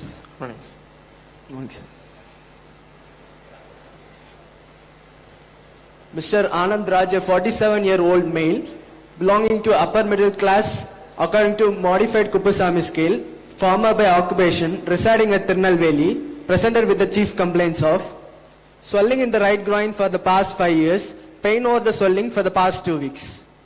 History of presenting illness. The patient was apparently normal 5 years back, after which he noticed swelling in the right groin, which was insidious in onset and gradually increased to the size to attain the present size. Initially, it was on the right groin and progressed into the scrotum. Swelling increases on straining and coughing and able to reduce manually. Complaints of pain for past 2 weeks, which is intermittent dragging type of pain in the swelling site, and it is present while straining and relieved by rest. History of Sterner's work is present. No history of any chronic cough, difficulty in urination, constipation, fever. No history of any vomiting or abdominal distension. Past history, no history of any previous surgeries. No history of type 2 diabetes mellitus, hypertension, tuberculosis and bronchial asthma. Personal history, the patient is on a mixed diet, normal sleep and appetite, bowel and bladder movements are regular and normal, history of smoking for past 20 years and consumes alcohol occasionally. Family history, no history of similar complaints in the family. Summary, a 47-year-old male who is farmer by occupation, chronic smoker and occasionally alcoholic, and presented with the complaints of gradually progressive swelling in the right groin, aggravated by coughing and relieved on taking rest for past 5 years and associated with pain for past 2 weeks. Very nice history. Just a couple of suggestions, which don't necessarily mean there is a problem. When you say reducible, you mentioned manually reducible. It has to be manually reducible only. So the term manually is not required. It's reducible. Okay? Yes, sir. Diabetes is never a past history. It's a common mistake. You will find no past history of diabetes, hypertension, cardiac problems. Once a diabetic, usually always a diabetic. The past history is something which disappears with the present history. It's got a relevance with the present history. So diabetes is a comorbidity which you can mention definitely, but not as a past history. You don't know if somebody was a diabetic and is not a diabetic today, right?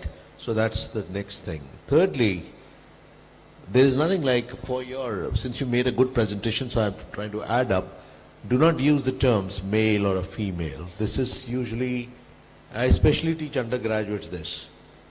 Give that respect to the patient, and wherever you go abroad or wherever, you prepare yourself for a farmer by occupation who is a chronic smoker, occasional alcoholic, and that had presented with complaints of progressive swelling in the right groin, which was now you don't need to mention aggravated by coughing.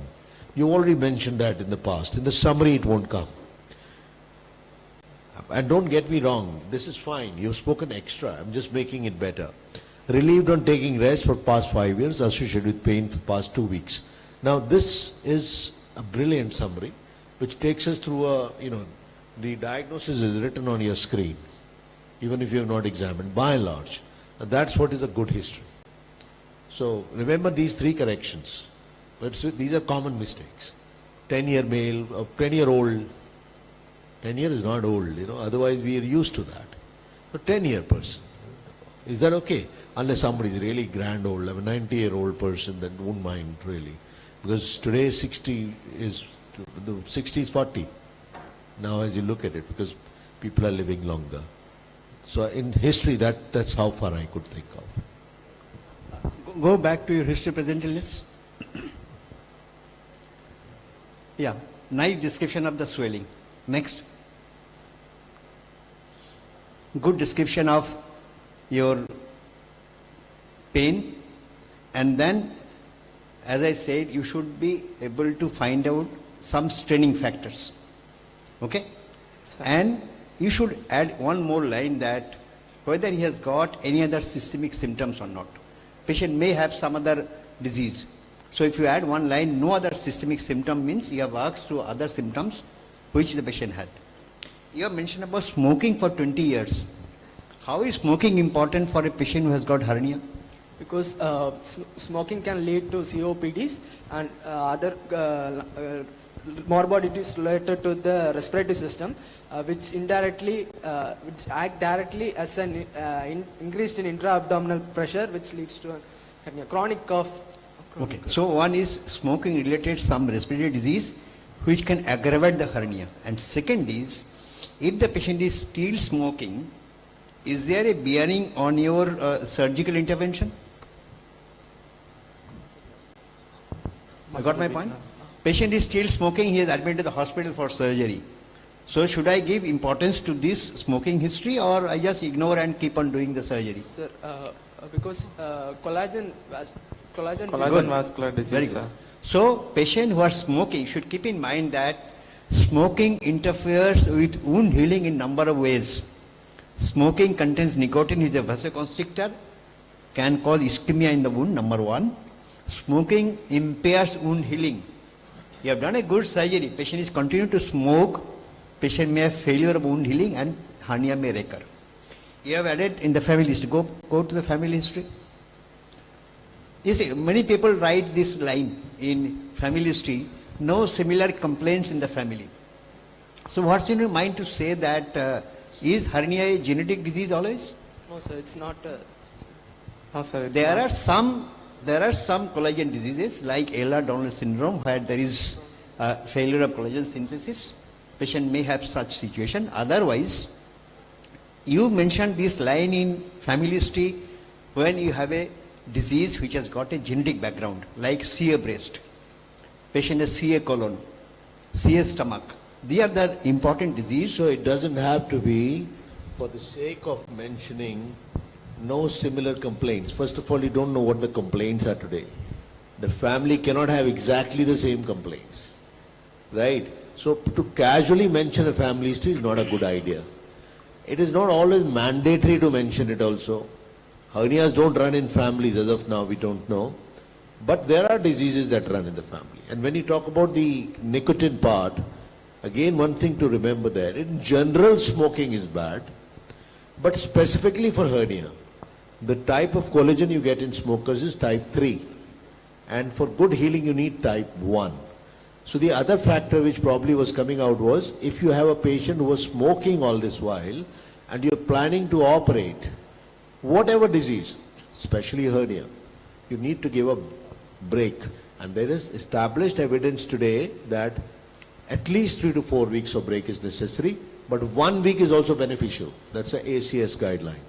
So you need to stop smoking before you take up the patient for surgery. So this becomes important. The other thing I would like to just add, I'm sorry I'm taking that, it's not just smoking. It's consumption of tobacco in smokeless form also, which has got a role in hernia.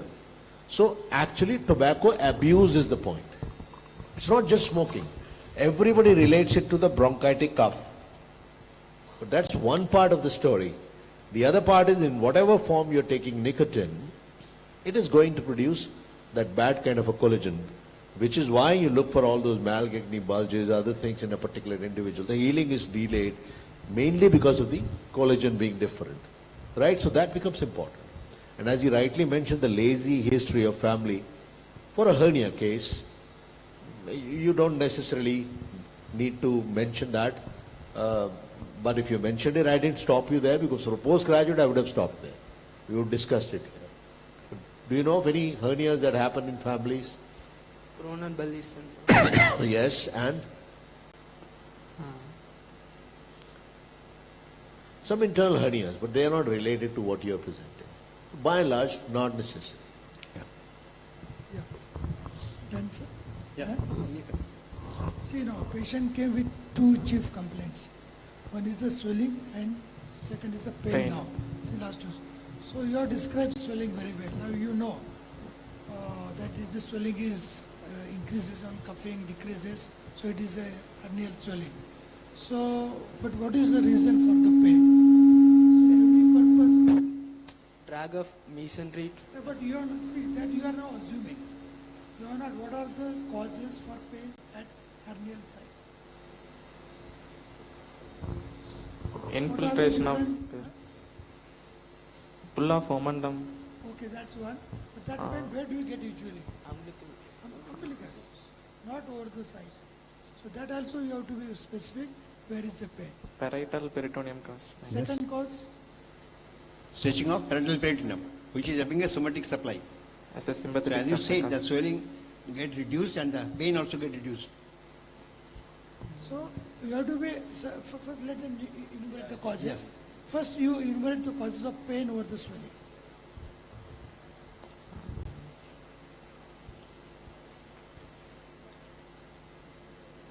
Obstruct, yeah. Sir, I don't know. IDK, you know? IDK, the orthopedics you go, you'll find a lot of IDKs, with due respect to them. Internal derangement of knee. When they don't know what is it, they write IDK. Similarly, ID case, I don't know. It's a very good answer. So then we get another question. So say, I don't know. You don't know it, no? So he will tell you. So what causes pain? That's what I said, no? Drag of mace. Pardon? Drag of mace and That's one thing. That is one thing. Other causes. So when it's getting complicated, you get complication pain. of complication. What is that? Complication. Strangulation, obstruction, incarcerate, And Inflamed. inflammation because of if the content is like appendix, salpinx, and Meckel's diverticulum. So you must make an every attempt to identify what is the reason for the pain. If it is reducible, especially if there is a pain, so it is not good enough to say it is reducible. It is whether complete reducible or partially reducible. If it is partially reducible swellings, then the chances are there, these are the incarcerated, or there is something, or the sliding hernias are there, so which are causing pain. Or not if there is a tender, or if it is a throbbing type of pain associated with systemic signs of inflammation like nausea, vomiting, then you must think of the associated inflammatory condition which is causing pain. So everything has to be asked during history taking to come to some logical conclusion what is the reason for the pain. That's what I like to stress. Again, another routine mistake that in a positive history and negative history, and we summarize all negative points at the end. There's nothing like that. There's nothing positive, negative. You must ask each and every relevant history, whether it's positive or negative, at the relevant juncture of the history taking. Like if you utter a word, there is a pain in the real side, all possible conditions or signs and symptoms which will cause pain should be asked at there and there only. Without that, you should not proceed further. What is the purpose of history taking? To come to some logical conclusion. So unless you have come to some logical conclusion for the cause of pain, you should not stop history taking. The way he has come to logical conclusion of the swelling, that there is expansile swelling with increase on cuffing, so it is a hernia. It's good enough. Same way, you must also come to a logical conclusion of cause of pain in the swelling. Are you getting? Yes, sir. So once you utter a word pain, explore everything about pain.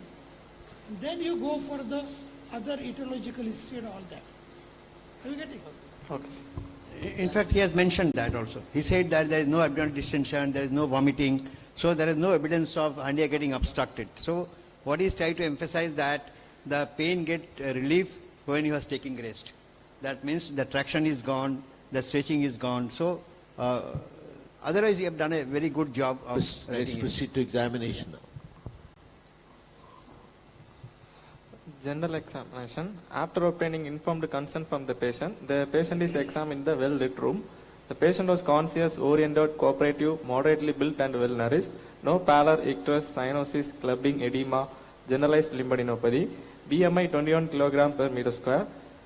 Vitals. Pulse rate 76 beats per minute. Regular normal rate, rhythm, volume and character. No radiofemoral delay and the condition of the vessel wall is normal. Blood pressure 1.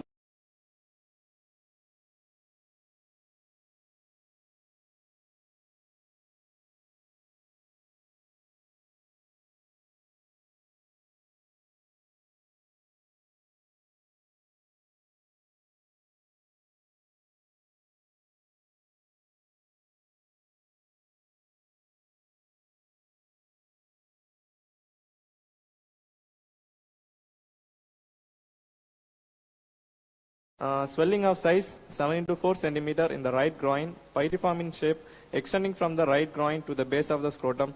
The surface is smooth and the skin over swelling is normal. No visible peristalsis and expansile cuff impulse is present. Penis is pushed to left side. External urinary meatus was normal. Left hemiscrotum is normal. Palpation. All inspectory findings are confirmed by palpation. No local rise in temperature, non-tender. The consistency is soft and elastic, reducible manually. Get above the swelling is not possible. Bilateral cord structures is palpable. Bilateral testis is palpable. In deep ring occlusion test, the swelling does not appear. The SMIMS technique, the impulse felt on the ring finger. The ring invagination test was done. Per rectal examination to be done. No inguinal limb node palpable. Percussion, a resonant note is perceived. Auscultation, normal bowel sounds are heard. In systemic examination, abdominal examination, soft and non-tender, no organomegaly, and the tone of the abdominal muscles are normal. No scar found over the abdomen, no malgine bulgings.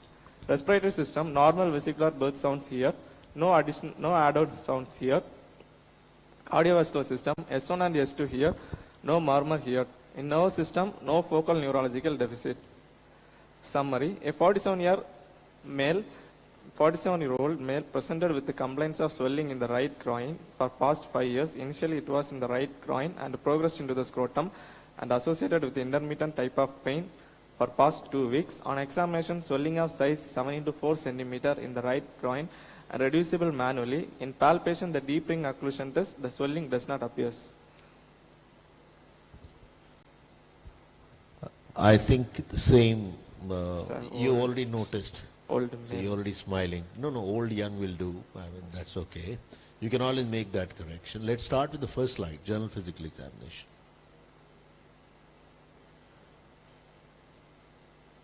So, general physical examination, you very correctly you started.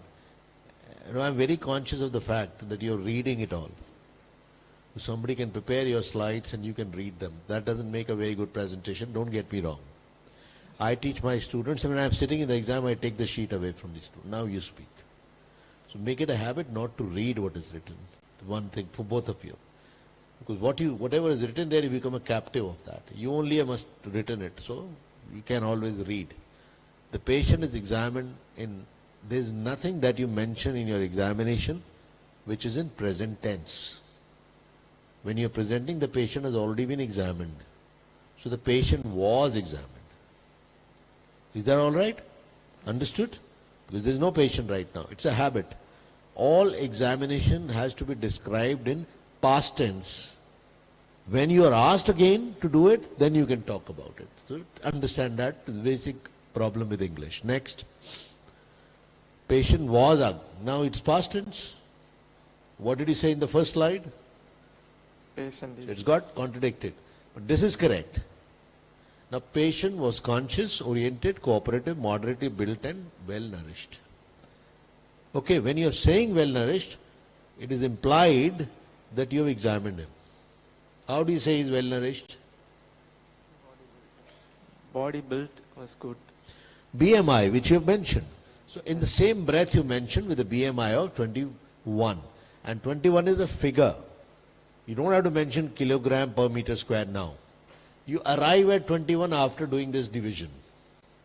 So 21 is a figure. So how much is the BMI? 21. 20. How do you assess nutrition in a patient? Basic MBBS question. That's what I'm asking. Mid-upper arm circumference. Speak into the mic. Mid-upper arm circumference. Yes. BMI. 2, 3. So well, I'll answer that. There are anthropometric methods and biochemical methods. So biochemical you are not going to do. Anthropometric, it's very simple. Please pay attention. It will take 2 minutes. Just pay attention. Proteins, fats, carbohydrates, macro and micronutrients. This is all about nutrition. Yes or no? Loud yes. So for calories, BMI. Over. You know what is normal. So I won't waste time. How much is normal? Anybody shout? 27. They're answering for you. What is malnutrition? Less than 18 or 17.5, some people say 18, or more than. Obesity is also malnutrition. Please understand that. So it's not only under.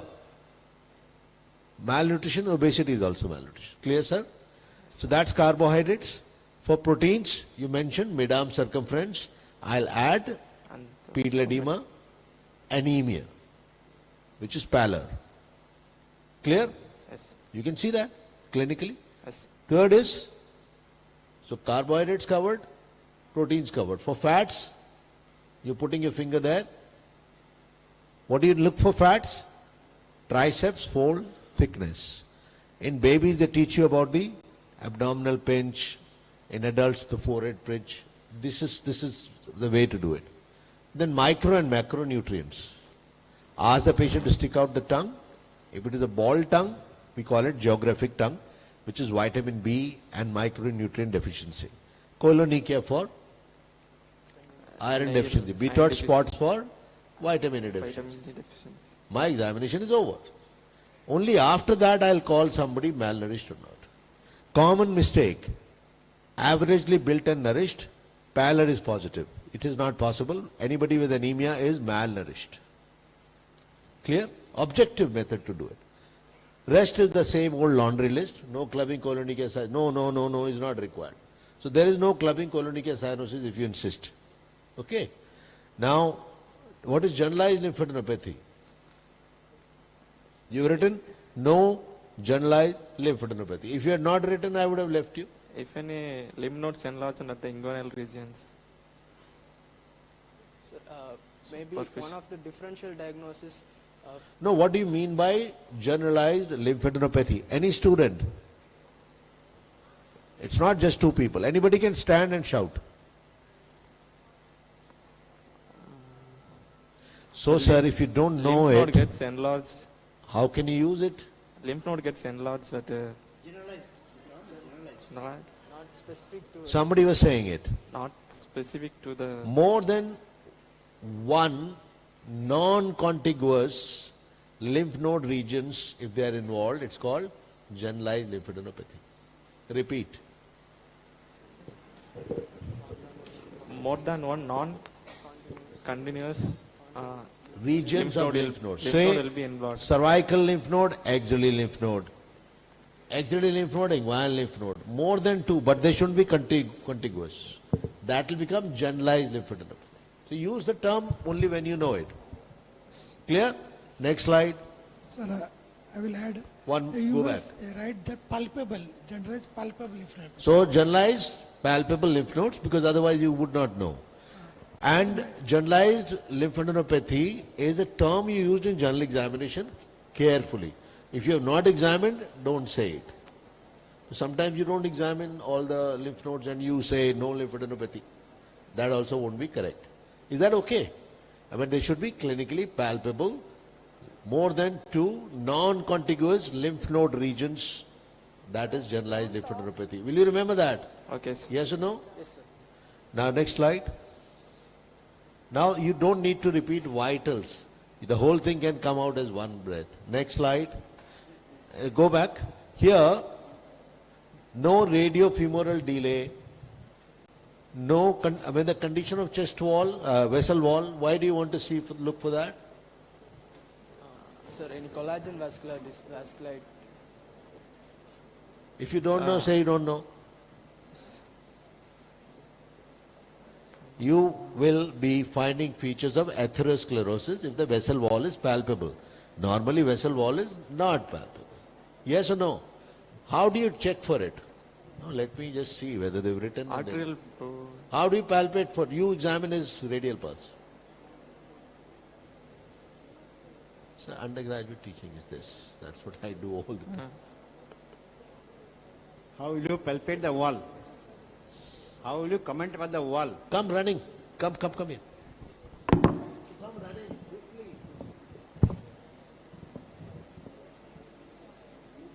So that he's visible.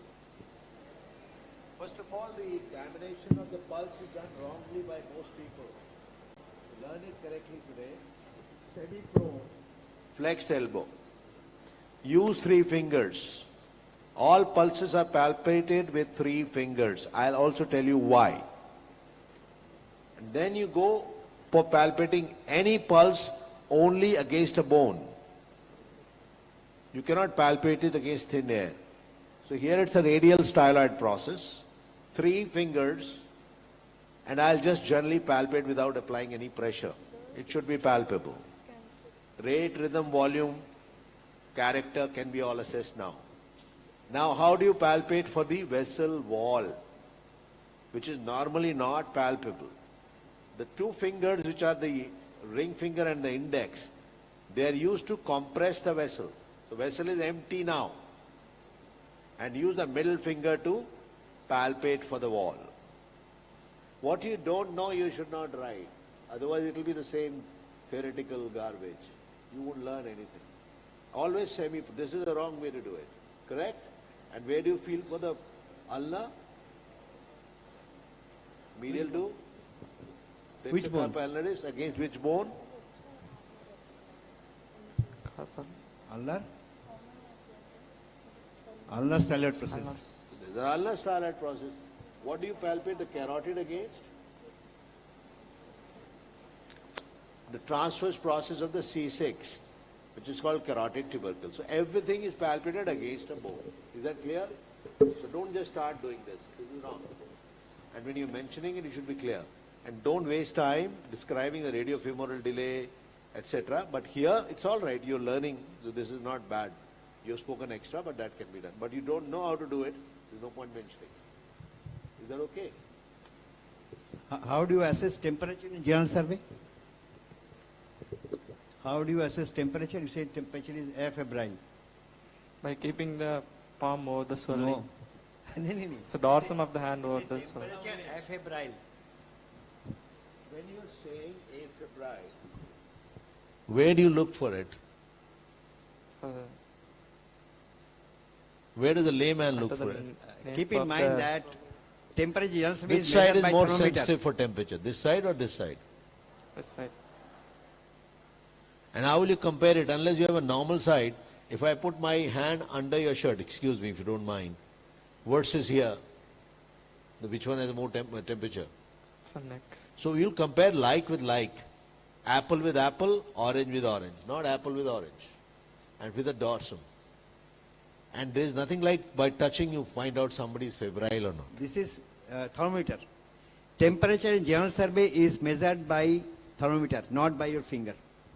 Is a core body temperature measured by thermometer. So when you say temperature in general survey, it has to be measured by thermometer. If you don't have a thermometer in the exam hall, say temperature is not recorded.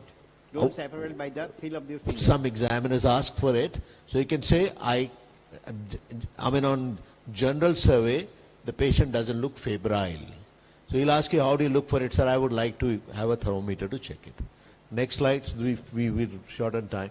Again, regional examination. Don't even mention regional here. Examine the examination of the inguinoscrotal region or examination of groin, which is inguinoscrotal region only. After obtaining consent, you have already taken. So what would you mention here which is missing? That Dr. Saha insisted on. Sir, I examined a patient after taking informed consent or implied consent in standing position and in supine position. That should have come out here so that he can ask you, no, you start that way, so that you can be asked a question, why did you examine in standing position? And you can answer that. So examination is about answering and then throwing a question at the examiner, the answer to which you know. So that you keep on throwing those questions, you keep on asking those questions, and your examination is done. Otherwise, he'll have his questions. You understand? Yes, so take him to your comfort zone. The patient is examined in well-lit room with adequate exposure from nipple to mid-thigh with patient in standing position, supine position with giving adequate privacy. How do you give adequate privacy? You already mentioned. So you would say, if you were a lady, all the ladies on this side, you are in majority, you would examine a patient in the presence of a male chaperone. Otherwise, you are liable for, a criminal suit. He will also mention in the presence of a chaperone. Please understand this. So this consent is not enough. But you mention in good daylight, in a standing position, which you have covered later on. Okay? Okay, sir. Next slide. Now here, I think they will all have something to ask. I have my ways of looking at it. I don't think you made a bad presentation. It was a good presentation. We are just making it better. You mentioned now the groin story is over. When you're examining, it is inguinal, inguinoscrotal, that region. Then you're talking in scientific terms. What is groin? You mentioned from right groin to base of scrotum. Groin includes scrotum. So the answer to that is it's a inguinoscrotal swelling. Swelling arises from the inguinal region, goes down to the bottom or the base of the scrotum. Not groin. You already started with the examination of groin. Now, This is inspection you mentioned. How do you look for the surface of the swelling? You're looking at the scrotum now. You can't see the swelling. So these are very usually committed mistakes. No visible peristalsis, expansile cuff impulse is present. Which of these is the most important sentence in your presentation? Expansile cuff impulse. And where has it come? Where would you want it? So there is an inguinoscrotal swelling of the size 7 into 4 centimeter and the cuff impulse is present. I am done. Nobody cares a damn for all this. You can mention about the rugae being absent, scrotum being stretched, penis being pushed, but you heard something in the morning, you would have started by saying left side, left inguinoscrotal region is normal. Why do you want to examine the patient in standing position? He had taught you. Sir, because while lying down, the hernia gets reduced, the contents get reduced. What was my question? What was my question? Why you have to examine the patient in And what did you say? When lying down, this disappears. My question is, why do you examine in standing position? So don't answer in negative. In a standing position, you can differentiate between an inguinoscrotal and inguinal and a scrotal swelling by getting above, etc. Number two, you can watch some other swellings, contralateral hernia, femoral hernia, ventral hernias, Malgagny bulges. They only are seen in standing position. You know that? Other things like obesity, visible swelling, anything else is visible in standing position. That's why you want to examine in standing position. He has already taught you. You should have heard it. Expansile cuff present would have come up. Right? Anything here? No. Next. Penis pushed to the, deviated to the left side. External urinary meatus is normal. Now this left hemiscrotum is normal, is come towards the end of it. It would have you would have started with it, you won't forget. Clear? Why did you look for external urinary meatus only? Urethral strictures. But the strictures don't always happen at the meatus. Strictures happen at the meatus, in the penile shaft, in the perineal urethra. They can happen anywhere. So, how would you bail yourself out? There is no pinhole meatus or urinary meatus is normal and there is no other stricture felt in the urethra. Then you will be asked what are the parts of urethra and which you should know. On inspection now. I'm saying, because on inspection to examine the meatus is very difficult unless you touch. Yes. You can't see meatus from a distance. Okay, next. So is it a consensus that we examine the normal side first and go to the disease side always? It's not it's better, especially in areas where you may find totally different, that part is completely covered and you may miss out. If you're examining right lower limb, here it's not such a complicated thing because both are visible in the same go. But it's a good idea, it's a good practice. You have to describe the other side definitely. Might as well describe it earlier. It gives a better impression to the examiner that you're examining the patient as a whole, which I was mentioning in the morning. It is not that you have to do it first or last. You must mention it at some point. Most of the time we are so obsessed with the affected side that we may miss it. Some diseases are bilateral, like varicose veins can be bilateral, but they will be less than this. Patient only talks about right side. Ischemic limb, more on the right side. He doesn't talk of the left side. But if you examine, you find the chronic ischemia is happening on the other side also. It's safer. Whether to do it first or last is not going to matter, but it should be covered, right? In some places you prefer it to be done first, like breast I mentioned. Eyes, you would go there first to see that this is normal, so that you can compare it to the normal. Generally to compare it to the normal. Otherwise not a consensus. This I think he has done. I personally am not a great fan of percussion of anything which is not, why percussion is not effective if I was to use your common sense. In a hernia, why percussion is a waste of time? So if small swelling means we will not be able it will be able to percuss. If large swelling means we will able to percuss. See, the basic principle of percussion is you can only percuss what is fixed. You can't percuss a dangling swelling. And hernias are not such fixed swellings. And it doesn't change your impression. Percussion, you won't percuss, they are not resonant. Don't get that wrong impression. This is usually taught that bowel loops are there, so you'll find it's loop versus momentum. This is not a way to find it out. How do you differentiate the two? You will answer that when they ask you.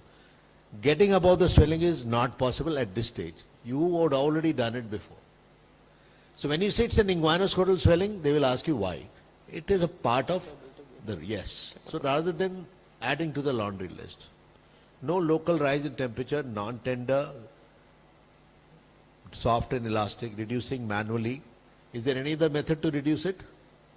Sir, Can any swelling reduce by singing a song? It has to be manual. So taxis is manually reducing it. You do it or patient does it? Patient does. So patient could reduce himself. No? That's the best way to do it. In general, passive examination is inferior to active. Patient should do himself. He does it better and he knows where it hurts. When you do any part of the body, so that is a general consensus. Get above the swelling is not possible. You can't get above the swelling. That is what you're saying. Next slide. There you are. This was the last part. And that's what is Siemens technique? Siemens and English is not required. Sir, the patient is made to, patient's consent is taken and patient's... See, their problem is they'll be answering to some examiners who may ask them this question. That's why they should know. The patient is made to stand and the index finger is used for occluding the deep ring.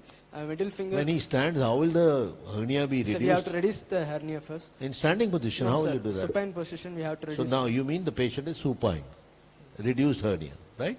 No, sir. We have to reduce the hernia in supine position, then make the patient stand, and you have to use 3 finger, index finger at the deep ring, middle finger at the superficial ring, and the ring finger at the saphenous oak. Did you actually do it? Yes. Honest, yes or no? Did you actually do it? Deep ring we did, sir. No, Siemens. No. Say yes or no. You can. Don't take long. No, sir. You didn't do it, but you're mentioning it. Pubic tubercle, relation to pubic tubercle. You're committing. You've not committed the sin, but you're accepting it. This confession is not good, no? Siemens technique. What is the relation to the pubic tubercle? Unless they get over this the swelling Siemens has gone thing. to the scrotum. If the swelling has gone to the scrotum, do you think you need to differentiate it from a femoral to inguinal hernia? Is there a confusion now? If That is one reason, but we were at Siemens. Why Siemens is a problem? No? That's what you asked. Do you know the usual functioning of the brain? It can differentiate or discriminate 2 reference points at one moment. Computer can do 3. Mind cannot. So most people do it deep ring occlusion test. Once they found it out, they mention Siemens. Most people don't do it. And that's not a correct way to do it, what you described. So there is no point unnecessarily mentioning it, as he said. Finger invagination test is no longer done. Why is it not done? It was painful. Painful? The patient was feel it was discomfort too. You know, it is all subjective. Most clinical examinations are, but this is more subjective. It may touch the tip and pulp both if it is a big swelling. And you may get a false positive or a false negative. But deep ring occlusion test is the most important one. Every time in the exam, this is the test that is asked. How do you do deep ring occlusion test? He showed you videos. So the hernia is reduced. Then the patient is made to stand, and the thumb is used, and it is used for occluding. Let him, the patient stand. Unless he does all the mistakes, how will he cover? Yes. Don't worry, you've not done enough. You still have few to do. Thumb is used for occluding the deep ring, and the patient is asked to cuff. If the impulse comes medially to the occluding finger, then it is direct hernia, and if it does not come through the occluding Swelling finger, does not occur, it is now the question, why should he stand? When did you place the thumb on the deep ring? While you was lying down or when you were standing? Standing position. No, why should he stand? Lie down then. Why did you ask him to lie down? You wanted the swelling to be reduced, no? Once he stands up, what will happen? The swelling will reappear again. And how did you occlude the deep ring then? I can defend you saying that. No, actually, he is trying to answer. Let him answer that. Yes, please. We are on your side, that's why I'm trying to. You see, first of all, the idea is to basically find out what?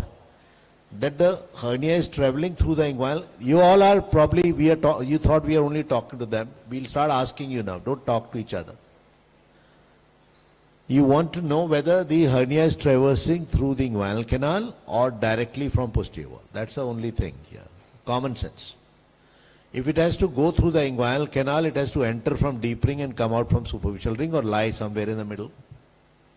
If it has to come from posterior wall, it will come through the posterior wall, that is fascia transversalis, and present directly. So how do you find out it is traveling through the deep ring? You reduce it, block the deep ring. If it does not come, then it is traversing through the inguinal canal. So it is an indirect hernia. If you press it, if it appears still, which you call medially, then it is not coming through the canal, generally speaking. If the ring is large, your thumb cannot occlude it, there is a problem. If you make the patient stand, as Prof was saying, you may not be able to keep it there, it will come down. The only time you make the patient stand up for a deep ring occlusion test is when it does not on its own appear in a supine position. Yes. Otherwise, you don't need to make him stand. So the It's point very cumbersome. The point I want to make is, you occlude the deep ring, ask the patient to cuff. You see a bulge medial to that. There is no question asking to stand. There is no need. Because you already seen the bulge is seen medial to that. Right. Now on cuffing, there is no bulge. Now, keeping the deep ring occluded, you accept, it is difficult. You see, keeping the deep ring occluded, asking to stand is difficult to maintain Not the possible. patient. Not possible. It's difficult. But if it's not seen that bulge is there, you can ask him to stand, keeping your finger in the deep ring which is occluded. Don't ask him to stand and then occlude the deep ring. Correct? Okay. Idea you understood. That is the deep ring and this is the superficial ring. If I don't let you come, I need to block that. Right? If I can block it and release it later on when you cuff, I can show that this is the route which the hernia was taking. It's no rocket science. It's simple. So don't get confused. We are just making simple things more complicated by testing with various methods. It's a very, very simple method. Good one to do. And you can do it by keeping the patient in supine position only. Is that all right? Did you learn it? This is not an examination. You should be learning. Diagnosis. You have not given the diagnosis. No. Where did you percuss? Let me, otherwise, resonant note is perceived where? Over the... You over the swelling. You perceive a Yes, sir, note over the or swelling listen there to a is note. This is like the sternal tendon, the sternal note is dull. You think there is a retrosternal goiter in all patients. Percuss your sternum. Just now do it. Do it. Your own sternum. You can percuss. Do it. You don't need any. Keep doing it. Dull or resonant? Yes, sir. Dull. Dull note. So you have got a retrosternal goiter. That's the sensitivity of these tests. So don't unnecessarily. These are all obsolete now. Nobody does them.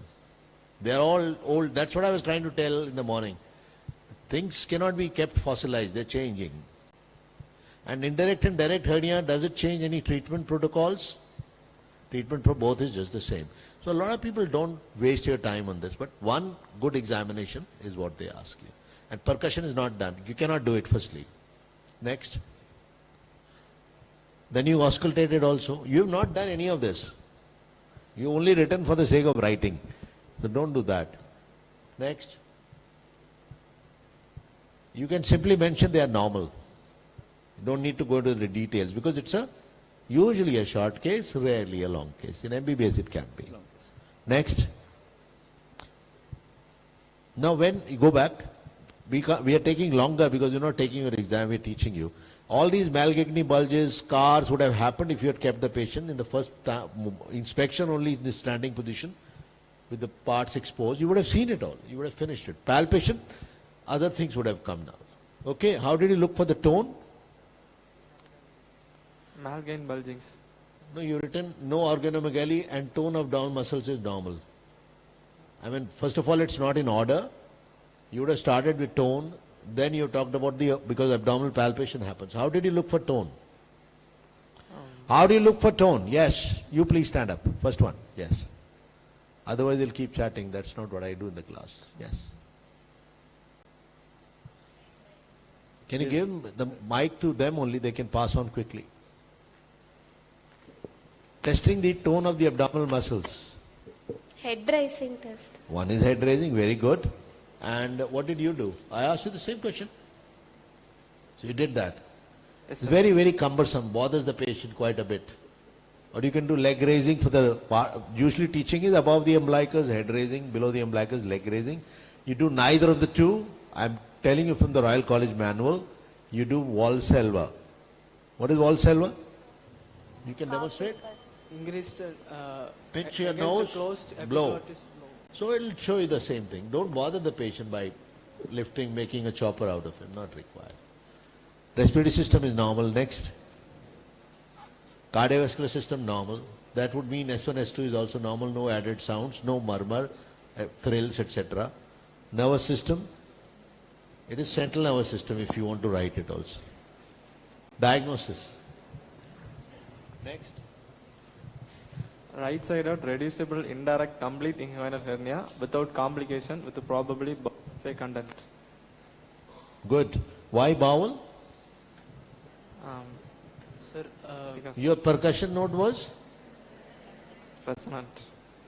That is why you made it resonant. You know, you have the diagnosis. I told you about the case, no? Incisional hernia. He carried on and on. He didn't bother to listen to anyone. How do you differentiate bowel, the enterocele from omentocele? Is it by percussion and resonance? enterocele, when it reduces, the first part is very difficult to reduce, so it gives a gurgle sound. Whereas the No, first part is difficult to reduce. Second part is easier because it gets dragged by the mesentery and gurgle sound appears now. And the other way around in the oment. I won't waste your time on this. But this is, percussion is not the method to find it. Why do you say patient is suffering from hernia?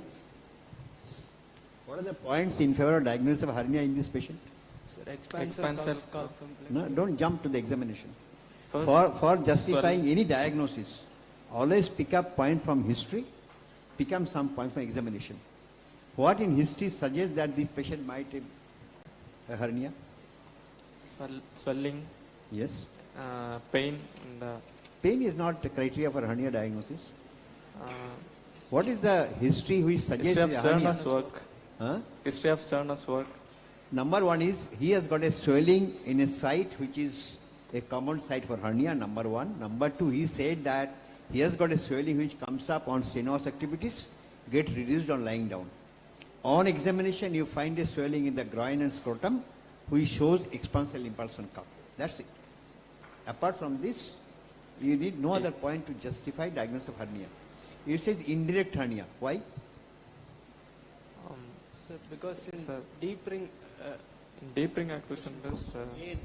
You must have certain points which are in history, some in exam. It's a complete hernia, no?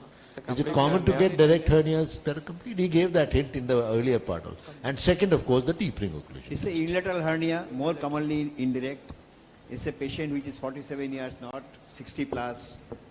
And this hernia is going to the scrotum, which is more like a complete hernia, and deep opportunity is positive. So mention some points which are relevant to the diagnosis of an indirect hernia. You said no complications. What complications can happen in a patient who has got a hernia? Irreducibility, obstruction, Yes. strangulation. What is the difference between irreducibility and obstruction?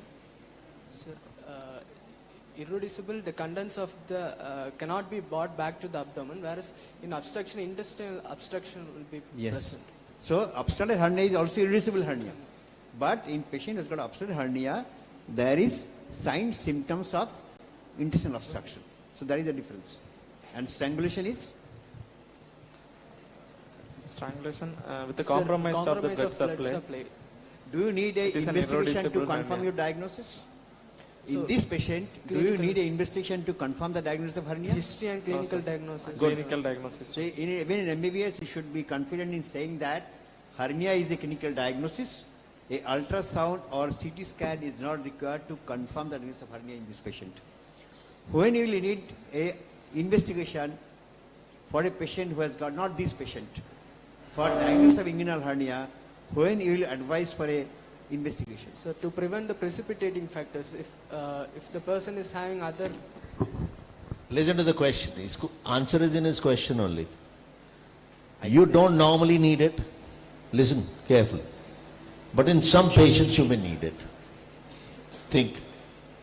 We won't answer that. You answer that. It's a 70-year-old person. Sir, BPH. Urinary complaints or reasons for any raised intra-abdominal pressure. So you won't do it as a routine. That's what he asked you. Although you do that very commonly these days, but it's not a routine investigation. So be guarded in your answer, but you don't necessarily need it in all cases. You mentioned taxes, right? And you also mentioned irreducible hernia. So what is an absolute contraindication to doing taxes? Strangulator. Speak into the mic. Strangulator. Strangulator you cannot do it. Any other? Yes, strangulator is correct, but it's a part of the whole problem. Any irreducible hernia, we do not do taxes. Why? Riches hernia. You answer this question, I'll give you the distinction marks.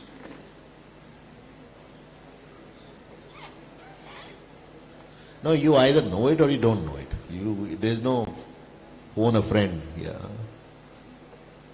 Sir, riches hernia, it will the... No dictors here. Do not repeat 3 times. Do taxes in any irreducible hernia, whether it's strangulated or not. That's the protocol I'm telling you. If you do it, you may actually produce reduction in mass. And what is reduction in mass? So without, there will be gangrenous formation. No. The hernia with obstructing band goes inside. With or without strangulation right now. Clear? Sometimes when the patient comes, in the good old days, they would put the patient in put-up position, apply the ice cubes, push it down. It's not done now. But you can perforate a bowel. I've seen it happen. The only time, I mean, suppose the patient has come to the hospital, you've given some sedation and it is reduced spontaneously. That patient is also observed for 24 hours.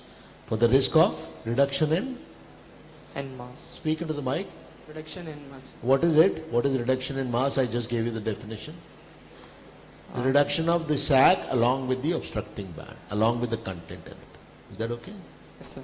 Good? Yes. Well done. In EHS classification, this will be what? P or R? L or M? In EHS classification, this is what type of hernia? EHS. In EHS? It's an indirect hernia. EHS it is L. And this patient has not undergone an operation earlier. So this is a hernia which is P. Primary hernia. And if the hernia is reducible, you can put your finger in the gap. One finger gap is 1, W1, 2 finger gap is W2, and 3 finger gap is W3. So it is L, P. Stay there. Stay this far, but be correct with what you say. The classification part is a little cumbersome. Read about it. Don't get confused with that. It shouldn't happen that you remember only this part, the rest you forget. So remember the basics correctly. Anything, Prof? Anything point? We can close it. Thank you. Thank you, sir.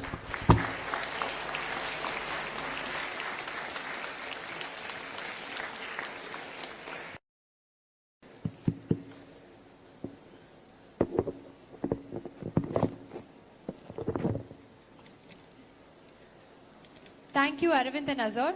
Thank you, professors, for assessing our presenters for their case presentation. I hope our audience reflects on the fine tunes stated here. Thank you all once again. Let's give them a large round of applause, guys, especially the presenters. They did a magnificent job. Let's give it to them.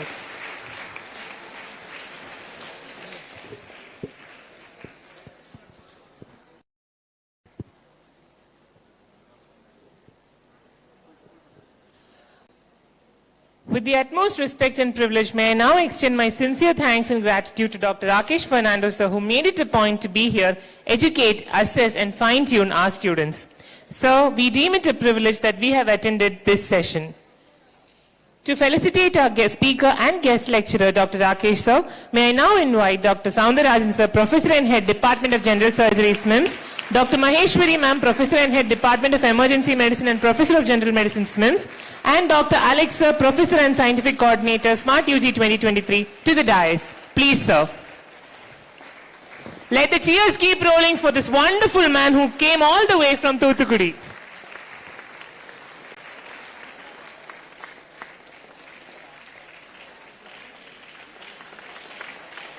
I think the stage is incomplete, so may I request Dr. Amada ma'am, Dr. Subarathna ma'am also to join us on stage, and Pandi sir to join us on stage. The entire surgery department is on the stage, guys. May I also extend my sincere invitation to Dr. Unitan sir to please join us on stage. Please, sir.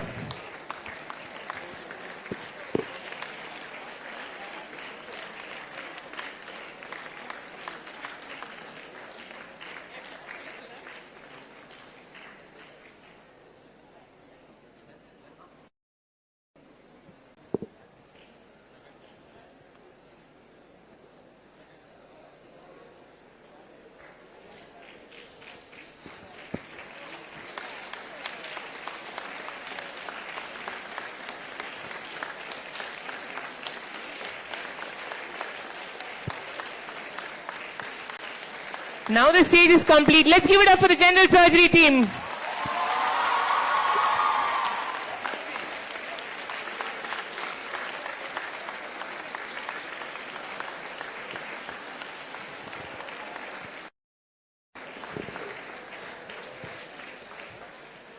Thank you so much, professors. Thank you, Rakesh sir, for being with us today.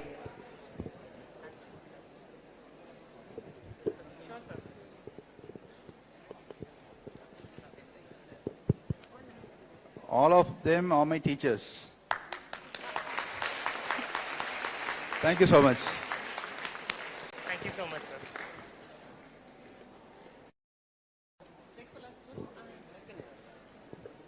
Rakesh is saying that we are teachers, but we are colleagues also. By saying this, he is thinking he is too young. Not so. Okay.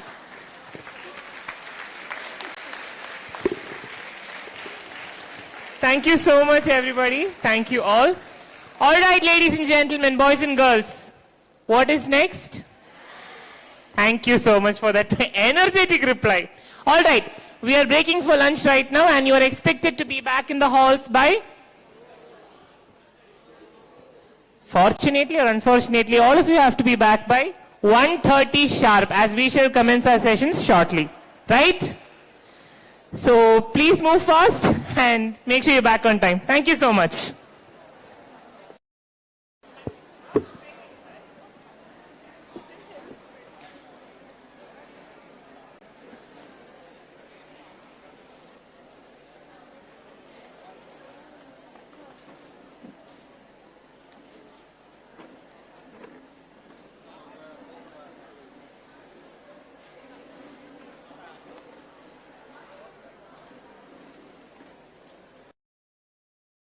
Anbu, Sherwin is the patient's father, Rajan, Shanmugapriya and Hemadarni as...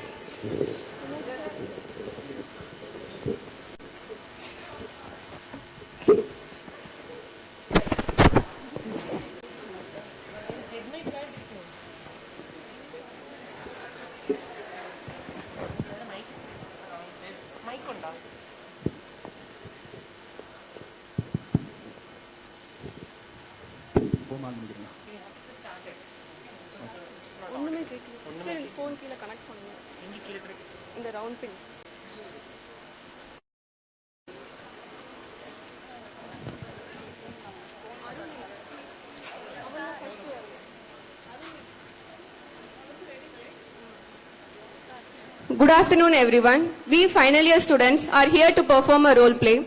I would like to introduce the actors in this role play. Arun will be acting as the surgeon, Trikash as the patient Anbu, Sherwin is the patient's father Rajan, Shanmugapriya and Hemadarani as doctors, and Nitya will be the nurse. Let's start the role play. Scene 1 at patient's home, Anbu Illam.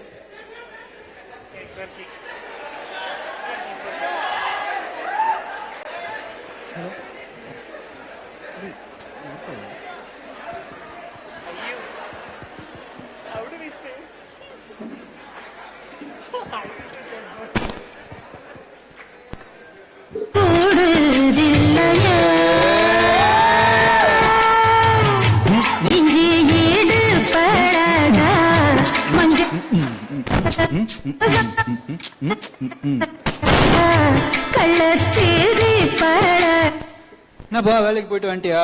அப்போ போயிட்டு வந்துட்டேன்ப்பா. அப்புறம் ஒரு விஷயம் சொல்லணும்ப்பா. அப்பப்போ எனக்கு அந்த right side இடுப்பு ரொம்ப வலிக்குதுப்பா, ஒரு வீக்கம் மாதிரி இருக்கு. அப்பப்போ அந்த இரும்பும்போது மட்டும் வீக்கமா வருதுப்பா. என்னப்பா சொல்லவே இல்லை, எவ்வளவு நாளா? அது 2-3 வருஷமா இருக்கு. நான் சும்மா கண்டுக்காம விட்டுவேன், அப்புறம் பாத்துக்கலாம்.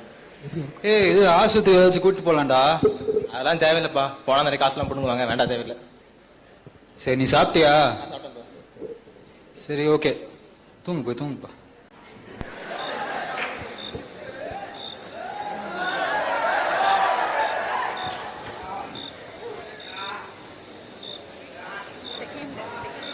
என்ன பாச்சு? வாந்தியில் எடுக்கிறேன். ஹலோ ஆம்புலன்ஸ், முகாம்பே ஆஸ்பத்திரிங்க. வாங்க வாங்க. அட்ரஸ் வாங்க. நம்பர் 8 ஓமன தெரு, சக்தி நகர், கொளச்சல்.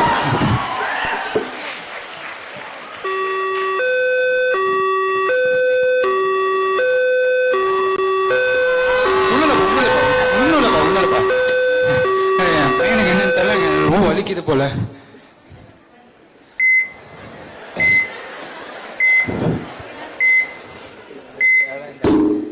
வலது பக்கத்துல வலிக்குதுங்க, பாருங்க. வொமிட் பண்ணீங்களா? ஆமாங்க. மாறனை கூப்பிடுங்க, நான் அட்டெண்டர் பார்த்துக்கிறேன். ஹலோ டாக்டர் மாறன், ஒரு எமர்ஜென்சி, கொஞ்சம் சீக்கிரம் வாங்க. வரமா வரேன்.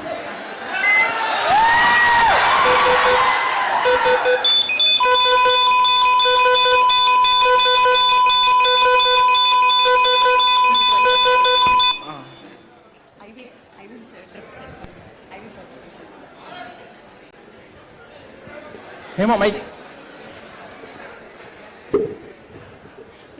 பேஷண்டோட அட்டெண்டர் யாருங்க? நீங்க என்னங்க வேணும்? நான் பேஷண்டோட அப்பாங்க. என்னங்க, என்ன பிரச்சனை? தெரியல, வீக் இருக்குன்னு சொன்னா, வலி அடிக்கடி லைட்டா தான் இருக்குன்னு சொன்னா. எனக்கு ஒன்றும் தெரியல. எத்தனை வயசாகுதுங்க? 45ங்க. எவ்வளவு நாளா இந்த வீக்கம் இருக்குன்னு சொன்னாங்க? இல்ல 2-3 வருஷமா இருக்குன்னு சொன்னா. நானும் சரி ஆஸ்பத்திரி கூட்டிட்டு போலாமான்னு கேட்டேன். இதுக்கு முன்னாடி எந்த ஹாஸ்பிட்டல் நீங்க போனது இல்ல? இல்லங்க, நான் நிறைய வாட்டி கேட்டேன், போல. சரிங்க, வேற ஏதாவது பிபி சுகர் ஏதாவது பிரச்சனை இருக்கா? அப்படிலாம் இல்லங்க பையனுக்கு. டாக்டர் பாத்துட்டு இருக்காங்க, நாங்க வந்து உங்களுக்கு சொல்லுவாங்க. சரி சரி, வெயிட் பண்ணுங்க. பிபி செக் பண்ணிக்கலாமா? பிபி செக் பண்ணிங்களா? ஐவி போட்டீங்களா? எஸ் சார், பெயின் கில்லர் கொடுத்து. Okay. Swelling 0 decibel. Standard 2. So it's emergency. Nurse, prepare the OT. எல்லா இன்ஸ்ட்ரக்ஷன் எடுங்க, முக்கியமா அல்ட்ராசவுண்ட் மறந்தாதீங்க, சரியா? நம்ம வரக்கு ரெடியா இருங்க எல்லாமே. ஓகே. ஏமா ஹிஸ்டரி கேட்டியா நீ? கேட்டேன் சார். சரி ஆபரேஷன் பேஸ்ட் வந்துரும். So 45-year-old male. Okay. It was swelling for the past 2 to 3 years. Okay. Not on any medications. Okay, வேற. பேஷண்டோட அட்டெண்டர் வந்து ஃபாதர் சார் வெளில வெயிட் பண்றாங்க. சரி, எங்க இருக்காரு? வாங்க ஐயா, வணக்கம். வணக்கம் டாக்டர். இது நீங்க தானே அன்போட அப்பாவா? ஆமா ஆமா டாக்டர். உங்க பையனுக்கு வந்து குடல் இருக்குன்னு சொல்லுவாங்க, இங்கிலீஷ் ஹெர்னியான்னு சொல்லுவாங்க, சரிங்களா? உங்க பையன் வந்து சீரியஸா இருக்காங்க ஐயா. சோ நம்ம எமர்ஜென்சி, நம்ம உடனடியா ஆபரேஷன் பண்ணி தான் ஆகணும், பண்ணதான் பையனை காப்பாற்ற. ஆபரேஷன் டாக்டர், ஏதாவது மாத்திரை கொடுத்து சரி பண்ணலாம் ஐயா? இதை மாத்திரை சரி பண்ண முடியாதுங்க ஐயா, ஆபரேஷன் மட்டும் தான் ஒரே வழி உங்க பையனை காப்பாற்ற முடியும். அது இல்லாம உங்க பையனுக்கு வந்து எல்லாத்தையும் இருக்க மாதிரி நார்மலா குடல் இருக்க மல்லங்க ஐயா. சோ அது வந்து அடைச்சு, அடைச்சு அதுக்கு போற ரத்த ஓட்டம் வந்து அடைச்சிச்சுங்க. சோ நம்ம இப்படி விட்டோம் அப்படின்னா அந்த குடல் வந்து அழுகி போயிடும், இங்கிலீஷ் நெக்ரோசிஸ் சொல்லுவாங்க. சோ அதுக்கப்புறம் அந்த குடலை வெட்டி எடுக்கிற மாதிரி இருக்கும், பையன் உயிருக்கே ஆபத்தா முடிஞ்சிடும். ஆபரேஷன் பண்ணா மட்டும் தான் பையனை காப்பாற்ற முடியும், சரிங்களா? சரிங்க பண்ணிதான். ஆபரேஷன் பண்ண ஏதாச்சும் பிரச்சனை வருமா? ஒரு பிரச்சனை இல்லையா, நாங்க இருக்கோம்.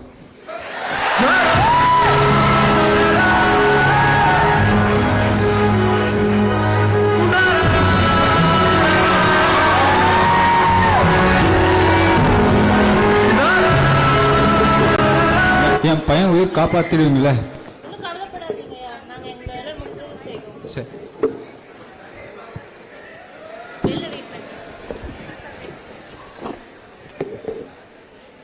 Scene 3 OT.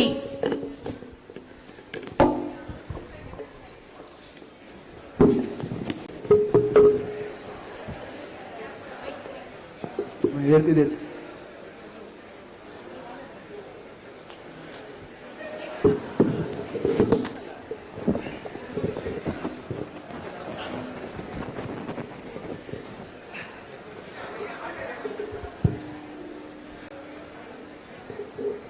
சிஸ்டர் யூஎஸ்ஜி எல்லாம் எடுத்துட்டீங்களா? எல்லாம் ரெடி பண்ணிட்டீங்களா?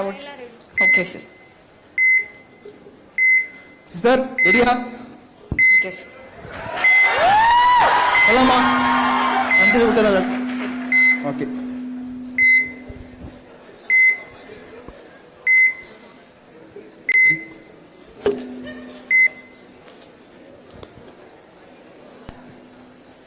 Okay sister. ஓகே கால்பில். ஓகே ஹேமா சரி ஹெர்னியாக்கு என்னென்ன சர்ஜரி பண்ணுவோம் சொல்லு. சார் ஹெர்னியோ பிளாஸ்டிக் பண்ணலாம். சரி வேற? ஓகே வேற? ஹெர்னியோட்டமி பண்ணலாம் சார். சரி ஓகே சரி ஹெர்னியோ பிளாஸ்டியோட ஸ்டெப் சொல்லு பார்ப்போம். சார் பேஷண்ட்டுக்கு வந்து ஸ்பைனல் அனஸ்தீஷியா கொடுத்துட்டு சரி. Patient is adequately exposed. சரி. Region is properly draped. Okay. அதுக்கப்புறமா incision is made. Incision? What incision? Sir, incision. நீ சொல்லுமா. எதுக்குமா வரீங்க காலேஜுக்கு? படிக்கவே கிடையாது. சும்மா ஓடி நிக்க என்ன பண்ண போறீங்க? என்னமா நீங்க இப்படின்னா எப்படிமா? இன்னொரு டைம் படிச்சு வந்தீங்க வச்சுக்கோ. ஓட்டி வச்சு வெளியே அனுப்பிச்சுட்டோம் பார்த்துக்கோ. சரியா? சரி ஏன் சொல்றேன் ஒழுங்கா கவனிங்க. சரியா? உங்க நல்லதாமா சொல்றேன். நாளைக்கு நீங்க தாமா பெரிய இது பண்ண போறீங்க. சோ நான் என்ன பண்ண போறேன்? சரியா? ஒழுங்கா கவனிங்க. சரியா? First incision. It's a skin crease incision from the antecipitalar spine to the pubic tubercle. Half an inch above and parallel to the inguinal ligament. Then open the skin, open the subcutaneous tissue, which has subcutaneous tissue. Scarpus. Okay, then campus. Okay. Then open the external oblique aponeurosis. Then identify the inguinal ligament and conjoint tendon. Then open the cremastic box. Then identify the sac and cord structure. Lateralize the cord structure. Then open the sac or the fundus and push the contents back. Then excise the excess sac.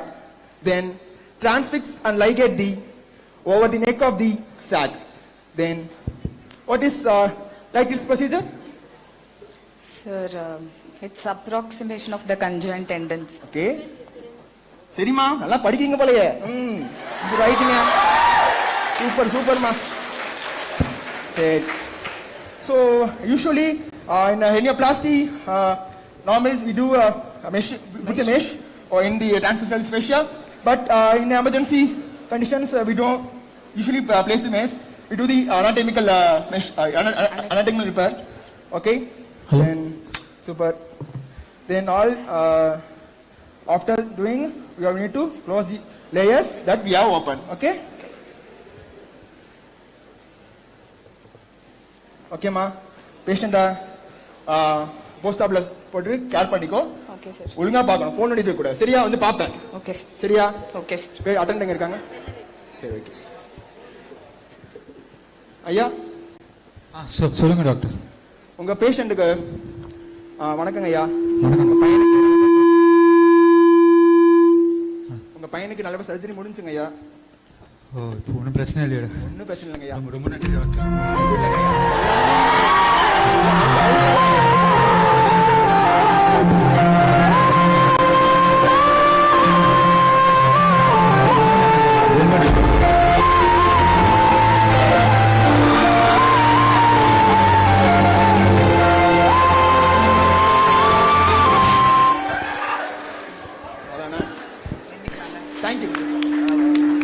Thank you.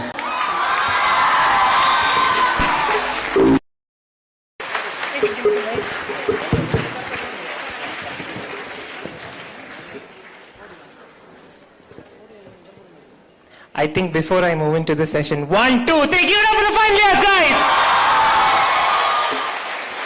That was a magnificent performance, and Dr. Maran, you have my heart. Congratulations on that.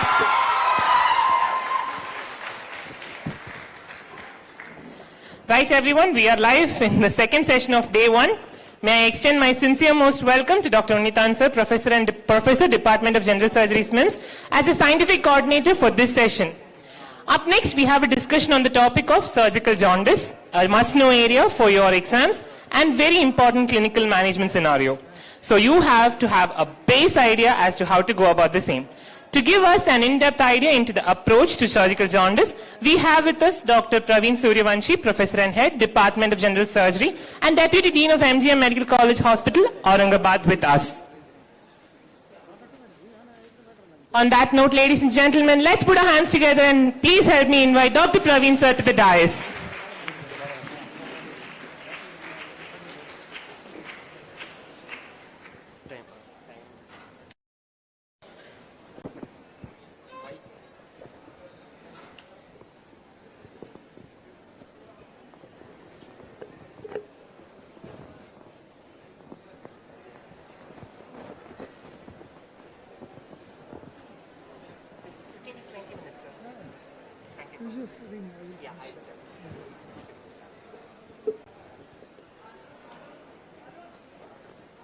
Okay.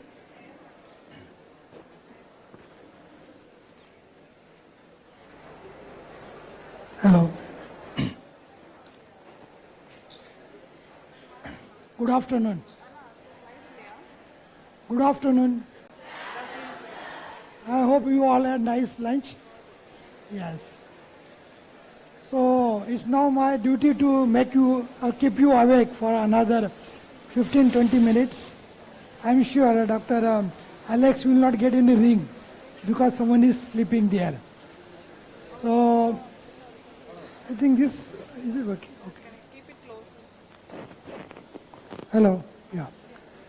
So actually yesterday only I was given this topic, and so I am not prepared with any PowerPoint presentation, but I would like to interact with all of you.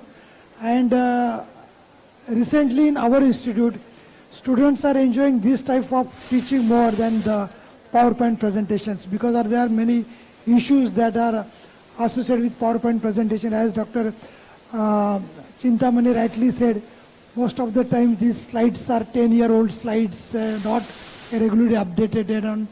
So let's try it out how it works. So just a small question. What are the etiologies of jaundice? Just very quick. Now it's okay. Etiology of jaundice. Basically it is divided into pre-hepatic, hepatic and post-hepatic. So now we'll concentrate ourselves only on the surgical jaundice. So what is the most commonest, or what is the etiologies that come in which classes of this classification of jaundice? Post-hepatic. Post-hepatic or extrahepatic biliary ductal obstructions, that is considered as a surgical jaundice. Now what are the causes of surgical jaundice? 1, 2, 3, 4, 5. Only 5 important. One, first commonest, gallstone. Right. Second, malignancies. Okay, periampullary malignancies. Third, extrabiliary lesions causing biliary obstructions. Okay. Fourth, any worm infestation. Okay, inside. Fifth, now it is, we can say it is fourth, it is iatrogenic because of the intraoperative injury and all that. Okay, these are the 5 commonest causes of surgical jaundice. Just keep this in your back of mind as we progress. So now patient comes to you with a history of jaundice with mild malaise, loss of weight and loss of appetite. This is the only history. So these are the 4 problems he has kept in front of you in OPD. So what is first problem? Jaundice. As I mentioned, initially, that patients come with swelling in the inguinal region and pain. So we have to address what is that swelling is. So we have to ask all relevant history to come to some logical conclusion of the cause for the swelling. And again, we have to ask another set of questions to come to some logical conclusion why there is a pain in the swelling. The same way, here patient has come with jaundice. So now we want to first ask the sets of questions which will differentiate between medical jaundice and surgical jaundice. So what questions you will ask? So again, see, there is nothing like negative history or positive history. At every point or every juncture, you have to ask some questions to confirm your clinical diagnosis or to rule out other differential diagnoses. So that is the purpose of every question. That should be the purpose of every question. Okay. So now patient has come here with the jaundice, complete pain. Now you want to rule out medical jaundice. And also simultaneously you want to confirm it is a surgical jaundice. So to confirm surgical jaundice, now all these 5 sets, 5 causes, if it is, what is the commonest? Gallstone. So what first question you will ask? Pain, right. Is there pain with the jaundice? Is there any pain in my history? No. Patient has come with only yellowish discoloration, loss of weight, loss of appetite and malaise. Okay. So there is no pain. So what we are ruled out with this one question? It is not a infective jaundice or it is not a gallstone related jaundice. Now what are the next question? Malignancy. So what are the other signs and symptoms of malignancy? Loss of weight, loss of appetite. So this fits more into malignancy. But still there are other causes. See, like what is the third cause? Like there is a peri or liver malignancies or not extrahepatic biliary malignancy, but liver malignancy that is causing compression over the common hepatic duct, or there is a periportal lymphadenopathy that is causing obstruction, or there can be biliopathy, portal biliopathy, cirrhotic patient with portal hypertension causing obstruction. So these are all the extensive compression of the common bile duct. So if it is a cirrhotic patient with portal hypertension, what history you will ask immediately? Is there signs and symptoms of symptoms of cirrhosis? Whether it is alcoholic, chronic alcoholic, whether history of jaundice, whether there is a ascites, abdominal distension, is there any signs of liver cell failure? So if you are suspecting there is an extrahepatic obstruction and there could be caused cirrhosis, you should ask all significant history related to the cirrhosis. There and there only. Then you proceed for the fourth cause, that is a iatrogenic. What you should do again? What question you will ask? History of any surgical intervention in the recent past. If there is no history of intervention, what you will think? It is not a iatrogenic jaundice. But if patient gives history of intervention, you just should not stop there. There is history of intervention. You must assess, is there any possibility that intervention has caused this jaundice? It may cause in later stage also. So how it was, what was done, what was the cause, why this operation was done, how was your post-operative period, whether it was smooth or it was a stormy, there was a big wound which was draining bile and it took almost 3 to 4 months to heal, that stopped that bile leakage. So everything has to be asked. If that significant history is there, still you must keep your mind, there is something has gone wrong and still that problem may erupt this time after 3 months or 4 months after that surgery. So this is how once is like, computer, once you click on the accessories, so all the, whatever accessories is there.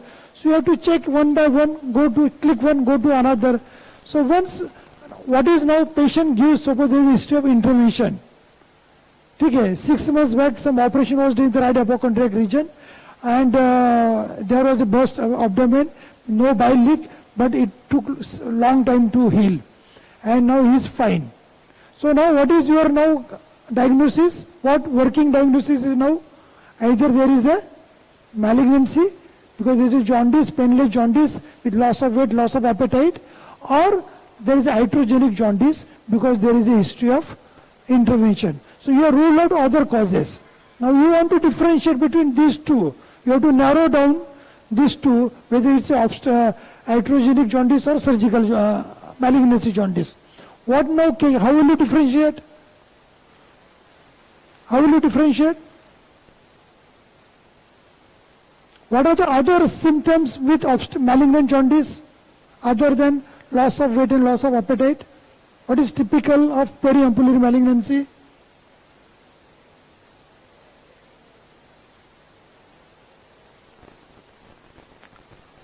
What? So, waxing and waning type of jaundice.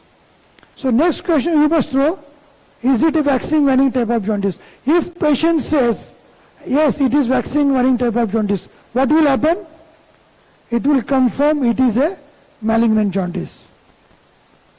Still, we have to rule out it is not a iatrogenic jaundice. So, how will you rule it out? By history at this stage? So, was any intervention was done post-procedure also? Suppose ERCP was done and with that ERCP patient got cured. So, stent was there. So, stent might get blocked. So, you must ask that history also. What anything was done extra other than primary surgery to take care of that leakage or jaundice. If nothing was done, it was just burst abdomen because of the secondary wound infection without any biliary injury, so patient would not require any biliary intervention post-operatively and it may not reflect in the form of jaundice. So if no intervention is required, Dindo's classification of complications. So if no extra intervention is required to treat the complication, usually these complications they don't present later on. Usually it's like they are taken care of. So if any intervention was done to take care of that leakage or wound dehiscence, that means still there is something cooking up, so you must explore it further. But if no intervention, so you have closed that topic, that patient, no intervention was done, so it is very unlikely related to the iatrogenic jaundice. Since there is a waxing waning type of jaundice, most probably now your clinical diagnosis is obstructive surgical jaundice due to malignancy. Now, this is the gross. Now you want to further narrow it down. Now, mostly because of it is a waxing waning type of jaundice. So, what is the most commonest site for the pathology? If it is waxing waning type of jaundice, periampullary, right? Perfect. Okay. So, you have further narrow. Otherwise, what are the causes of malignant jaundice? It can be pancreatic malignancy causing intrapancreatic ductal obstruction, or it can be Klatskin tumor also, which can cause also malignancy with the, but in that case there will not be waxing waning type of jaundice. But if there is a waxing waning type of jaundice, it is periampullary carcinoma, so you have further narrowed down your diagnosis without doing any single investigations. Is it clear? Then it is a now periampullary. What other question you should ask to confirm that it is a malignant jaundice? History of, very important that in every jaundice patient you must ask. Clay color stool and melena. So usually waxing waning type of jaundice, because there is the tissue gets shades off, so it is also associated with melena, transient melena, and then yellow colored stool. So the clay colored stool with melena followed by yellow colored stool is again another typical of the waxing seen in the waxing waning type of jaundice. But deep jaundice without waxing waning with persistent clay colored stool goes more in favor of either Klatskin tumor or the cholangiocarcinoma, but not periampullary carcinoma. Is it clear? Is it making sense? How to evaluate this for the patients? Okay. Now, what next sets of questions? You have come to conclusion, it is a surgical jaundice. Now, your next sets of questions should be to know the complication of this jaundice or this primary pathology. First, we have to narrow down to the primary pathology. Our primary pathology is a periampullary malignancy. Now, what these malignancy create complications? Excuse me. Excuse me. If you are not interested, you can go out, spend nice time, but don't disturb others, or me at least. So now you have come to conclusion there is a periampullary malignancy, and now you must ask history to understand the complication of this primary pathology. What complications can develop? First is local complication and the systemic complications. What local complication it can have? Involvement of the portal vein. This is the most commonest continuity organ. In advanced cases, there will be involvement of the duodenum, causing gastric outlet obstruction. So to rule out, what question you will ask? Gastric outlet obstruction, yes, right? History of vomiting. If there is no history of vomiting, you are ruled out, there is no involvement of the duodenum. Okay. You want to know, is there any history of vomiting with hematemesis? If there is no signs of portal hypertension, so you have by and large rule out the involvement of the portal vein causing portal hypertension. Next complication, systemic complication, commonest is the liver metastasis. Okay. So until unless liver is completely studied, already there is a jaundice, so it's very difficult to confirm clinically that adverse. So in every patient, after coming to clinical diagnosis of primary pathology, next sets of questions should be to understand the complication. Without knowing primary pathology, you cannot think about complications. So like thyroid, first you come to conclusion, it is a secondary goiter. Once it is a goiter is there, then you have to ask questions related to the complications of the goiter. Whether the thyrotoxicosis is there, whether is it malignancy transformation is there, or whether the laryngeal nerve involvement is there. So first we have to confirm that it is a thyroid swelling. After that we can go for the complications, same way. Then so there is no complication, there is no significant ascites, there is no, again ascites. You should ask if abdominal distension is there. If there is a significant abdominal distension without pain in abdomen, all that, what will you think? There is malignant ascites. So this patient has already, there is a malignant ascites in stage 4 disease. This is how we have to ask history of complication, and then last you must ask history of etiology. Why this patient has developed jaundice or malignancy. So what is the commonest factor associated, etiological factor associated with pancreatic malignancy?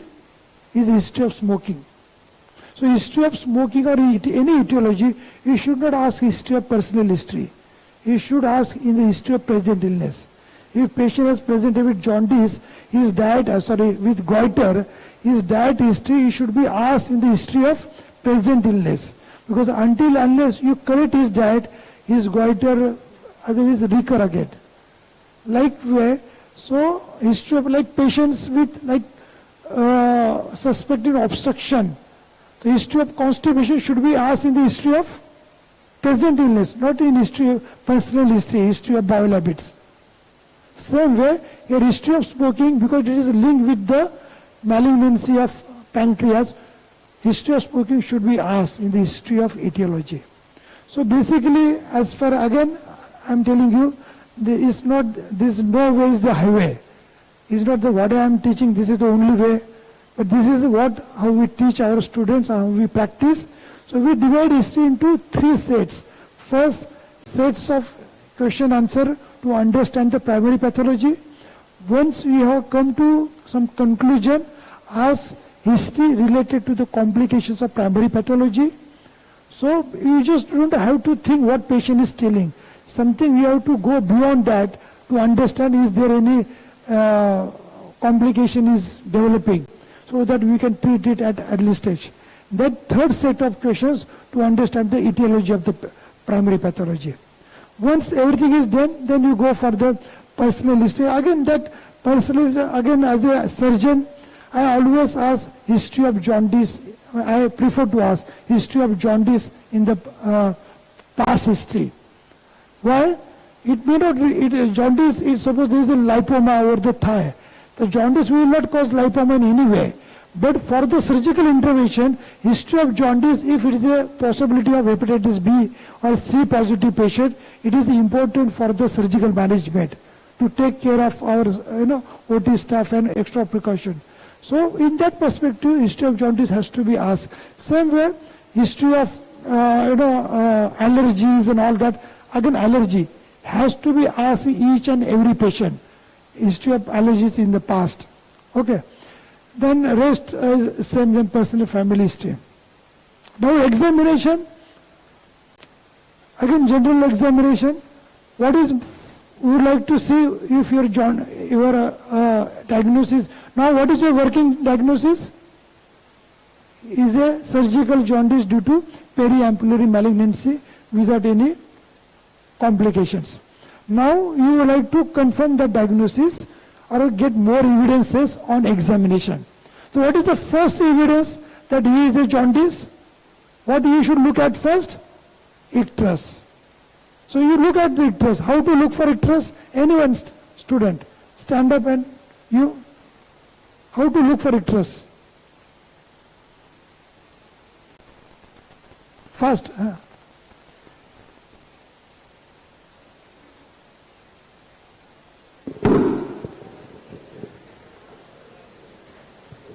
Ask the patient to look down and we have to see about conjunctiva.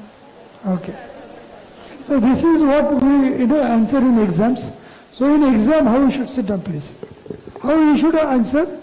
Inform the procedure to the patient. Take patient to the natural sunlight. First criteria. After taking patient to the natural sunlight, if it's there, it's well and good. If not, take it to the natural sunlight. And there are three things which should be done. First is ask patient to look down, simultaneously retract the upper lid. So it has to just asking, looking, you are not able to see sclera. So what should be done? Three things. Ask patient to look down, retract the upper eyelid and look for the yellowness at the upper bulbar sclera. So all these things should happen simultaneously. Repeat again. First is ask patient to look down, retract the upper lid and look at the upper bulbar sclera for any yellowish discoloration. Same way, how to look for pallor? Take patient to the natural sunlight, ask patient to look upward, retract the lower lid and look at the lower palpable conjunctiva for the paleness. Are you getting? Same way, everything, how to look for, clubbing and all that. So you must explain everything in detail. So examiners get feel that you are the master of it. It's not just you are trying to recollect something and trying to, so it gives, it scores, it gives extra, confidence to the examiner that she is a good student from the beginning. Just 2 minutes. Huh? Okay. So, okay. What is next then? So our jaundice is confirmed. Patient is having palpable sclera. What is next diagnosis? I am just narrowing down. You must see everything, but I am just narrowing down how we are like short case or OPD examination. In OPD examination, we don't expect to ask family history, personal history, or head-to-toe examination. We have to make quick decision. So I confirm this is clear. What is my second diagnosis? It is a jaundice. Second diagnosis is malignant jaundice. Right or not? So what I should do?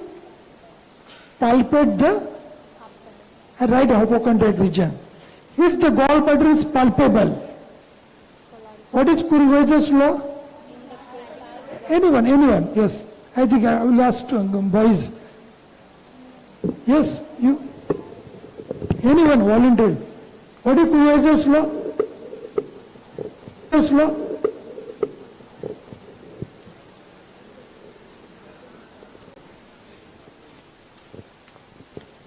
Okay. He said if the gallbladder is palpable, it is unlikely to be gallstone. So again, laws are laws. They are well defined and the chronology is very important. So always remember the first requirement for the Kurwaja's law in a painless jaundice patient. So what is first? Painless jaundice. Gallbladder will be palpable in case of gallbladder malignancy also, but they may not be jaundice. So this law is not applicable. The first requirement of Kurwaja's law is painless jaundice patient if gallbladder is palpable. So what is first is jaundice. And if gallbladder is palpable, it is most probably due to malignant obstruction in the CBD and not due to gallstone disease. Are you getting? This sequence is important. So now in this patient, gallbladder is palpable. So what is your diagnosis now? It is a malignant jaundice. Do you need any investigations to confirm your diagnosis? No. These laws are very, they are, exceptions are there, but they are very, clinical science is a perfect science. It will not misguide you. Your radiologist will misguide you, your sonologist will misguide you, but clinical signs, symptoms, they will never change. After 100 years also, they will never change. So, with this, gallbladder is palpable, there is a jaundice, so your diagnosis is confirmed. So now again you must do abdominal examination for free fluid, all that, lymph node examination. Which lymph node you will examine? Sorry, I already. Which lymph node you will examine positively without patient complaint? Anyone? Which one? Supraclavicular. Which supraclavicular? Left. Why left? Huh? Thoracic. Very good. Wonderful. Clap for yourself. So good. So what is the location of left supraclavicular lymph node? Virtuous. What is virtuous lymph node? All supraclavicular are virtuous? Which one is virtuous? One. Left also there are multiple. Which left? One by one. Take mic and... Between two heads of sternocleidomastoid. Excellent. Clap again. So, lymph node between the two heads of supraclavicular sternocleidomastoid is virtuous lymph node. So you must put your hand there only. If you put like this, then in exam I know she doesn't know. I will not ask you also. Are you getting? See. Then, so lymph node that has to be seen in every GI malignancy. Every. So I have done with my final diagnosis also, no ascites, no lymph node, no liver palpable. What will it rule out? Liver is not palpable. There is no extensive liver metastasis. Liver is not palpable, spleen is not palpable, no portal hypertension. So that means the portal vein is not involved, splenic vein is not involved. So it is a pure, clear cut of jaundice with periampullary malignancy, clinically. Is there any doubt? So this is how this Dr. Saha asked, how will you support your diagnosis? This is how we have to support with your clinical signs, clinical symptoms, signs of examination. So this is, we have come to conclusion. So now, investigations. Again in examination, don't start with blood investigation, urine investigation, ultrasound, CT scan. This chronology is not required. So what is your diagnosis? Why investigation should be done? All investigation should be done to confirm your clinical diagnosis. What is my clinical diagnosis? Jaundice with periampullary malignancy. So first, which first investigation you will do?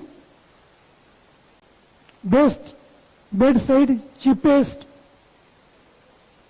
ultrasonography. Ultrasonography will give you all information, fair information that there is a jaundice, dilatation of IHBR, there is a mass of periampullary, there is no ascites, there is no liver metastasis, there is no vascular involvement on Doppler also we can find out. But if there is a mass which is compressing portal vein or the superior mesenteric vein. Doubtful there is involvement is there or not there is not sure. So, but everything you will get. Now you want to know the jaundice. So what investigation? Bilirubin. If there is a fever, what investigation you will do? WBC count. So based upon your findings, you must order investigations. Okay. So if there is a suspected involvement of the portal vein, what next investigation you will ask? CT scan. So CT scan is not an investigation for the diagnosis.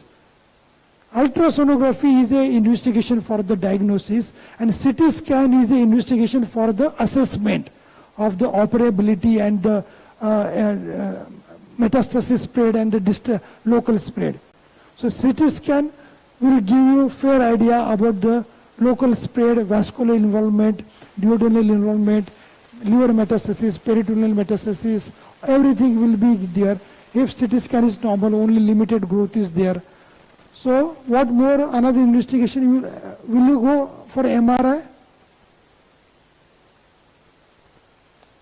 So for a simple operable case, there is no role of MRI. So CT scan is good investigations. Benefits of CT scan is the vascular anatomy is well delineated on CT scan. So the question, this may ask you in the question of MCQ, which is the good. So better investigation is the triphasic CT scan, where not only the primary pathology but vascular anatomy is delineated, which plays important role in making whether this patient is operable or not. And also it is more surgeon friendly. It will help you during operation also for the planning or dissection. So CT scan, if you get all information, you must stop here and then you plan your surgery. So this is how you must assess every patient in this flow. This is what I will recommend. If you have any questions, just 2-3 questions I will take. What is Murphy's sign? Anyone? Just stand. Anyone? Murphy's sign. Raise your hand and start. Yes, yes. Murphy's sign.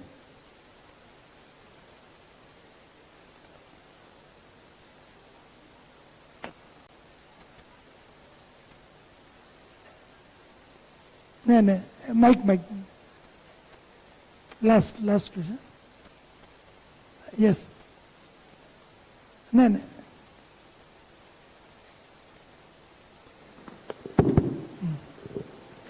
So we should give pressure over the abdomen and ask the patient to take a deep inspiration and suddenly retrieve the hand. If the patient experiences pain, that is positive Murphy's. No. Anyone like to correct? Yes. Give me. No, let everyone listen.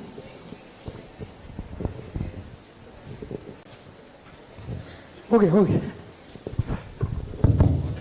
Sir, it's a right umbilicospinal line. Starts from anterior superior iliac spine to... Okay. Take it. So, you have to press at the right hypochondriac region and ask patient to take deep breath and release the hand suddenly. Patient will have pain. Right? So this is not Murphy's sign. Okay. Why you want to elicit Murphy's sign? To differentiate between which condition? What is the purpose? We want to differentiate. There is a pain in the right hypochondriac region. So we want to differentiate this pain is because of the cholecystitis or the primary liver inflammatory pathology like amoebic liver abscess. There also patient will have pain in the right hypochondriac region. So you want to differentiate between these two conditions because both organs are very close. So we have to keep, see, in the appendicitis, is there again what is important, there is a catch in the breath. It is not pain. So Murphy's sign, so in appendicitis if you press and release, if the gangrene appendix, is there any catch in the breath because of pain? No. Why in Murphy's sign we look for the catch in the breath? Last 1 minute. we wait for the breath. So what is Murphy's sign? You keep your hand in the right hypochondriac region, pressed, and ask patient to take deep breath. When patient take deep breath, the diaphragm moves down. But since you have kept your hand in the right hypochondriac region, the liver will not move down. And the diaphragm, and the under surface of the diaphragm, because we don't allow liver to move down, under surface of the diaphragm comes in contact with the inflamed gallbladder. And because of that, there is a spasm of the diaphragmatic muscle, and because of there is a catch in the breath. So, to keep hand is not to elicit tenderness. To keep hand for not liver to allow descent with the deep breath, so that it comes in, inflamed gallbladder comes in contact with the under surface of the diaphragm, and there is a diaphragmatic spasm and the catch in the breath. So if there is a catch in breath, so it is an inflamed gallbladder which has come in contact with the surface, and there is a positive Murphy sign. But if it is a hepatitis or amoebic liver abscess, so in that case, there will not be any catch in the breath, and patient will take deep breath. So keeping hand there is not to elicit tenderness. Keeping hand is for liver not to descend with the deep breath. So this is Murphy's sign. So thank you very much for patience listening.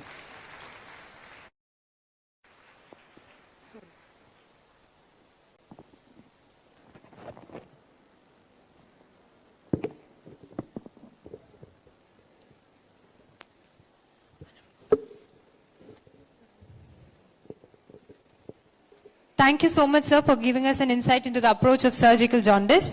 I hope our audience have made best use of this session. Our next topic is another long case, important must-know area for the theory exam and very important clinical assessment tool.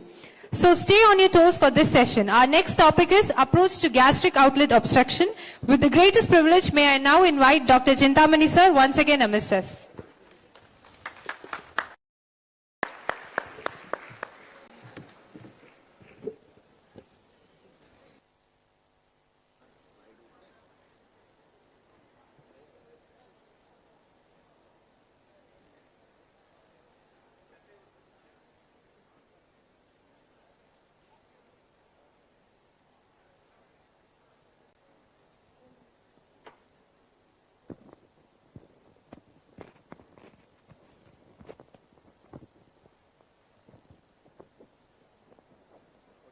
All right, thank you.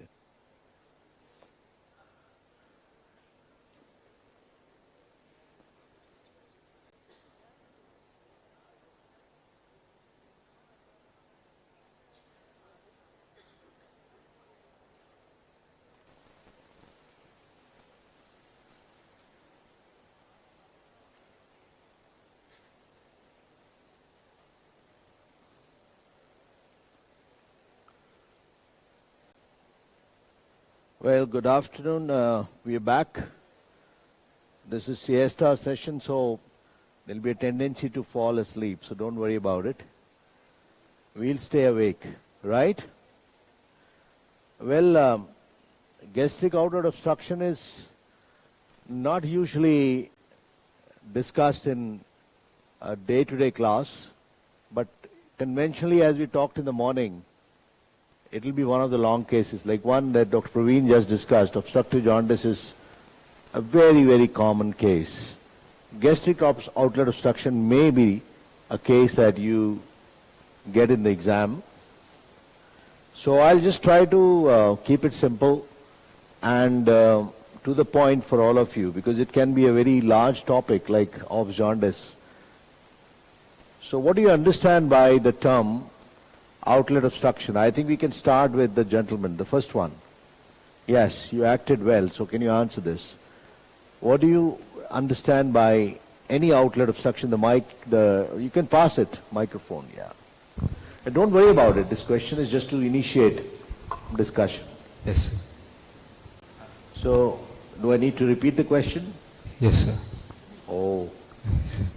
Please. Thank you. Gastric outlet obstruction. So don't do that in the exam. Examiners ask the question, repeat. So that is one way to teach you. So can you repeat, sir? repeat, please. So what do you understand by the term gastric outlet obstruction? What is an outlet? Any opening, any... Mercedes outlet. These are places where it's kind of released. Yes, yes. Right? Yes, sir. So outlet is an opening for it to go. So what can it basically mean? It's basically... closure in the opening.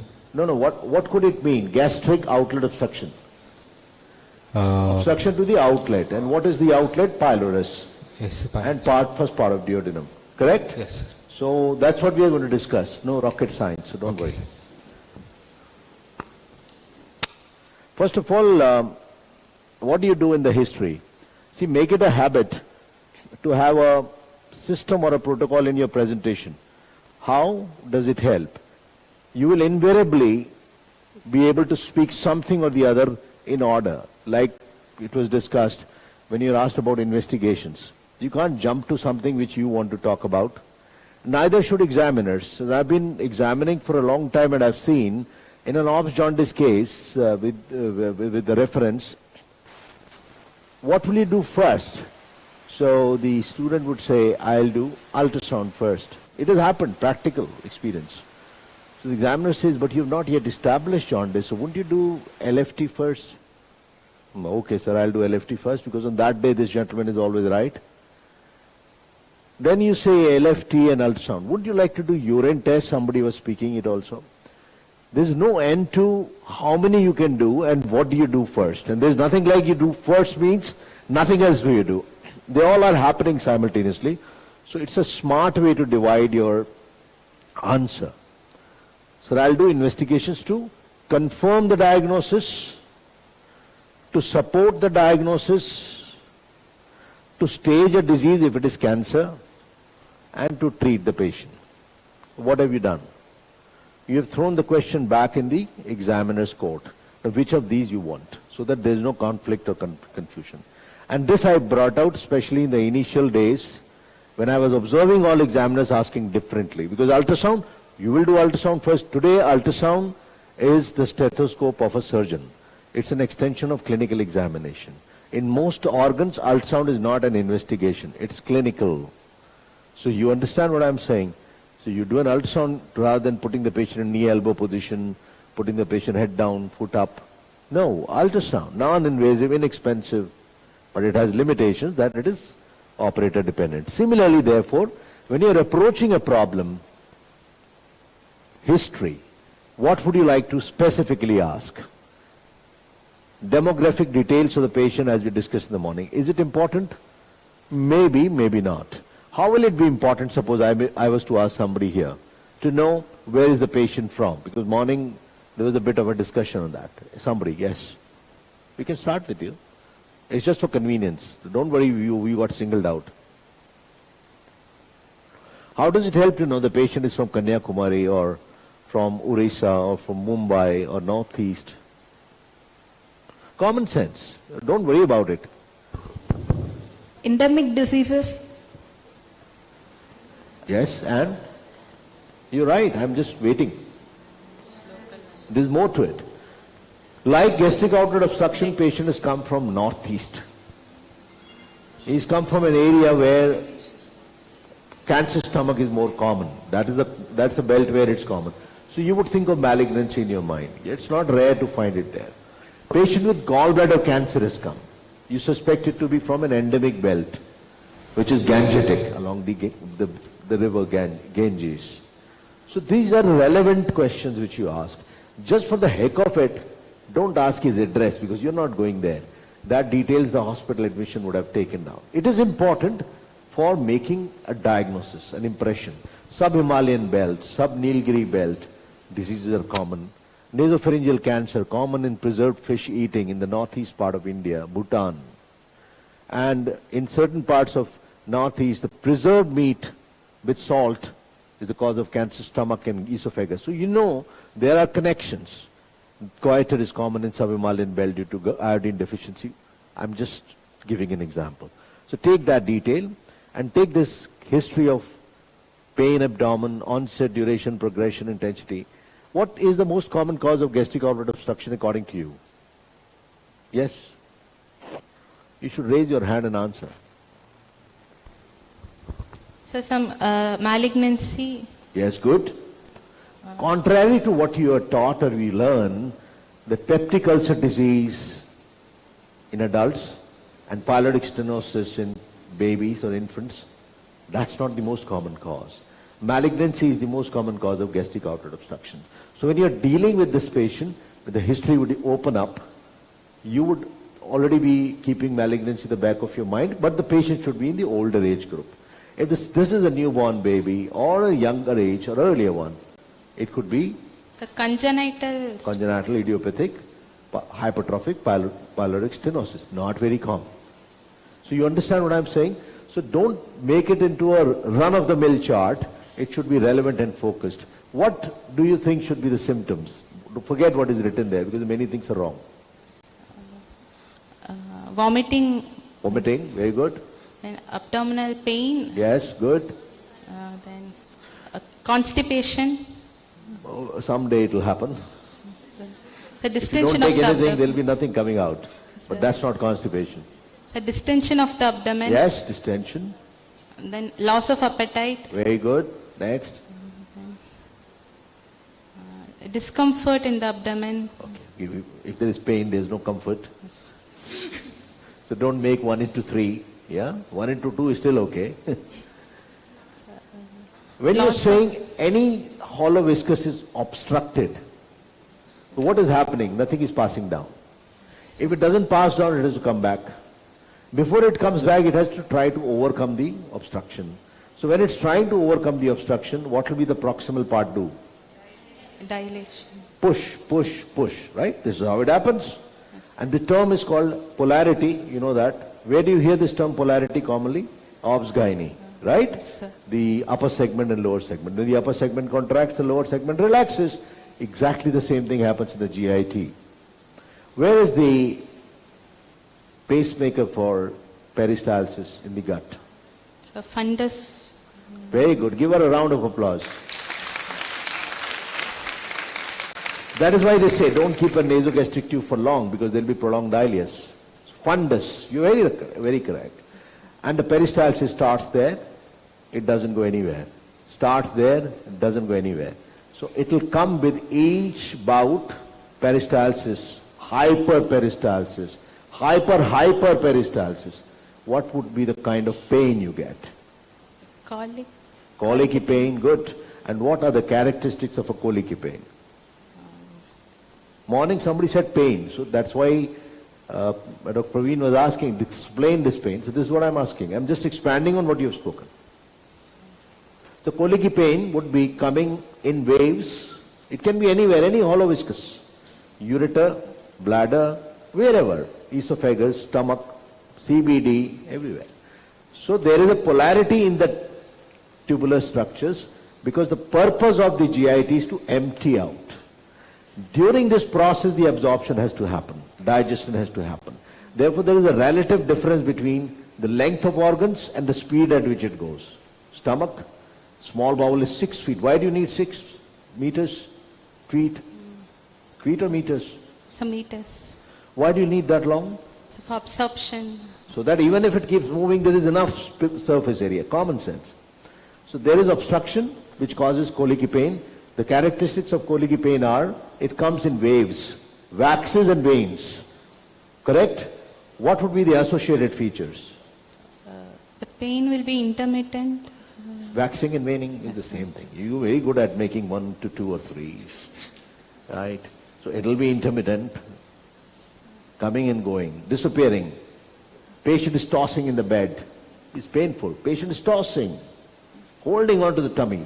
Why? Because pressure will relieve this pain, because pressure slows down the peristalsis. What else will slow down the peristalsis? Antiperistaltic agents. So this is a classical presentation, right? What else would be associated with any colicky pain? Vomiting. What is the reason for that? So for emptying the...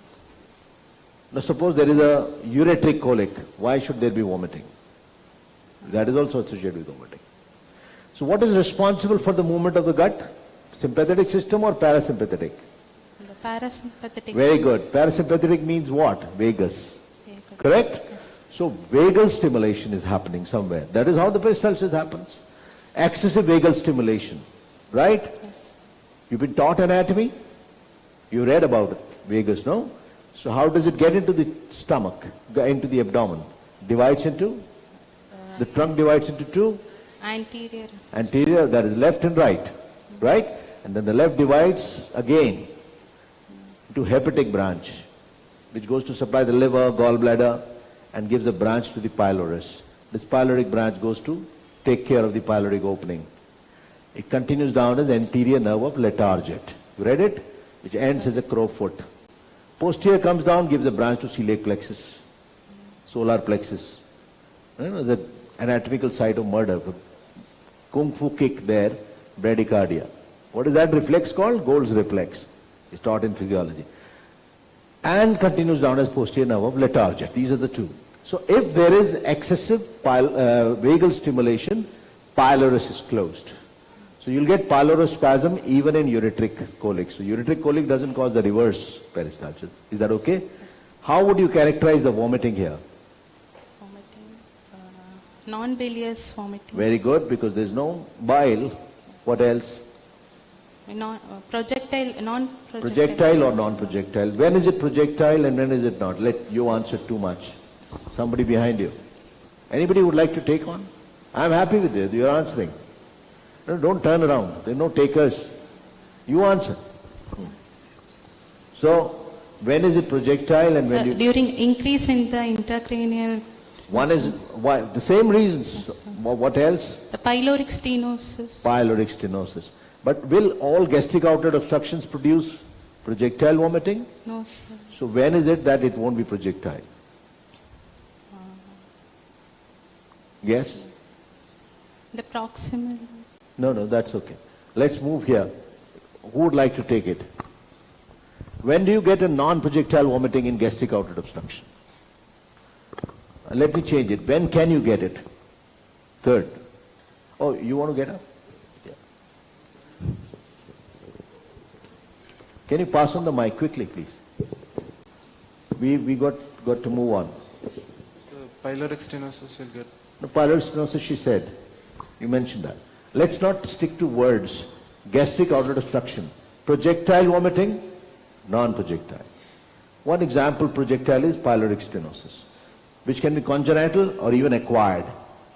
The acquired is following the peptic ulcer disease. Not very common these days. Any idea why is it rare now? Because of the therapy available. A lot of them get proton pump inhibitors. So it's not a common cause of gastric outlet obstruction anymore. Yes, sir. And the other is malignancy, which is common.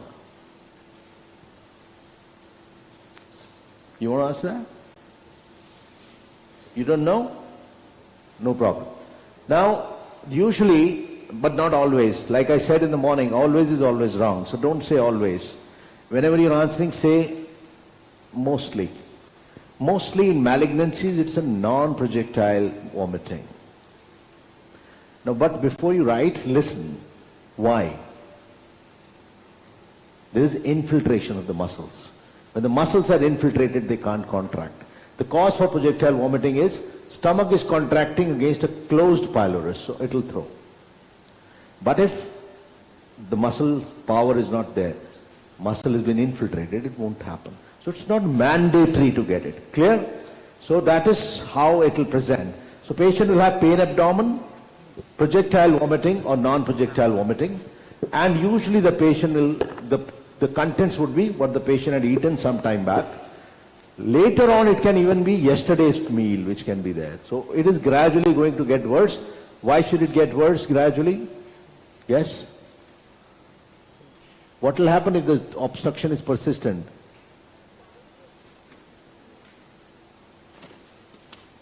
What happens when you lift your weight for the biceps against resistance? It will build up. So the stomach grows in size and there is more space for it. So that is the reason why it won't be. And also take, if there is any history of lump in the abdomen. They talk about visible peristalsis very commonly. What is the visible peristalsis? What special peristalsis you will get? Are you following what I'm talking? Or are you too tired to understand? No, others, you're saying yes. Anybody, any doubts?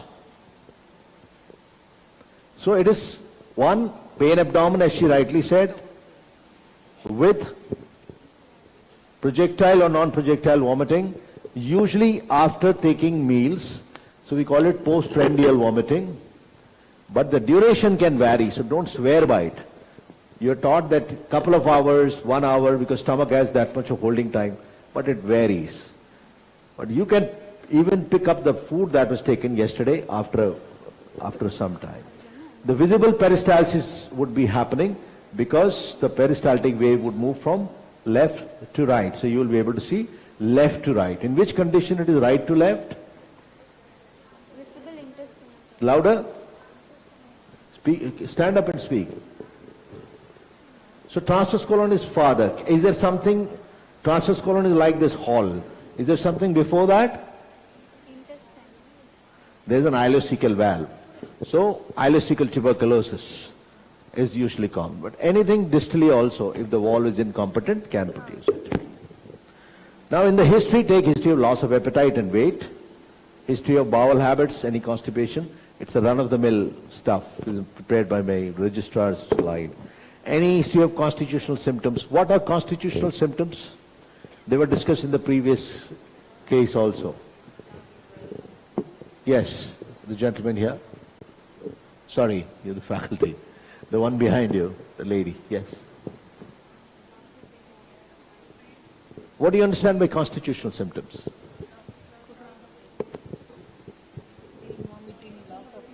Can you pass the mic to her because she's not shouting? Ajay, you got the mic in hand. Okay. Use it. Yeah, it works. Pain, fever, yes, vomiting, loss of weight, loss of appetite. What is significant loss of weight? More than 10% weight loss in 6 months.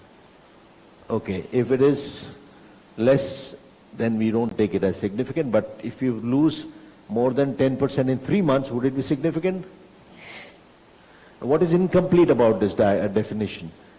More than? Unintentional weight loss. One, unintended weight loss of more than 10% in less than 6 months would be significant weight loss. What else? Usually the term constitutional symptoms is used for fever, myalgia, body ache. Gradually we started including the weight loss, loss of appetite, etc. into it. What are the classical features of a cancer or the malignancy involving the stomach, which will be relevant here? Early satiety, Very good. loss of appetite, That is okay. Loss of appetite, early satiety. anorexia, Very good. We are still with the appetite. Loss of appetite, early satiety, hematemesis. maybe there. Now all of you remember this mnemonic. It's not there in your book. Loads. Wherever, carcinoma of the right side of the colon as well as stomach, more or less similar. L for lump. Can be a lump. O for obstructive features. You'll have to repeat it, so pay attention. A for all three, and asthenia, anemia, anorexia. D for dyspeptic symptoms. Any dyspepsia happening in a patient more than 40 years of age is taken as due to malignancy unless proven otherwise. We call it new onset dyspepsia. What do we call it? New onset dyspepsia. And last one is very important, silent, S. So loads, what is individually each one? Lump, obstructive symptoms, asthenia, anemia, anorexia, dyspeptic. New dyspepsia and silent. Round of applause for her. Now, this is a lot of things that you can ask. Now, when you have these features, even 2 or 3 of them, you suspect it to be due to malignancy. Correct? Please sit down. Now, so I would take you back to the first slide only. Spend time describing the pain, Spend time describing the vomiting. It's important. When you're saying that the patient has vomiting, it's half an hour or 1 hour after taking meals. What are the contents? It's non-bilious. Then gradually, visibly, if the patient says, I have a visible peristalsis, it's different from the ball of wind which goes across. Ball of wind is seen in the ileocecal tuberculosis, which is right to left. This is left to right peristalsis. And then you have features which could indicate malignancy or features that could indicate benign conditions. Whenever you talk of obstruction anywhere in the lumen or anywhere in the hollow viscous, it can be in the lumen, in the wall or outside the wall. Whether it's intestine, stomach or common bile duct as was discussed, in the lumen can be anything. You can start, anyone can start talking about it. In the lumen it can be, yes, we can start with you. It can be a malignancy, it can be a foreign body, you know, generally speaking. Or like in the gut, there could be parasites, etc. Bezoars, we have cotton bezoars, trichobezoars. You know what is a bezoar? What is it? No, bezoar is not hair. That is trichobezoar. Bezoar could be anything inside the stomach. Foreign bodies basically. Cotton bezoars, trichobezoars. You have phytobezoars, so many things. But they get together and they block it. In the lumen can be growth, foreign body, as I mentioned, polyp, you can add on. In the wall can be what? You can stand up and speak because you were answering well. Give her the mic, please. Some malignant obstruction or... No, stricture. A stricture. Now stricture can be congenital or acquired. All strictures, anywhere. Congenital, one you talked about idiopathic pyloric stenosis. I'll tell you something about this also, which is a misnomer. And could be acquired, which could be benign or malignant. I've divided it for you so that you can comfortably understand. So congenital, acquired, clear? Congenital is congenital, like you have atresia of the bile duct, small bowel, they are all congenital, right? And you may have trichoesophageal fistula. Anything that is there since birth is congenital. Acquired could be benign or malignant. Now let's look at benign. Could be, what is a stricture actually? Fibrosis.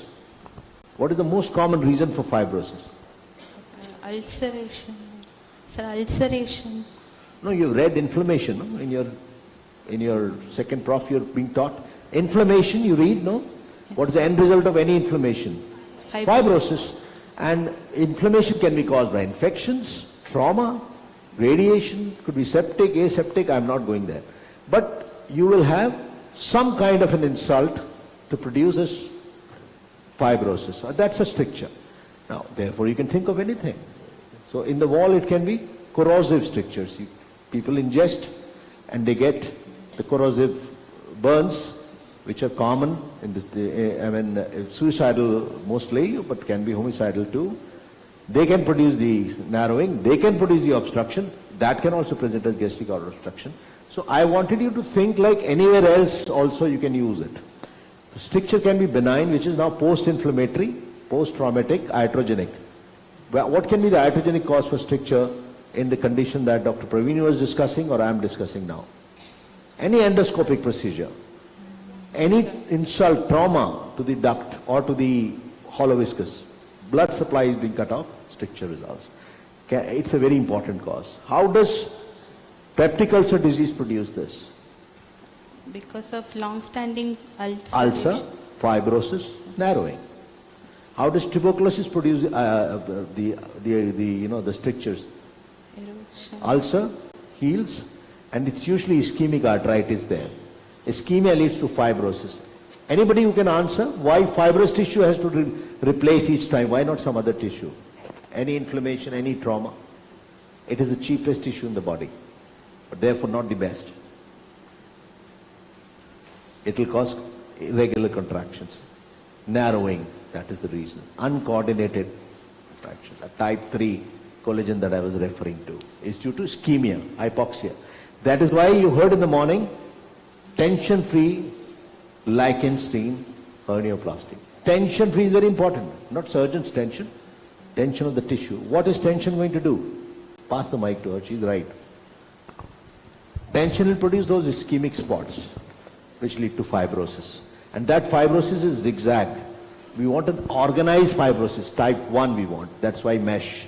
That's how mesh came into use. Otherwise, people used to encourage using substances that produce fibrosis for strengthening the posterior wall. But they later found out it's like 5 of you pulling in different directions, so that's not strong. So organized histiogenesis, that is collagen type 1. So fibrosis that happens in a disorganized manner leads to stricture. Is that clear? Otherwise all surgeries will produce strictures. That is not true.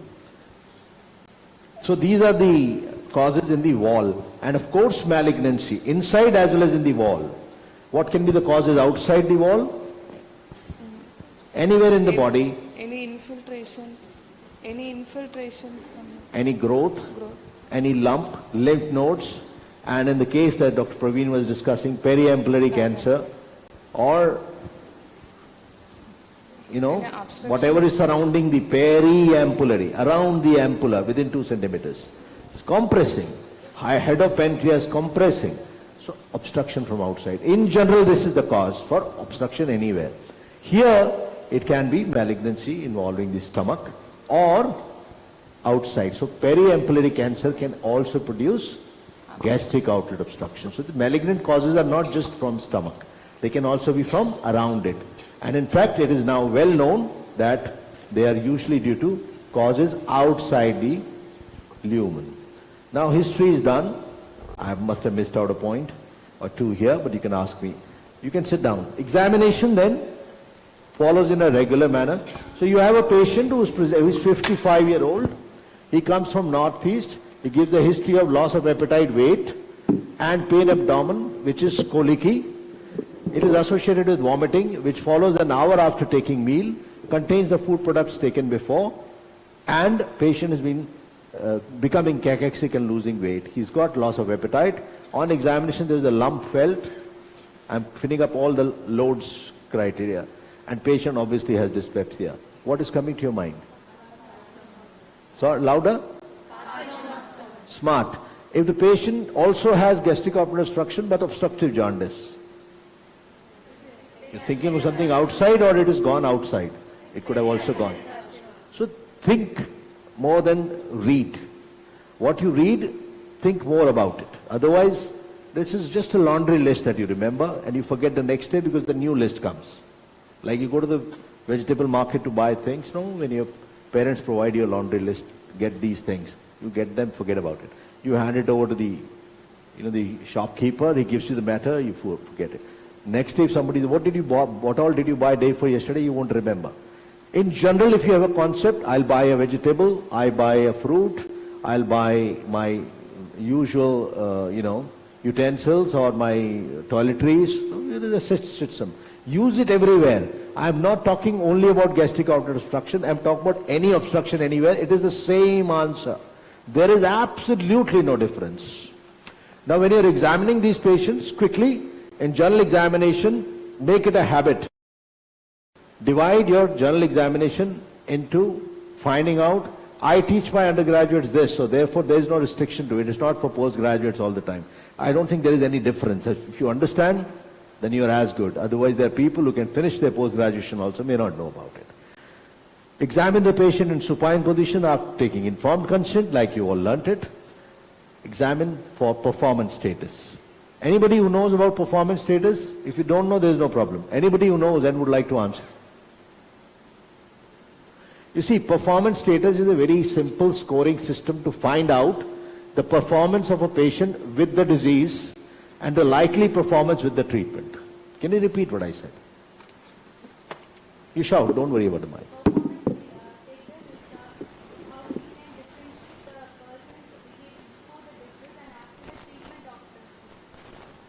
She said the same thing? Performance of the patient with the disease and likely performance with the treatment. Very, very important before you treat any patient. So general examination is incomplete without it. Performance status of how you can make a scale yourself. Marks, 90%, good. 80%, moderately good. 70%, reasonable. 60%, hopeless. Below that, dead. Exactly the performance status. There is no 100. Nobody is absolutely fit. 90, Karnofsky. We have a Karnofsky scale which came in 1951. It has nothing to do with modern cancer treatment, but you should know about Karnofsky. I'm teaching you what I teach my undergraduates, so it's no discrimination. 90 means mild symptoms of the disease, otherwise everything is fine. Clear? 80 means symptoms that allow him to do usual things but not strenuous work. 70, he cannot do even routine work. 60, bedridden or cannot do it. Below 60, Karnofsky, no therapy is recommended. What did I say? No, below 60. So one absolute contraindication to surgery, chemotherapy, radiotherapy, performance status below 60 Karnofsky. Isn't it important? Nutritional status I've already taught in the morning, so I won't repeat it. But performance status is more important than nutritional status. I'll give you an example. Your performance status would be 90, maybe 80, it's up to you. Most would be 90, hopefully. There's no 100 here, including yours truly. And your nutritional status could be 14 hemoglobin, absolutely fit. But there could be some laborer whose hemoglobin is 10, 11. But he can carry or she can carry bricks to the rooftop. You can't. Who's got a better performance status? She's got it better. That's why she'll do better in terms of the disease and treatment. Is that clear? I wanted you to understand before I push it down your throat. So always mention the performance status and score 90% marks. Every examiner likes it. He may say it's not necessary, but he likes it. So if you answer that, that's where you score beyond 75% marks. Very important. Hydration status in these patients is very, very important. Where do you check for hydration status, doctor? This patient is vomiting, no? Any patient who's vomiting, there's dehydration. So where all do you look for dehydration? Okay. They must speak something. Yes, voice. Where do you check for hydration? No, stand up quickly. Don't take that long. The performance status is 60. Sunken eyes. Pass the mic, they are answering. You can take it. Yeah, please, quickly. Sunken eyes. Sunken eyes, skin pinch test. Skin pinch test, very good. So easily irritable. Easily irritable. By and large, you are right. You can look at the tongue also. Tongue is coated in dehydrated individuals, except when the patient has got a nasogastric tube, then his mouth breathing, the tongue dries up. Where do you look for where do you do the pinch and inch test? We call it pinch and inch test. Where do you do it? Abdomen. Abdomen in infants. So you're not wrong. No yawning. There's something called as an ape effect. Read it. You've seen an ape effect? Read about it today. Carl Sagan. Ape effect, if you watch one monkey yawn, the next starts, then the next starts. This has been proven. It's called mirror neuron effect. So don't yawn in the class. Or you can go out and sleep nicely. Why yawn? So we'll test for it against, in an area where there's not much of subcutaneous tissue, or fat mainly, against a bone. So look for a dehydration. Back to you. Where else? What else do you look for? I'll finish in 5 minutes. You're good. We should look for hydration at this place. What else do we look for? So we done nutrition. We already done. Can you repeat what we taught in the morning? Pass the mic. You had the mic with you? It's a very common tendency. Mic in the hand, we keep on speaking, isn't it? So calories, carbohydrates, proteins, fats, then macro and micronutrients. Very good. Where all do you look for them? For calories? For calories, BMI. Proteins? Mid-arm circumference and anemia, pedal edema. And for fat? Fat in the triceps, folds. Macronutrients? White spots. Geographic tongue. You give her a huge round of applause. You've got very bright students.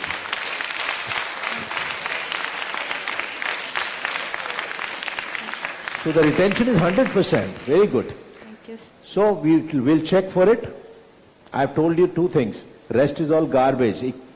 No clubbing, colonica, cyanosis, icterus, central, peripheral, all that stuff. Use it, but after you've finished mentioning this. So start by saying, examine the patient in a well-lit room, is well oriented to time, place and person, conscious. You can't get an unconscious patient talking to you. But do mention that so that everybody is alert. Then performance status is 80 Karnofsky, suppose. Nutritional status is adequate. Hydration status is whatever you find. And then the vitals. Nobody's interested. You've already scored your marks in the first three steps that I told you. Coming to examination of the abdomen. There's nothing like local examination. No local, local is focal. Shape of the abdomen is very important. Dr. Shah would agree, we do so many classes. The very common term that you hear is? Scaphoid. Give it to her. Give it to her. No, scaphoid shape, sir. What is a scaphoid shaped abdomen? Boat shaped. Boat shaped. What is boat like? Flat curve. You know the very common answer that you get, how is the lymph node? It's kidney shaped. The kidney, bean shaped. And bean, kidney shaped. And they're all like each other. That's not the answer. This term is very, very wrongly used. Scaphoid shaped abdomen is rarely seen. Flat. It is seen, sorry? You already knew it, then you can speak. Flat. Flat. As flat as you can sit on it. Not likely. No abdomen is flat. These are terms which are used. I'm not blaming you. I hear it all the time. So neither say scaphoid nor say flat. Scaphoid abdomen is seen in very, very cachexic patients or models, which means the same thing. You put a foot ruler on the xiphisternum and pubic symphysis. If the distance between the abdominal wall and the ruler is more than 2.5 centimeters, that is a scaphoid abdomen. I won't waste my time doing it. In most patients, cancer stomach, there will be bulge in the epigastrium. You would say there is a visible lump, and then you'll call the abdomen scaphoid. It's not possible. And no abdomen is flat. The only interest that we would have is, if it is scaphoid, do mention it. If it is distended, do mention it. Rest is non-specific. Very rarely you get a very flat abdomen. I know what you're saying, but I wanted you to be clear on it, because scaphoid abdomen is a very specific term. So when you're examining the abdomen, shape becomes important. What is the significance of position of umbilicus, especially with gastric outlet obstruction? What will happen to umbilicus in any case? Push downwards. Can be downwards. Why does it move? We talk about umbilicus so commonly. Either it can be pushed up, to the right, to the left, or can be pulled. If there is air in the abdomen, it is vertically stretched. If there is fluid in the abdomen which goes into the flanks, it is transversely stretched. It can be completely everted if there is a lot of fluid in the abdomen. Common sense, no rocket science here. But don't swear too much by its position, because for that you need to know the original position. Sometimes the umbilicus may not be central in normally also. So therefore, be careful about it. But if it is displaced, you can mention it. Right? And in gastric outlet obstruction, classically, the fundus of the stomach goes down right up to the right iliac fossa, up to the iliac crest. Get pushed or even deviated in these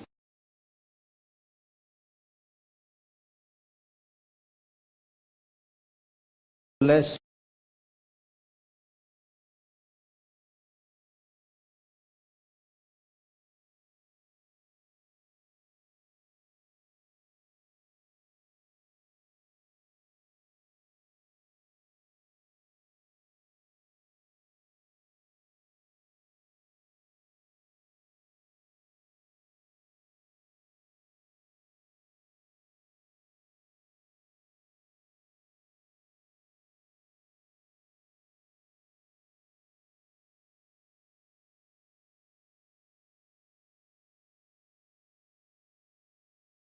See from the foot end, or you can come at the eyeball to eyeball level. Good, very nice. You see the pulsations in the epigastrium. What do they indicate? What would they mean? What would the visible pulsations mean to you? Aortic dissections. Okay. No, you want her to answer? You can give it to her.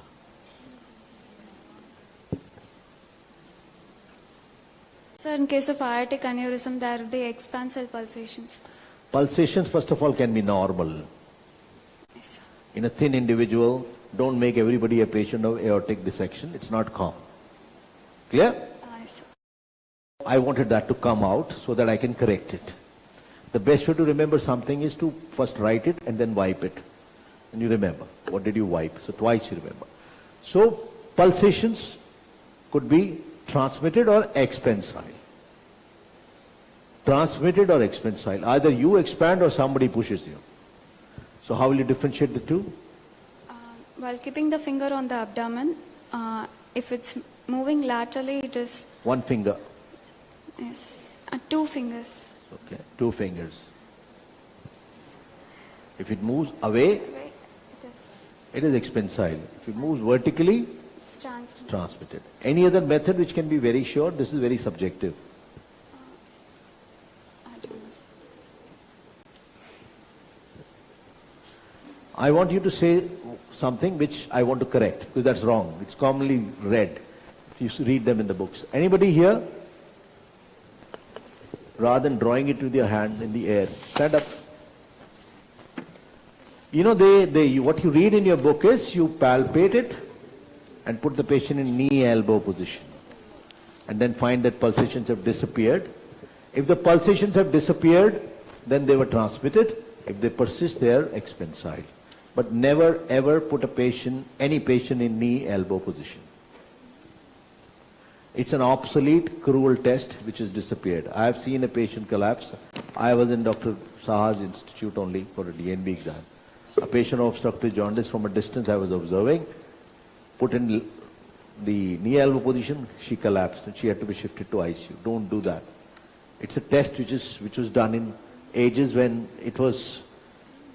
first of all, how do you do it? When anybody is asking you to talk about it, please ask your teacher, how do we do it, sir? Any test that you do on a patient, you need to demonstrate first. How would the patient know this is knee-elbow position? You need to be in knee-elbow position yourself to show that. And you won't like that position. The puddle sign that you people read and you're taught is obsolete. Because there are 3 basic questions there. From the Royal College manual, we've removed it. This is cruel. Actually, it's one of the no's. If you do that, you will be punished. You will get minus. Why? It's cruel to the patient. 2, you need to demonstrate it to the patient, which you cannot do. Nobody wants to be in knee-elbow position. Everybody wants the other person to be in knee-elbow position. I have to examine you, be in knee-elbow position. That's not good. You put your hand underneath and you would not know where the hand is going. And then you're expecting for percussing and finding the puddle sign. It doesn't happen. Rather, you can do what is called a shift test. Pay attention. Hello. Don't talk here. Keep quiet. Otherwise, you'll come here and we'll do knee-elbow test on you. I do that. You don't worry about it. So just keep quiet. If you're not interested, you can leave the class. Knee-elbow position is mentioned here to be condemned. I wanted you to remember it. You do a shift test. The shift test is mark where the pulsations are, turn the patient, and feel the same. You'll get the same result. Shift test actually We published it after reading from Holland Bruce, the obs-gynae people do that, for appendicitis in pregnancy. Because in appendicitis, pregnancy appendicitis can be very difficult to diagnose because the uterus pushes the cecum up, so the tenderness goes higher. And you don't know whether it's uterine or appendicitis, which is, the tenderness. Then you shift the patient, the uterine, the contents move, appendix does not. So shift test is suggestive of uterine issues, especially in the second and third trimester. It's given in Holland and Bruce if you read it. So we use the same to shift the, for retroperitoneal and intraperitoneal lump. That's a test we do, shift test. It's there in lots of my videos and also in my book now. We tilt and you can make out whether it's shifting or not. So that's how you will differentiate the two pulsations. Important to look for them, okay? And finally, once you've examined this, do the superficial and deep palpation. Why do we do superficial palpation? It's to avoid tender spots later on, so that patient does not guard the abdomen, okay? Now, if there is a lump, describe the lump like you always do. Find out all, I'm not getting into the ausculto percussion or have you heard of succussion splash? You have, no? So what is it? It's beautifully described in Dr. Saha's book. What is it?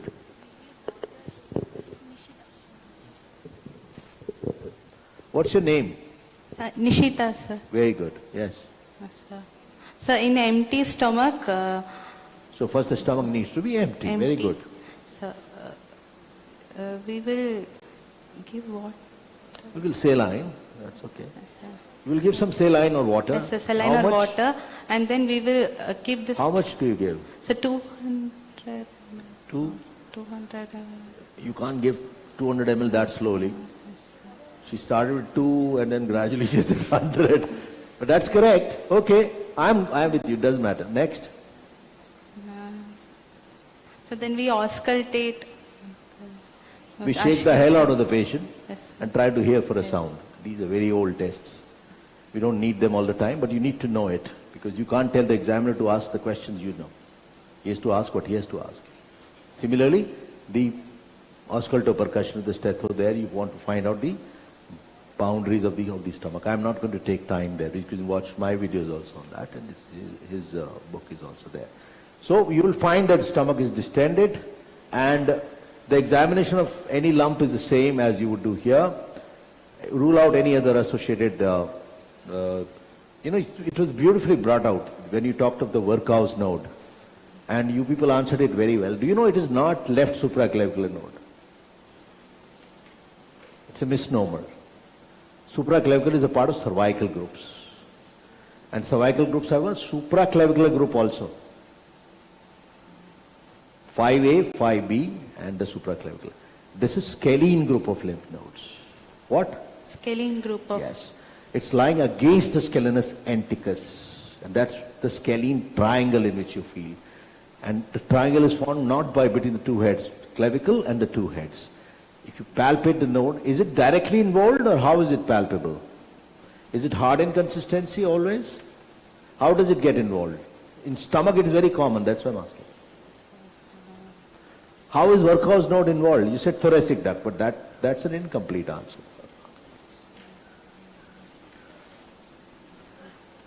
Anybody? Give it to her.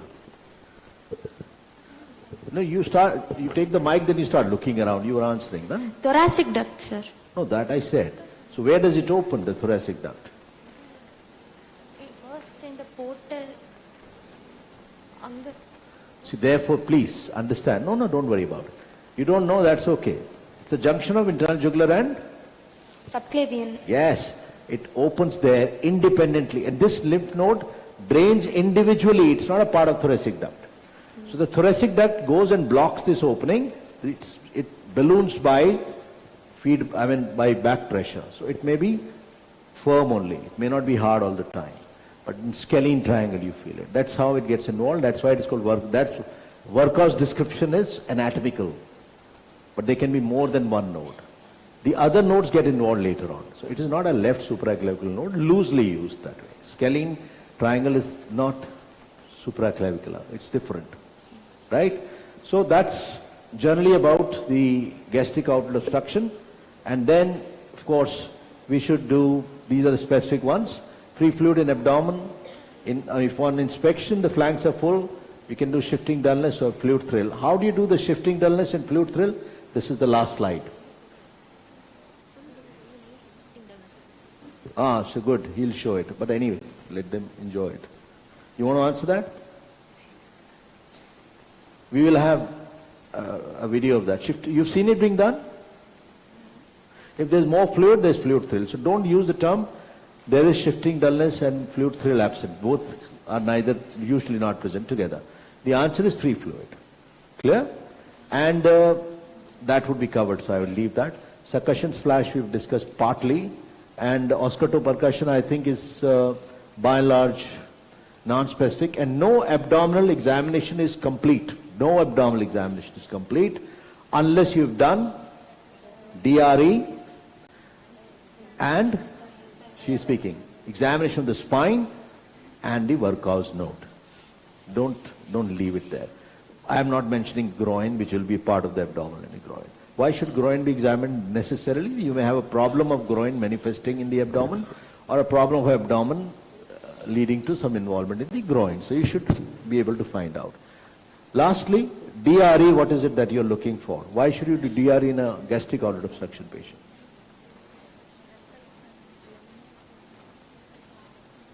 No, if you don't know that, it's okay. You don't know? Why should you do DRE anyway?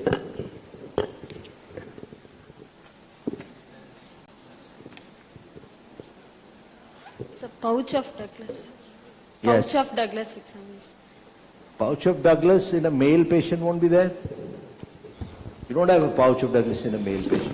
Rectovesical pouch. So you're looking for deposits there. Yes, sir. Bloomer shelf. Yes, sir. Okay. But is that the only thing? I know, this is how you come to pointed answers, no? Prostate enlargement. And then it's a lady. What do you do then? So there have to be some general reasons. First of all, understand, there's an old saying, if you have not put your finger into it, you have put your foot into it. Which doesn't mean if you can't put your finger, you put your foot. It means that you get stuck. Always do it. First, to find out if there is a primary in the rectum. There is a problem primarily there. Two, to look for any deposits in the rectovesical pouch. Or to look what is called as Bloomer shell. And sometimes you have, say in appendicitis. Which appendicitis the DRE becomes very useful? Which type? Pelvic. The pelvic type. Very good. Give her a round of applause. That's a very good answer. And it's not mandatory these days because you're able to do with ultrasound many of these things. Because ultrasound can tell you about free fluid also. We don't need to make a jumbo out of the patient, but the clinical signs are important for your exam. So DRE is required for these reasons. Plus, when you get your finger out, what all information you can get. This is when you're going in. When you come out, what all information is available? Bleeding. Bleeding could be fresh or could be melena. You heard of melena? Yes. Never? You heard of it? Yes, sir. What is it?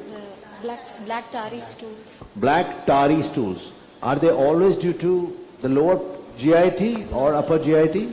Upper GIT. Always? Yes, No. can be.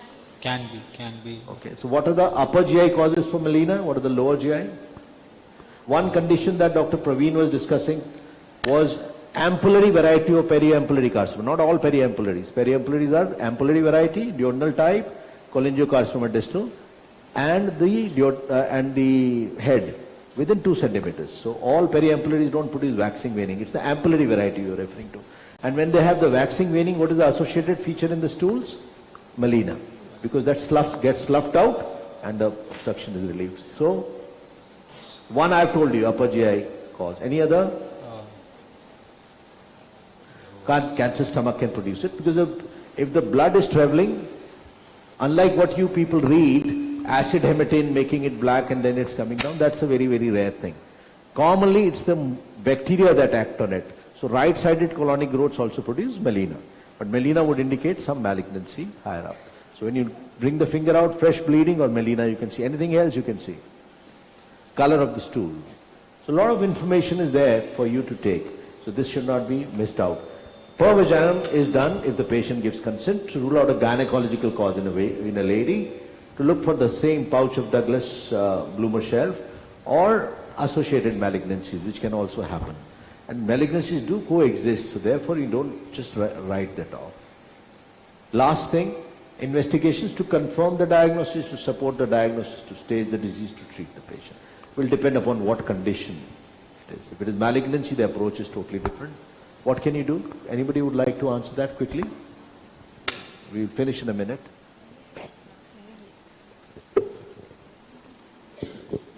You can just speak. I mean, I don't want to speak all that. So we discussed it. Investigations. There's a lump in the abdomen. I gave you that history. So ultrasound abdomen. Why is ultrasound important? Inexpensive extension of clinical examination. Stethoscope for a surgeon. You'll find out what all on ultrasound. The organ of origin, the problem. It may not be in the stomach only. It will be outside. I told you there can be other causes, and you put in a scope, you may find nothing. It happens in colon, it happens anywhere. So you first find out the organ of origin. Good. Extension of Clinical examination. You'll get an information about the growth, lymph nodes, free fluid, other organs, liver. So everything you will know. So it's very useful. Next. So you've done an ultrasound.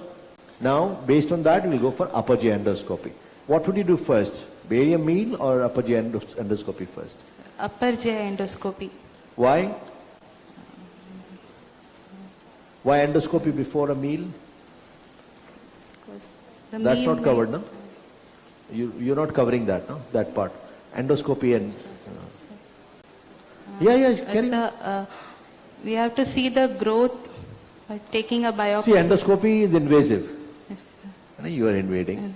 So remember, whenever you have to answer a question anywhere or do it in your practice, non-invasive test first. Don't do invasive first. So imaging comes first. Anyway, that is sorted. Putting in a scope. If you put in a scope, you can take a biopsy also. If you do a barium study first, then the barium may stick onto the wall and you may get what is called a washout. You will see all white. You may not be able to, it may not be cleaned. You may need a lot of cleaning to do. So therefore, people like to do endoscopy first. But if the scope cannot go through, you don't have a choice but then to do barium swallow, barium meal. I won't go there. You've done investigations to confirm the diagnosis. So what will be the confirmation? Biopsy. Nothing else confirms it. So we'll need an endoscopic biopsy. And then following that, to stage it, what should you do? Contrast enhanced CT scan. In all malignancies, friends, you've heard of T and M? Yes, sir. What is T? What is N? What is M? The tumor, nodes and metastasis. Distant metastasis. Otherwise, lymph node metastasis get confused. So in any malignancy, this is the last sentence I am giving. Any malignancy, take history of T, history of N, history of M. Done? T and M. Examine for T and M. Investigate for T and M. Treat for T and M. Simple? So investigations automatically follow there. For distant metastasis, for involvement of liver, you already done ultrasound. You've seen the pelvis, you've seen all the other organs. You can do a contrast enhanced CT scan. And based on the outcome and the staging, you will discuss all cases in the tumor board and take a decision on treatment. Any questions from anyone? You have a question? Any question?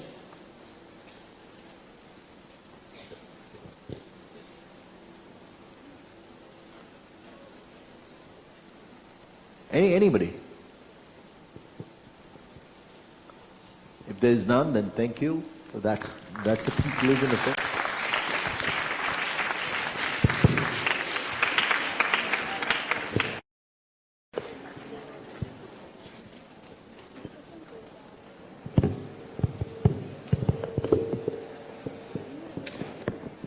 Thank you so much, sir, for conducting that very important session. All right, everyone. Let's take just a few moments before we go into our next session. And to help us keep occupied during this time, we have with us Oshia from the third year MBBS with a short performance. Let's all hear it up for her.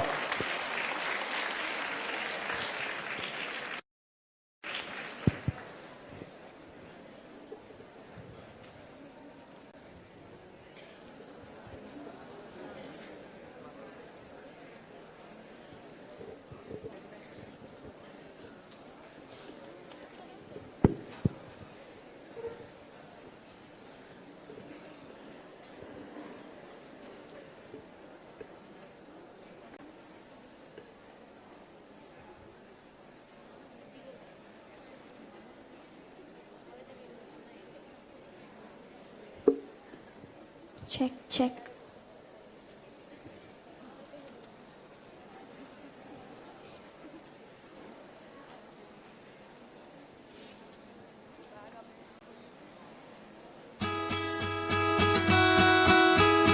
Wouldn't wanna be anybody else. Hey, you made me insecure. Don't mean I wasn't good enough, but who are you to judge? When you're a diamond in the rough, I'm sure you got some things you like to change about yourself. But when it comes to me, I wouldn't wanna be anybody else. Na na na na na na na na na na na na na na na na na na na na. I'm no beauty queen, I'm just beautiful me. Na na na na na na na na na na na na na na na na na na na. You got every right to a beautiful life. Who says you're not perfect? Who says you're not worth it? Who says you're the only one that's hurting? Trust me, that's the price of beauty. Who says you're not pretty? Who says you're not beautiful? Who says? It's such a funny thing when nothing's funny when it's you. You tell them what you mean, but they get wide enough that you. It's like a work of art. You keep moving, you keep touch the stars. Don't let me touch the sky. Na na na na na na na na na na na na na na na na na. I'm no beauty queen, I'm just beautiful me. Na na na na na na na na na na na na na na na na. You got every right to come on. Who says you're not perfect? Who says you're not worth it? Who says you're the only one that's hurting? Trust me, that's the price of beauty. Who says you're not pretty? Who says you're not beautiful? Who says you're not soft? Who says you're not presidential? Who says you can be in movies? Listen to me, listen to me. Who says you don't pass the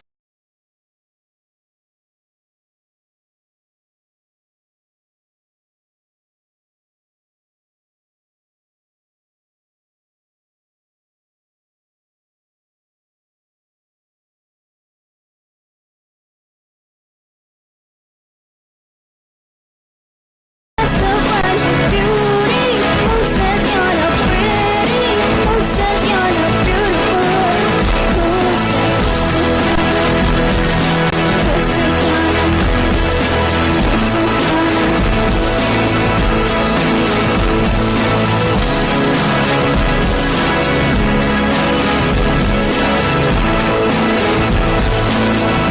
Who says?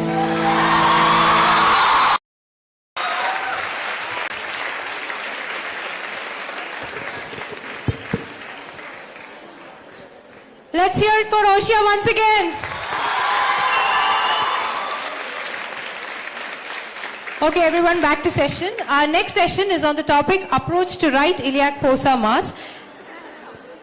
And this one topic has been repeated time and again in all our posting classes. So watch forward. To give us a better understanding on this topic, we have with us Dr. Makan Lal Saha sir with us today. Let us welcome sir back to the stage once again with a last round of applause.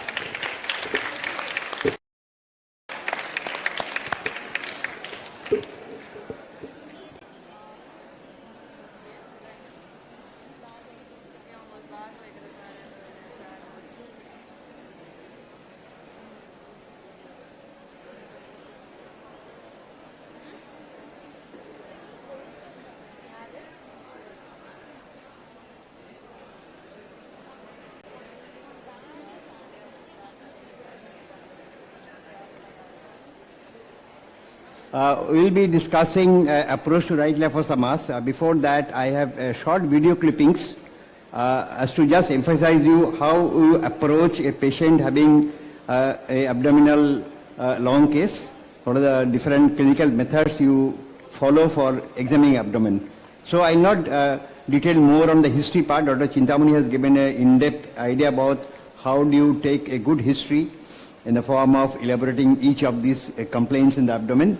So we'll pass on to the routine format with the particulars of patient and then write the chief complaints, go on to history of present illness, try to elaborate each of the abdominal complaint in each of the paragraph. Details about the pain, nausea, vomiting, appetite, weight loss, bowel habits, heartburn, acidity, flatulence.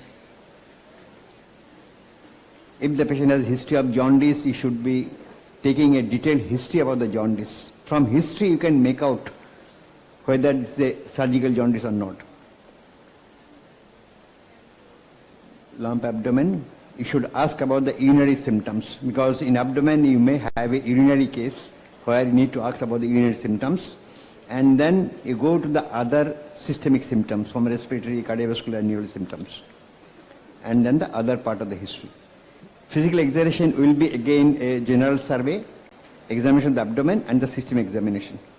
So how do you start your abdominal examination? It starts with inspection. And once you start inspection, you should keep in mind that you have to inspect the abdomen looking tangentially. You sit by the side of the patient and then you look at the abdomen and try to video part, just check.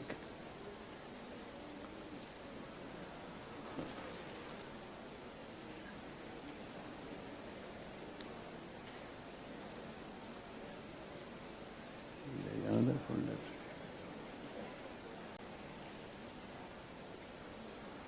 Yeah. So you look at the side of the patient, from the side, from the foot end of the patient, and you follow what are the things you look for inspection of the abdomen. That has been covered by Dr. Chintamani. What are the things you look for inspection? So you sit by the side of the patient, look from the foot of the patient, ask the patient to take normal breathing. You comment about the shape and contour of the abdomen. It can be normal abdomen, it can be a distended abdomen, it can be a scaphoid abdomen. So again, look carefully from the side and from the foot end of the patient.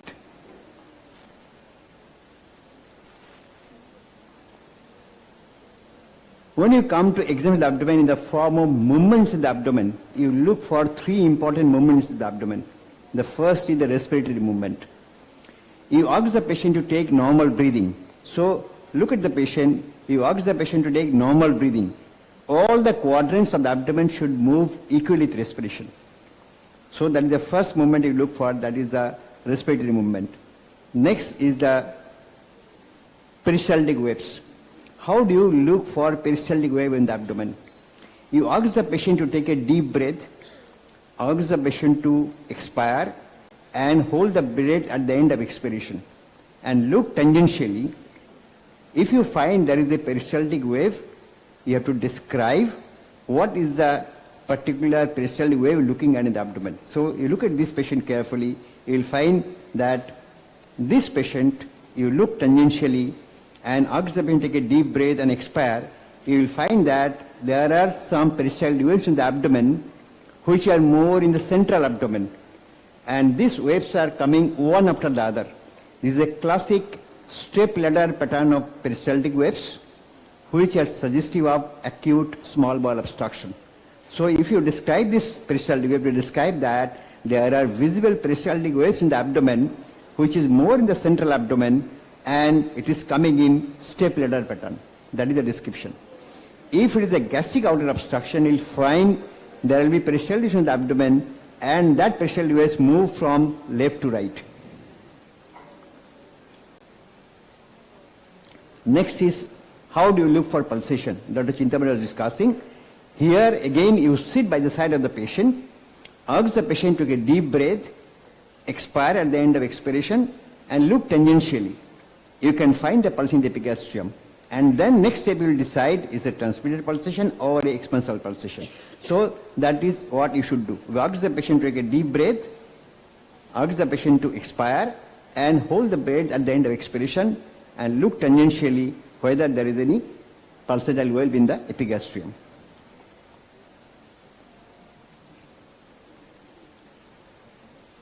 If there is a lump in the abdomen, on inspection, you have to describe the lump, and first we ascertain by rising test whether the lump is intra-abdominal or parietal, and then try to describe the lump in relation to the abdominal quadrants or regions.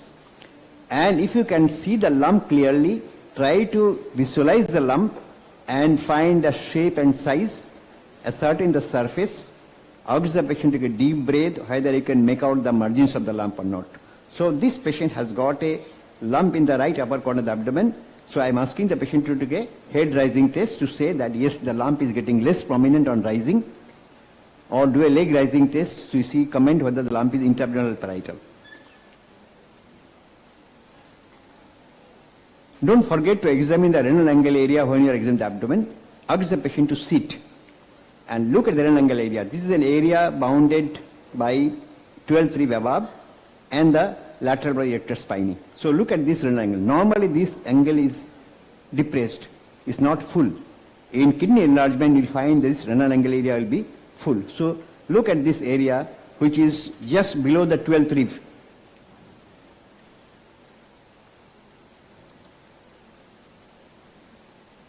Next part of the ignal examination will be you examine the inguinoscrotal area. We have discussed in details about that. So look at this area in the inguinoscrotal region, look at the external genitalia and ask the patient to cough to ascertain any cough impulse in that area. Examine the external genitalia. Next comes the palpation.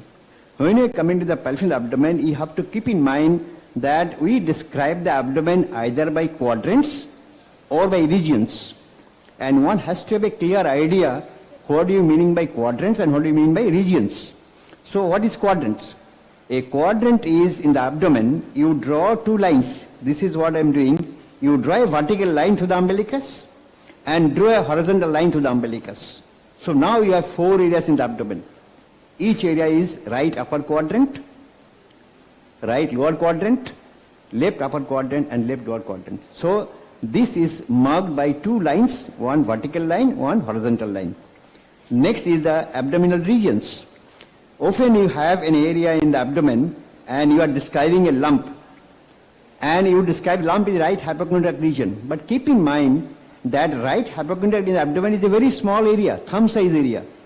So how do you define the abdominal regions? This is an anatomical description of the area. We divide the abdominal regions by 2 vertical planes and 2 horizontal planes. 2 vertical planes are the mid-clavicular and mid-inguinal point planes, and 2 horizontal plane, the upper plane is transparalytic plane, which is 1 hand length below the xiphisternal junction, and this plane cuts through the tip of the 9 costal cartilage. Then lower transverse plane is the transtubercular plane, which is the tubercle of the iliac crest. You draw the horizontal. So this is how you draw the abdominal regions. You ask the patient to keep her hand in the epigastrium. Draw this plane. This is transparalytic plane cutting through the tip of the 9 costal cartilage. Find the tubercle of the iliac crest. Draw this transverse plane, is a transtubercular plane.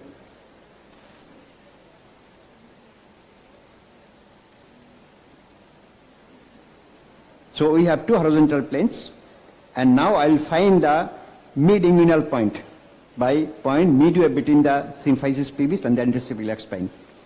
And on either side you draw the vertical line, that is the mid-clavicular plane. So these 2 horizontal plane and 2 vertical plane divide the abdomen into 9 regions. Right hypochondriac, epigastrium, left hypochondriac, 2 lumbar region, right and left, umbilical, right iliac fossa, hypogastrium, the iliac iliac fossa. So this is how you divide the abdomen into regions. Then start your superficial palpation.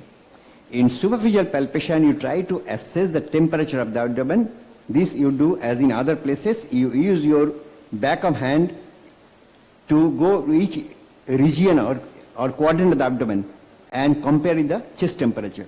Comment that the temperature of abdomen is normal or there is any localized rise of temperature.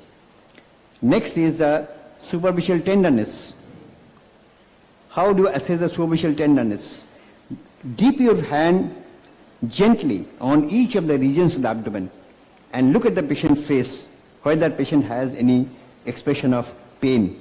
So this is how you look for superficial. Don't dip too much.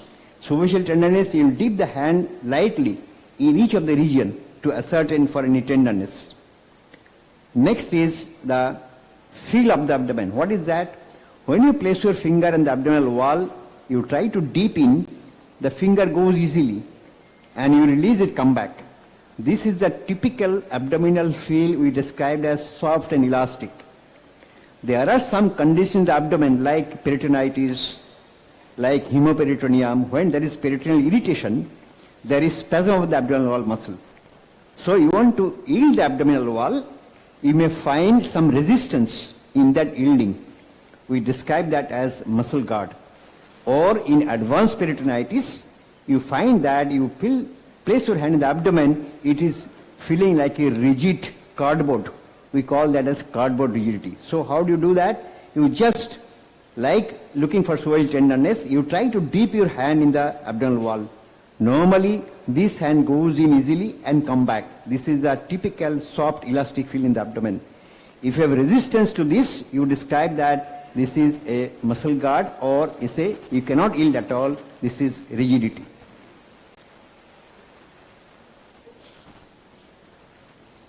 Next part of the abdominal examination, superficial palpation, is try to palpate any lump in the abdomen on your superficial palpation. If you find a lump in superficial palpation, you did not describe the whole lump in superficial palpation. You appreciate there is a lump, and then you can take this lump description under deep palpation. There are different deep tender spots in the abdomen. It is not necessary that you do all that spot examination in your long case. Suppose you are dealing with a patient of carcinoma stomach. There is no reason that you examine the McManus point, say McManus point is not tender. It is not necessary that you put your finger in the renal angle, say renal angle is not tender. So deep tender spot examination will be depending on your history, and then you go to the relevant deep tender spots.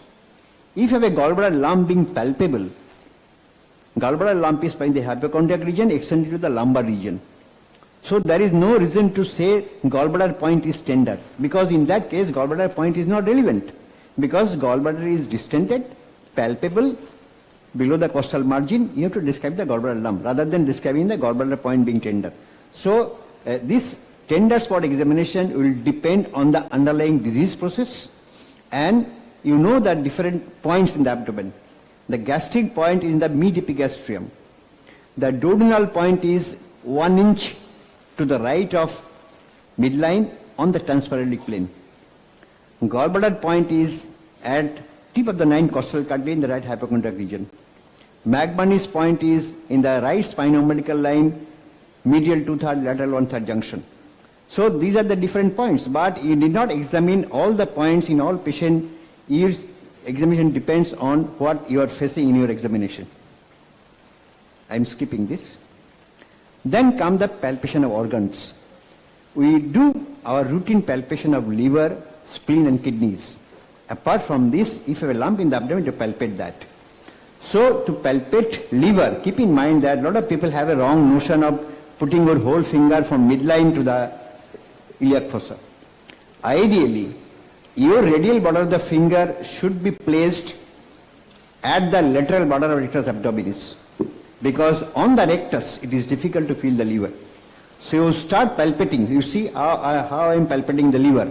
You start palpating right iliac fossa, keep your finger lateral to rectus abdominis. Once the liver is palpable, you can change your finger and palpate the left lobe going beyond the midline. And then once the liver is palpable, you have to comment about the surface and margin of the liver. So that is how you start palpating the liver. You start palpating right iliac fossa and put your radial border of the finger lateral to rectus abdominis.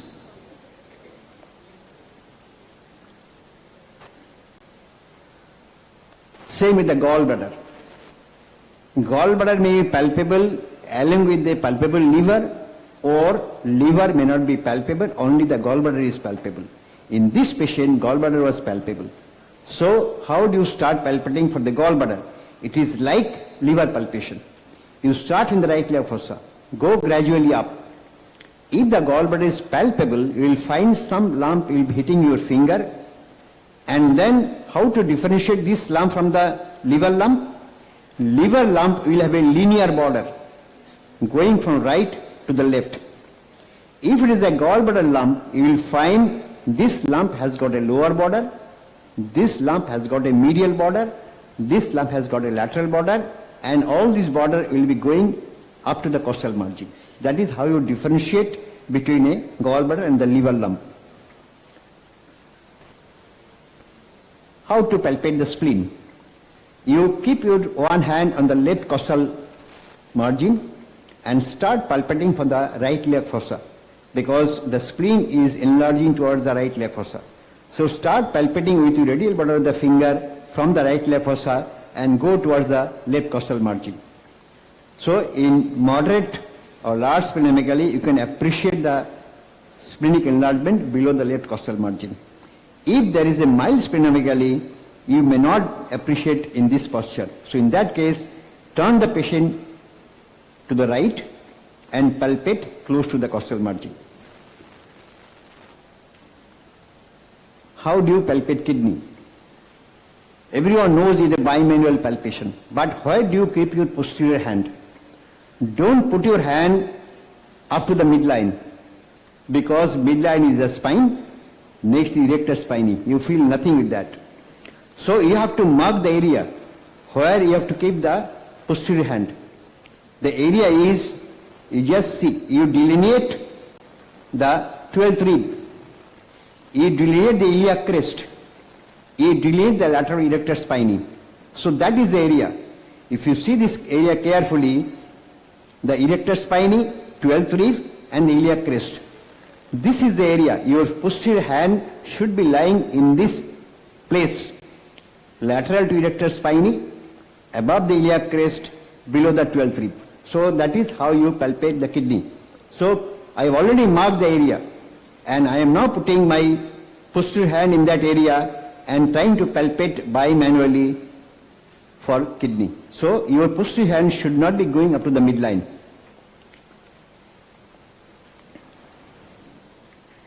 If you have any other lump in the abdomen, you have to palpate that lump, and as I said, once you palpate a lump apart from the defined organs, you have to decide whether the lump is intra-abdominal parietal by doing a rising test, and then palpate the lump all around, ascertain the mobility of the lump with respiration, ascertain the surface and margin of the lump. So if you have this patient has got a gallbladder lump, I am first ascertaining by rising test this is intra-abdominal parietal. And then once that is done, you palpate the lump and describe the lump, how far it is below the right costal margin, how is the surface, how is the margin, how is the consistency. So in any other abdominal lump, you have to describe these characteristics of the intra-abdominal lump.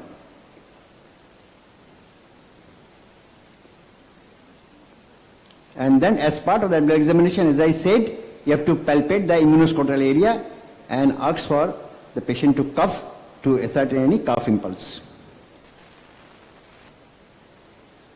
And in both male and female, you should examine for the external genitalia. What is a normal abdominal percussion?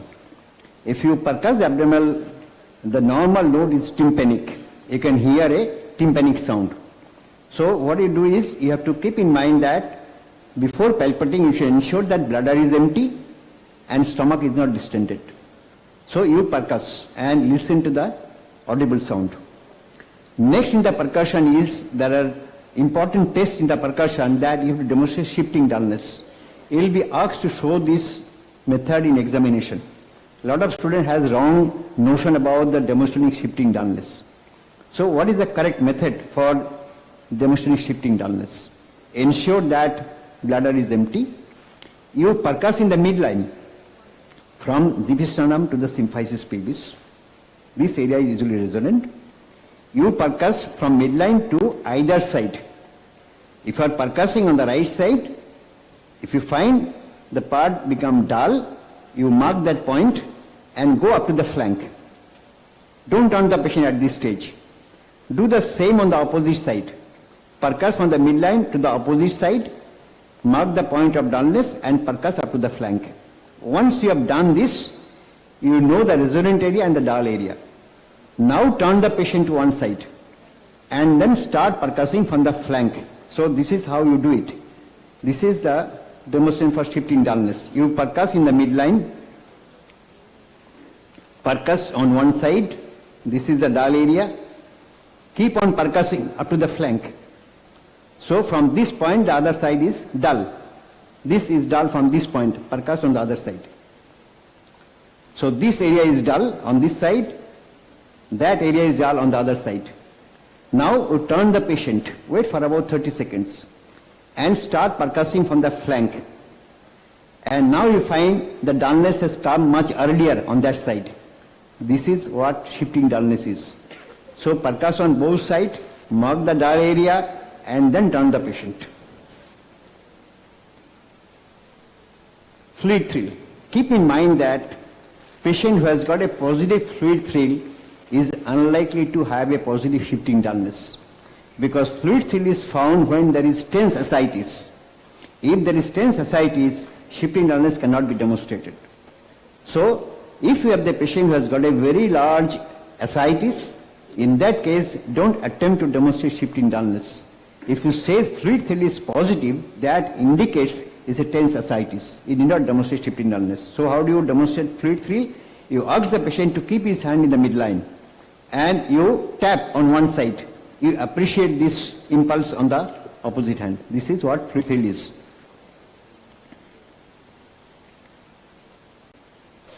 Then you have to assess the lever and the splenic span. It's not enough to say that lever is palpable 3 centimeters below the right costal margin. It can be a descent. So you have to assess the lever span. How do you do that? If the lever is palpable, you mark the lower border of the lever and percuss from the second intercostal space and then come down. The point of dullness is the upper border of lever dullness. So that is how you measure the lever span. This is the upper border of lever dullness. Keep on percussing, the lower border. And then you measure with the tape. This gives you the lever span. You have to talk of lever span in examination, not the extent of enlargement below the costal margin. Same, you have to do the splenic examination. You have to percuss the upper border of spleen and you can describe the splenic enlargement.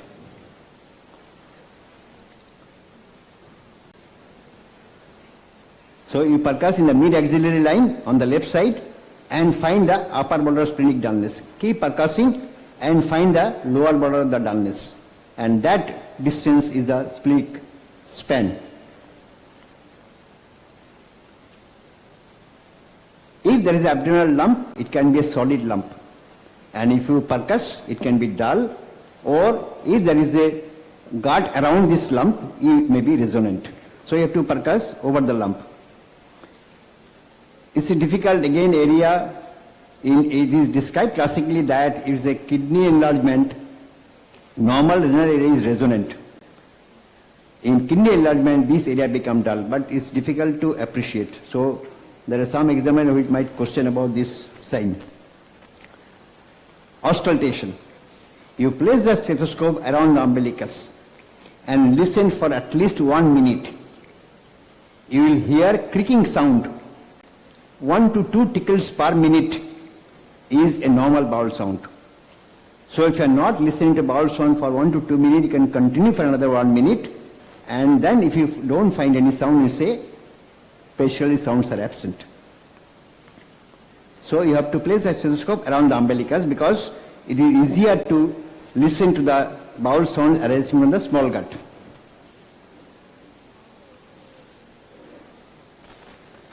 Patient having gastric obstruction, the 2 points are discussed by Dr. Chintamani, that stomach should not be empty. The basic point is patient should not drink or eat within 3 hours when they are demonstrating succussion flush, because stomach is obstructed, there is retention of food or fluid in the stomach, you want to demonstrate that. So what you do, you place the stethoscope in the center of the epigastrium and shake the patient. You can hear the splashing sound coming from the stomach. This is succussion flush. And next is auscultopercussion. You place the bale of the stethoscope on the epigastrium and start scratching from the left costal margin. Normally the greater curvature is above the umbilicus, but patient having outward obstruction, the greater curvature go down. So you can hear the creaking sound much below the umbilicus. So you keep on scratching and listen to the sound and mark the greater curvature. So your auscultopercussion here will be, you can say that on auscultopercussion, the greater curvature is outlined 2 centimeters below the umbilicus, suggesting there is distension of the stomach. Parietal examination, in MBBS examination, the examiner doesn't expect that you will do a parietal examination. So you can just write, PR examination is not done. So I am not going to this parietal examination for you, because in MBBS, parietal examination is not to be done by the students. So now I have given the task of discussing how do you approach a right leg fossa mass. So what is right leg fossa? As I said, we have drawn these 2 planes. It's not a very big area. Right leg fossa is a very small area which is bounded by the transtubercular plane and the midclavicular plane on the right side. So this small area is right leg fossa. So what are the normal contents? What are the normal structures in the right leg fossa? The normal structures are appendix, cecum, ileocecal junction, terminal, lymph nodes and part of the ureter. So these are the normal contents in the right leg fossa. There may be some abnormal contents which can go to the right leg fossa in disease states, like an unascended kidney, a undescended testis, a descended gallbladder from hypochondriac may go up to the right leg fossa, tubovarian mass or uterine mass. So these are the some ectopic structures which are going to the iliac fossa in some exceptional conditions. So these are important because when you discuss the right leg fossa mass, we should be keeping in mind these underlying structures, the pathology of which will cause right leg fossa mass. So it's a common surgical entity, and this can confront a surgeon, can urologist, can gynecologist, and it often poses a diagnostic challenge. It is very difficult to diagnose iliac fossa mass by taking history, by doing good investigations also. Sometimes this remains a diagnostic dilemma. So what are the differential diagnoses of a lump in the right leg fossa? If you see the structures in this area, this lump in right leg fossa may arise from the abdominal wall. This lump can arise from the intraperitoneal structures. This lump can arise from the retroperitoneal structures, or this can be some ectopic structure which are going secondary to the right leg fossa. So these are the important structures. What are the mass which can arise in the abdominal wall? It can be hernia, it can be tumors from the subcutaneous tissue, it can be tumors from the rectus sheath, it can be a desmoid tumor, it can be a sarcoma from the abdominal wall. What can be the mass which arise from the intraperitoneal structures? The commonest pathology in the right leg fossa is the appendicular pathology. You should always keep in mind that commoner things come first. So any pathology right leg fossa, first attention should go to the appendicular pathology. It can be an appendicular lump following acute appendicitis. It can be an appendicular abscess. It can be appendicular neoplasm.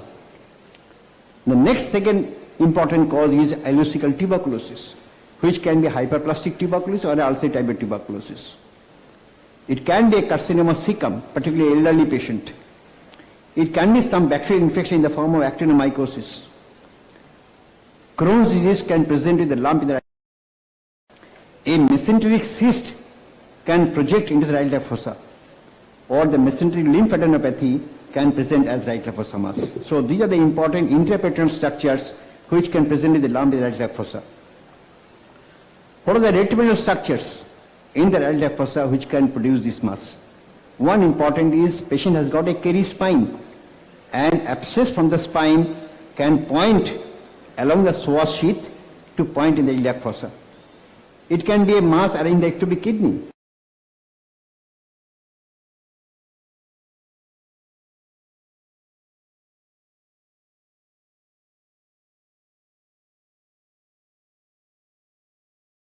These are the commonest diagnosis in right left fossa mass. As I said, appendicular lump is the commonest diagnosis. So how do you approach a patient who has got right left fossa mass? The approach is taking a good history. History about pain abdomen, history about the swelling, history about other associated symptoms. The next part is a good physical examination, a general examination and abdominal examination. And then following the examination, you have to ascertain how is this lump. Is this lump parietal? Is this lump intra-abdominal or in the retroperitoneal? And depending on the clinical presentation, we can make a provisional diagnosis. As I said, the commonest diagnosis is the appendicular lump. What is appendicular lump? It is a lump which is formed in the right left fossa following an attack of acute appendicitis. Patient has pain abdomen, patient has fever, patient is vomiting. 2 to 5 days following the line, patient presents with the lump. So if we have the classic history of this Murphy's triad followed by lump, majority cases you can diagnose this is a benign appendicular lump. When you think the lump has progressed to appendicular abscess, following this lump, patients start having spiky temperature. Patient look toxic. The area become tender and there is rebound tenderness. That is the situation you suspect that the lump has turned into an appendicular abscess.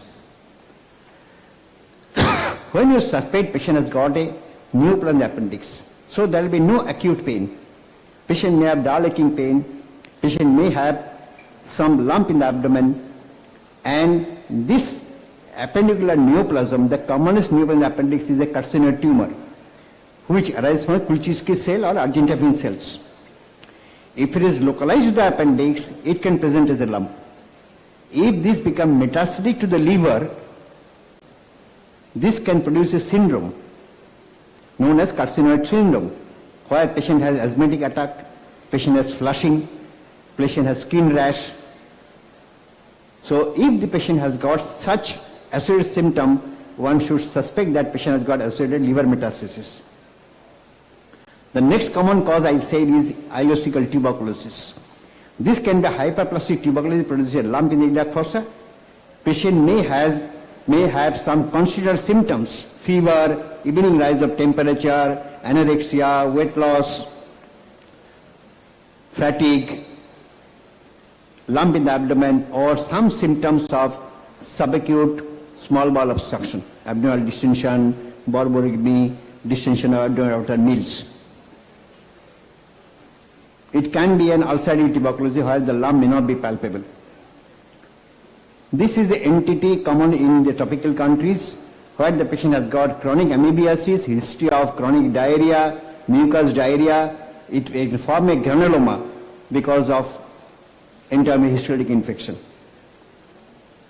Carcinoma cecum, in an elderly patient, 50 plus patient presenting with a lump in the iliac fossa, presenting with anorexia, weight loss, fatigue, anemia, one should suspect a malignancy in the cecum. Actinomycosis has got some classical presentation. Patient can present with multiple sinuses. There may be discharge of sulfur granules from the iliac fossa. And there may be fixed indurated mass in the iliac fossa. One should suspect actinomycotic infection. As I said, the lump in the iliac fossa may come secondarily from a Carey spine. The pus from the spine has gone to the psoas sheath And as the psoas comes to iliac fossa, it can be an abscess. Patient may have fever, patient may have toxemia, patient may have tenderness in the iliac fossa. It can be a mass arising in the lymph nodes, or as you are aware that the gut, intestine may have some malignant tumors arising from the lymphoid tissue in the gut. We call that as non-Hodgkin lymphoma. Or it can be a retroperitoneal tumor, which is characterized by a slow-growing mass without any other symptom. Only the presentation is the swelling, no other systemic symptoms. So how will you approach for diagnosis? If you have a suspicion of appendicular abscess or appendicular mass, a routine blood count will reveal leukocytosis. The next most invasive should be an ultrasound, extension of clinical examination. In some cases, CT scan is helpful for diagnosis. In retroperitoneal tumors, MRI gives a better delineation. If you suspect CSC come, you should ask for a colonoscopy examination. So treatment will depend on the underlying cause. So what should you treat? In appendicular lump, treatment is Ochsner-Shannon regime, followed by interval appendectomy. If it is appendicular abscess, patient should be resuscitated and pus needs to be drained either by image guidance or by surgical drainage. Appendicular neoplasm. If the tumor is confined to the tip of the appendix, a simple appendectomy may be enough. If it is at the base of the appendix, this patient should undergo right hemicolectomy. Ileocecal tuberculosis. The main mode of treatment is antitubercular therapy. Most of the patient can resolve with antitubercular therapy. If the patient has got some complication in the form of obstruction, stricture or perforation, patient might need surgical treatment.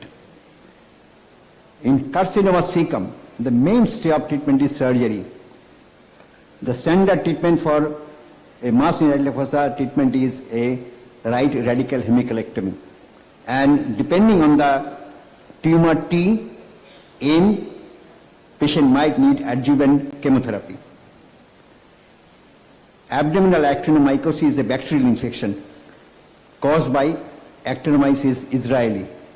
The mainstay of treatment is conservative, and this bacteria is sensitive to high dose of penicillin or cotrimoxazole. If there is extensive necrosis, this patient might require some debridement. In ileocecal non-Hodgkin lymphoma, if the patient presents obstruction, this patient might require a hemicolectomy, and the mainstay of treatment for lymphoma is chemotherapy with a R-CHOP regimen. So, in brief, right left fossa mass is common. It's a common surgical entity. Proper evaluation will lead a thorough clinical history and examination, and investigation will be guided by your clinical diagnosis, and investigation will start with a routine ultrasound to either CT scan, MRI or selected cases colonoscopy. Often this mass in iliac fossa is a diagnostic challenge, and treatment will be based on your investigation and final clinical diagnosis. Thank you.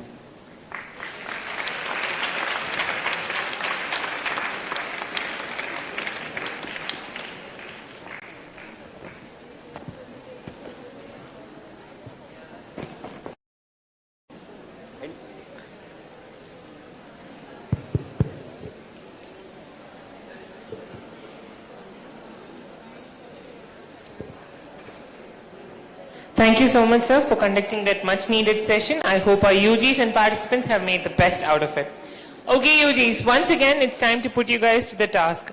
So since we had a very subtle session on the topic of approach to GOO, let us also review this topic in the form of a case. So now we have Gopika, Malavika, Deepthi from the final year MBBS SMIMS with a case presentation on the topic of carcinoma stomach. To invigilate and recalibrate our students and audience, may I have the privilege of welcoming back Dr. Chintamani sir, Dr. Makandal Saha sir and Dr. Praveen sir to the dais. Please help me welcome everyone with the largest round of applause.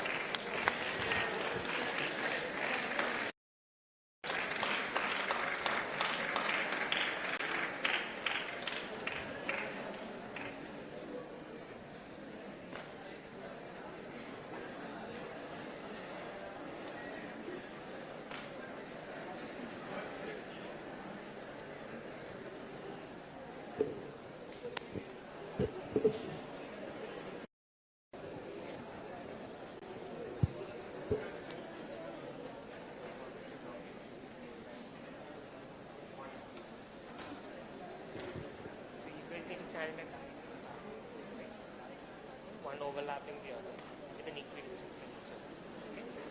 Okay? Alright?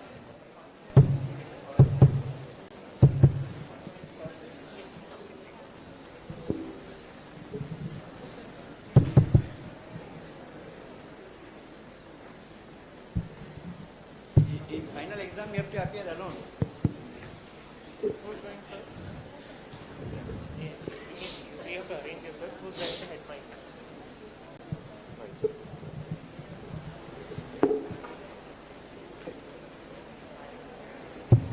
And if you can hold this. Another point.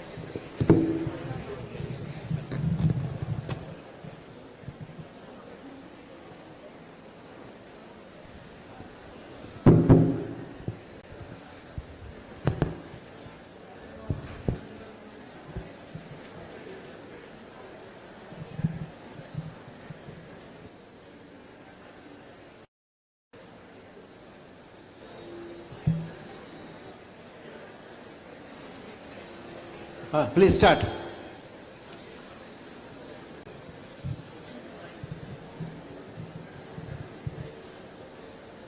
Can we start now?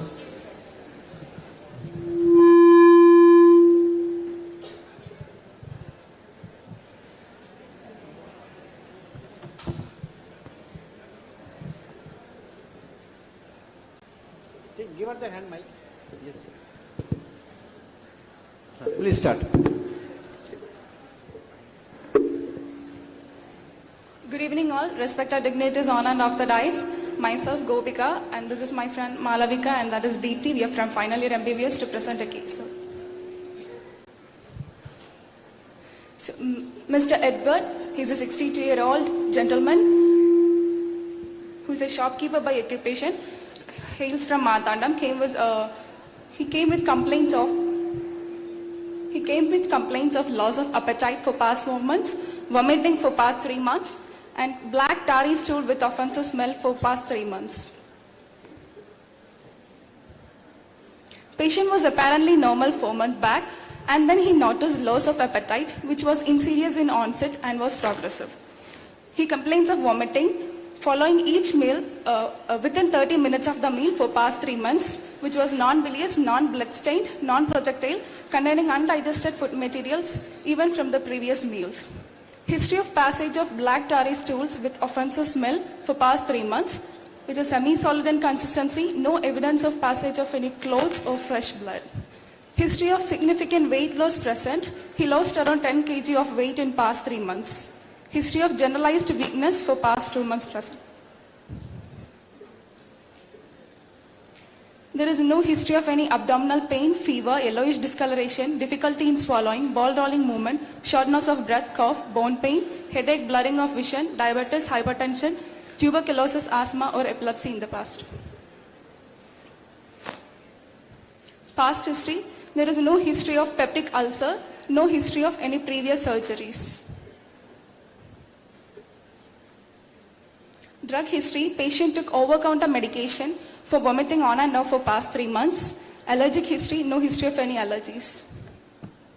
Personal history, diet regular, non-vegetarian, intake of spicy food present, non-smoker, non-alcoholic, no sleep disturbances, bowel habit, frequency, regular with offensive smelling black tarry stools, no complaints of bladder dysfunction. Family history, no history of any gastric disorders or gastric carcinoma in the family, no history of any malignancy in the family.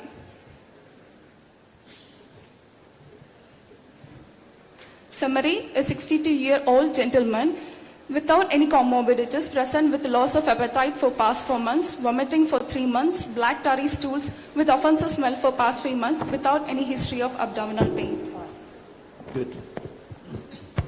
Whenever you're making a presentation, never declare the name of the patient. Make it a habit because it is considered improper when you're presenting to examiners. And classically in UK, you need to take that consent from the patient whether you can discuss with examiners also. So be careful about it. Okay? Now, you've been emphasizing on certain specific histories more. So let's start with the first one, first slide.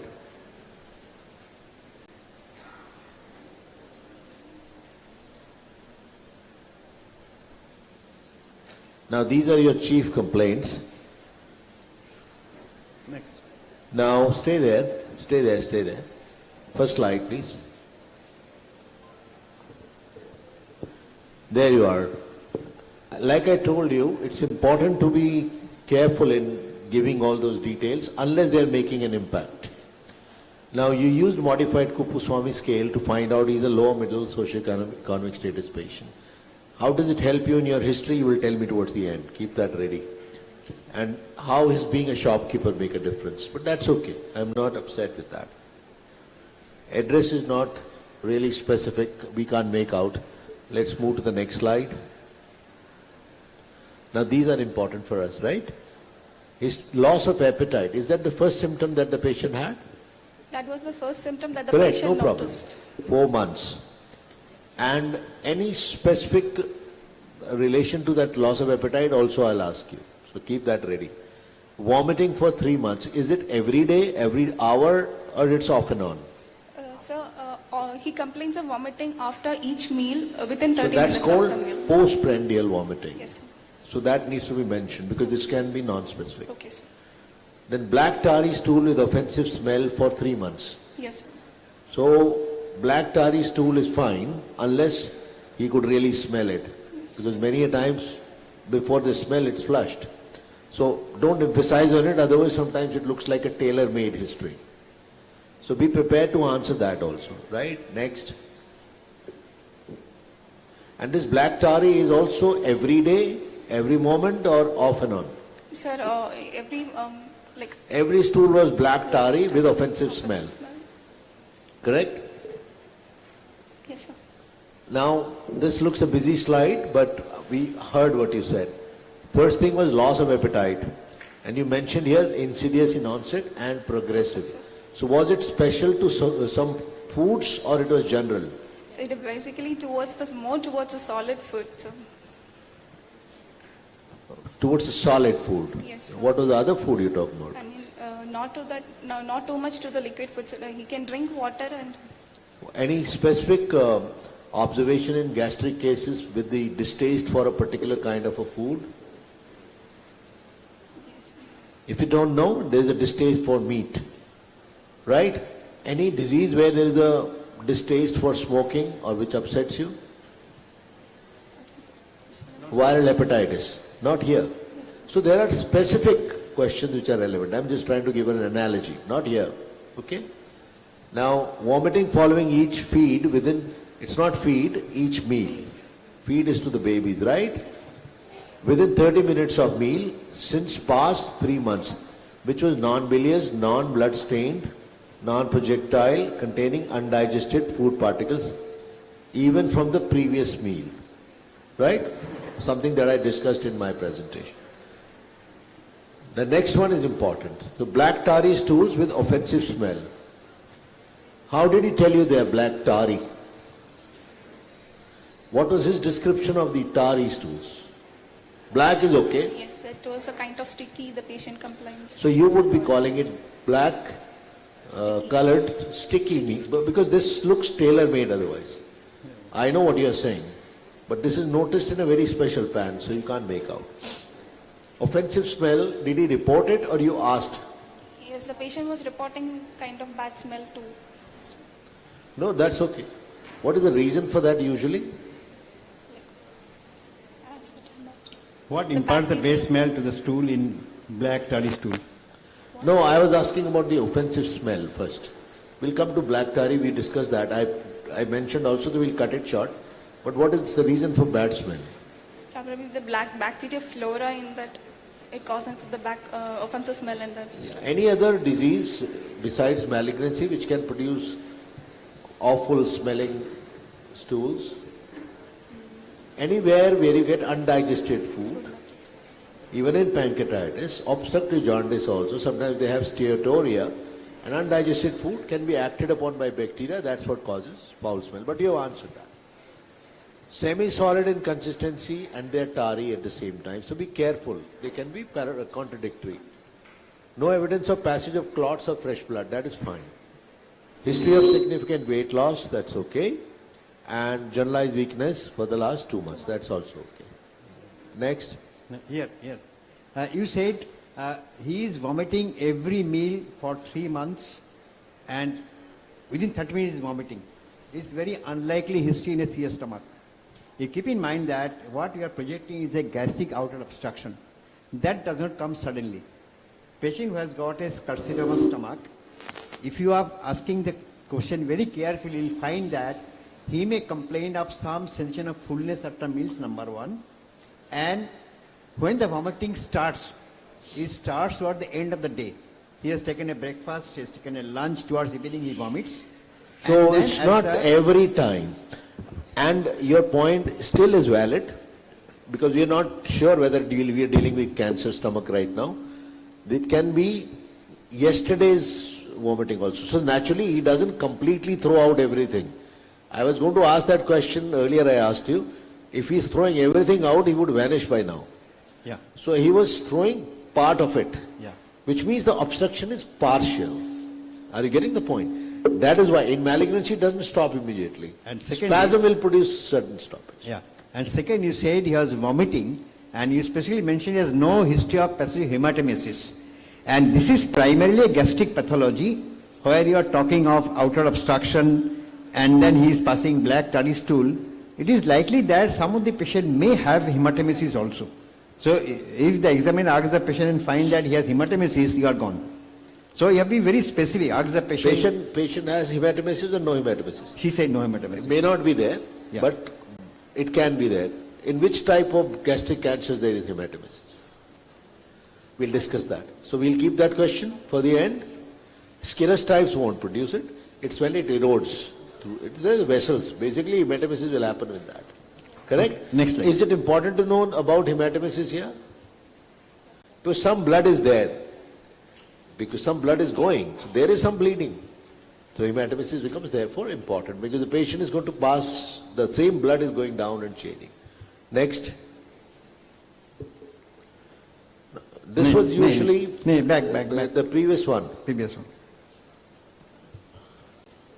Dr. Chintamani said that you will be asking history about T and M.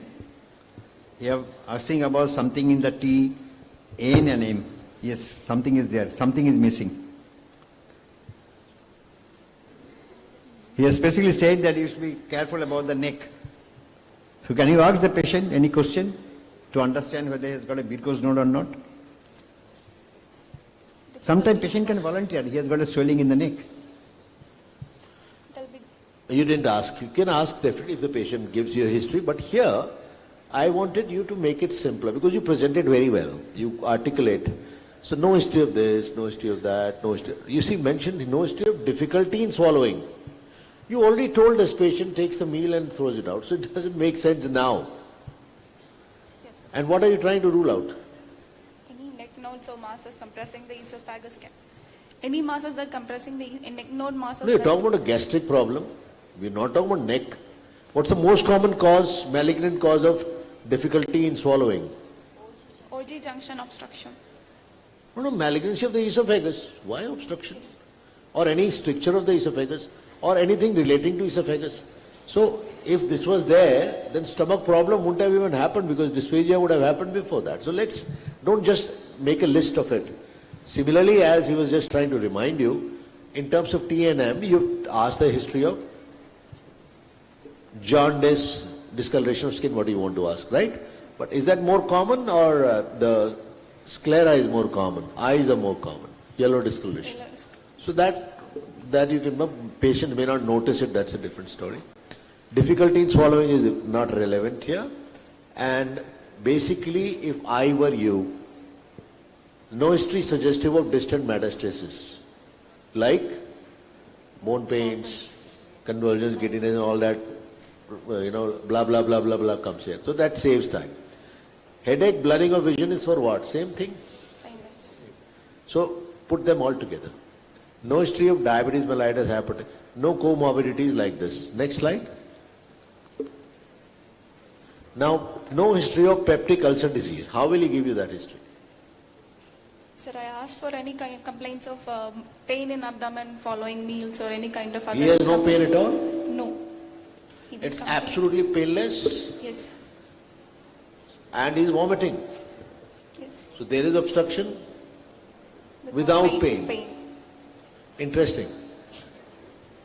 Unlikely. Probable, possible but not probable. Any previous surgeries, what was the point in your mind? Like any GI surgeries which can lead to stomach carcinoma, stomach. Like stomach is predisposing to cancer stomach. Do you know a condition? Any surgery in the stomach which can produce cancer in follow-up, maybe 10 years, 15 years. Stomach carcinoma, stomach. No, not carcinoma stomach. You listen to the question first. Repeat the question. Any surgery in the stomach which can predispose to development of cancer in the future. You say no peptic ulcer disease. So there is unlikely to be any surgery in the stomach related to the peptic ulcer surgery. Any peptic ulcer surgery, you know, which can be a predicting factor for malignancy. If the patient has undergone vagotomy and gastrostomy, it causes achlorhydria. Achlorhydria can lead to atrophic gastritis and subsequent gastric cancer. Not done these days. It's an old, it used to be an important cause. Any other condition which can predispose?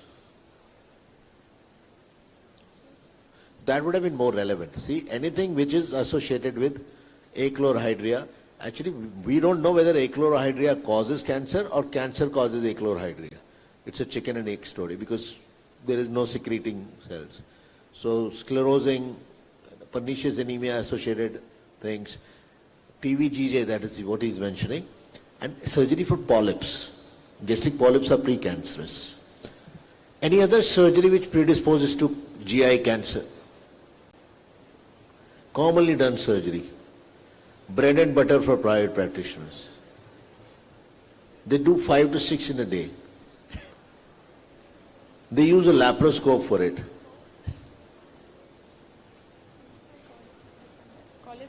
Naturally, I have answered it already. So you don't make it look more difficult. Cholecystectomy, because bile is considered carcinogenic, not it keeps flowing and that is found to be causing.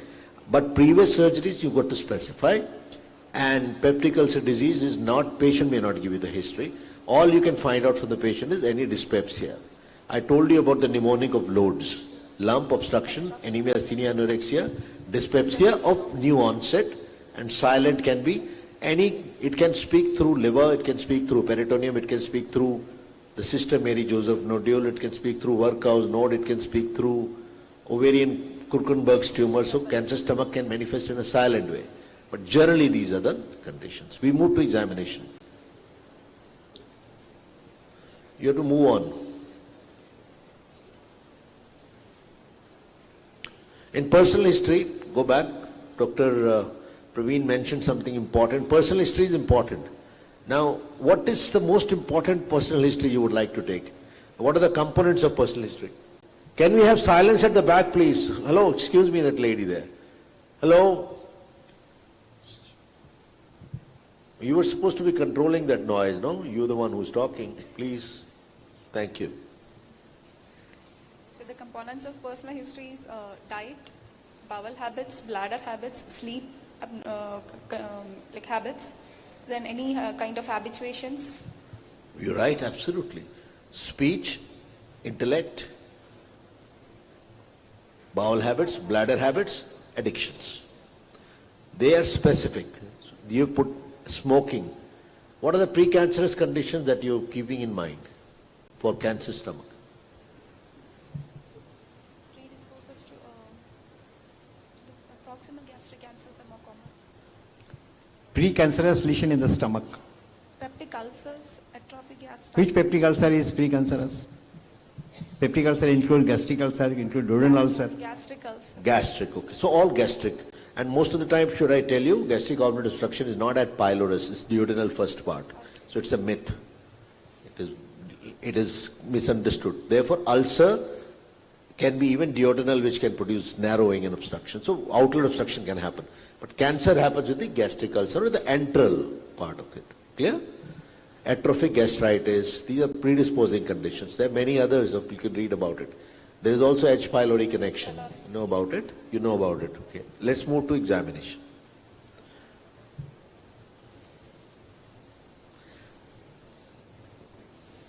General examination. Consent was taken. Examined in a well-lit room. Patient was conscious, cooperative, well-oriented to time, place and person. Moderately built and ill-nourished. Pallor was present. Pedal edema present. No icterus, cyanosis, clubbing or generalized lymphadenopathy. Signs of dehydration present. Skull and spine normal. But after today's class, would you change it or you will carry on with the same performance status? Run-of-the-mill story. Performance status, ECOG status. Perform status, nutritional status. Nutritional status. Hydration status in this patient is extremely important for us.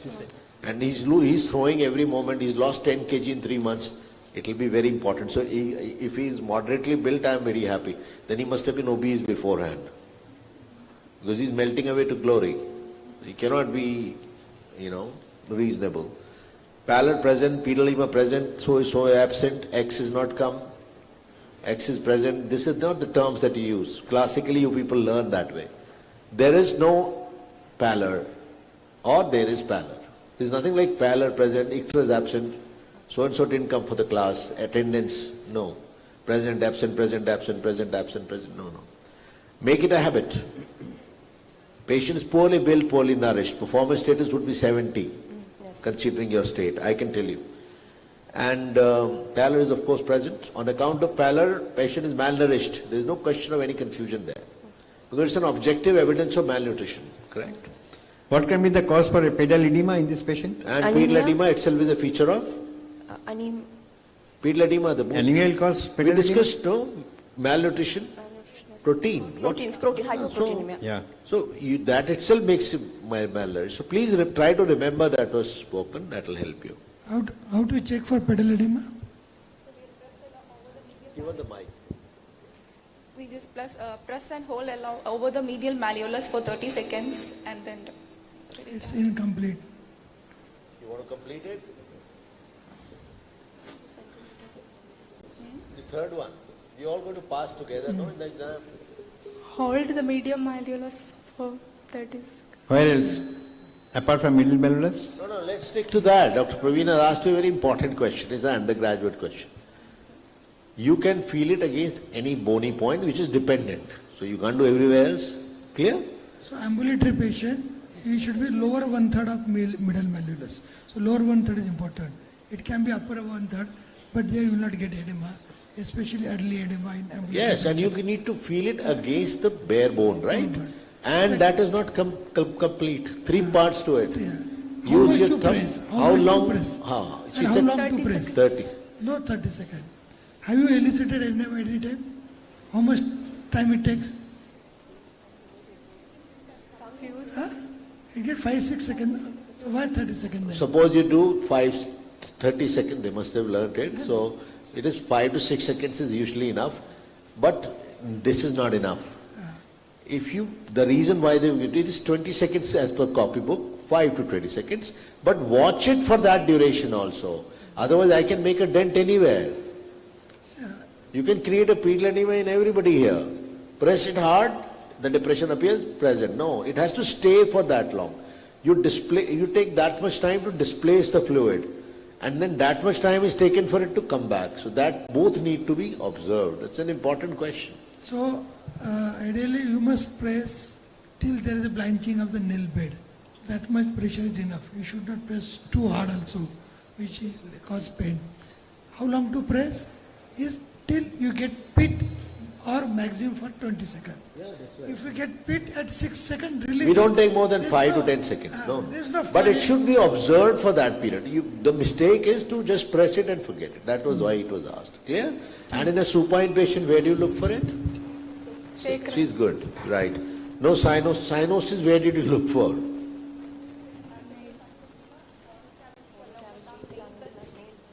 Why should he develop? If I tell you there is a paradox here, is it common to see cyanosis in grossly anemic patients? Take the mic and answer. I asked you a U assembly question now. No, sir. No. Why is it a paradox? Because usually it's I'm taking you back to a medicine clinical lecture now. When do you call it, when the cyanosis happen? When the reduced hemoglobin is more than 5. But if the hemoglobin is less than 5, how would it be more than 5? So it may not show up. Be clear. Next. What are the grades of clubbing? Grade 1, there is mild obliteration of the liver-bone ankle. Grade 2, parrot beak appearance. Grade 3, drumstick appearance. And grade 4, hypertrophic osteomyelitis. So how to check for grade 1? So we'll approximate the both the index Any other way? See for the fluctuation of the How? neighbor. Demonstrate. It's okay, no, sir. Oh, please.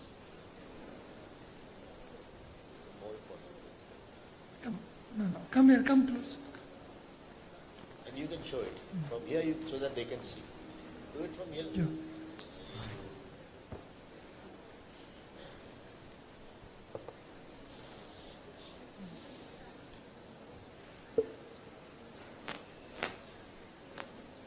With the index finger. You found clubbing in her? No. Cyanosis? See, this most of the time this pigmented part is the nail bed. Everyone is having this pigmented part, this male. So this accumulation of fluid, and that causes initial softening of the nail bed. So to elicit that, what is important that you must fix this distal interphalangeal joint. So fix distal interphalangeal joint, fix the tip of the third phalanx. Keep this index finger as a passive finger over the nail bed, and then tap the nail with your left hand finger. So if there is a softening, the nail bed will hit this passive finger, because there is a fluid in between. Are you getting? Okay. So what is important here is fixing of the phalanx. If you don't fix it, if you tap it, whole finger will move. You have to fix the terminal interphalangeal joint so that you are able to do the test correctly. Okay, that's there. They've got a mic. Let's move. Signs of dehydration are present. We will not go there. We have discussed it. Next, we'll try to skip a lot of part now. Okay, pulse is very special. Let's go. The BMI is 15.5.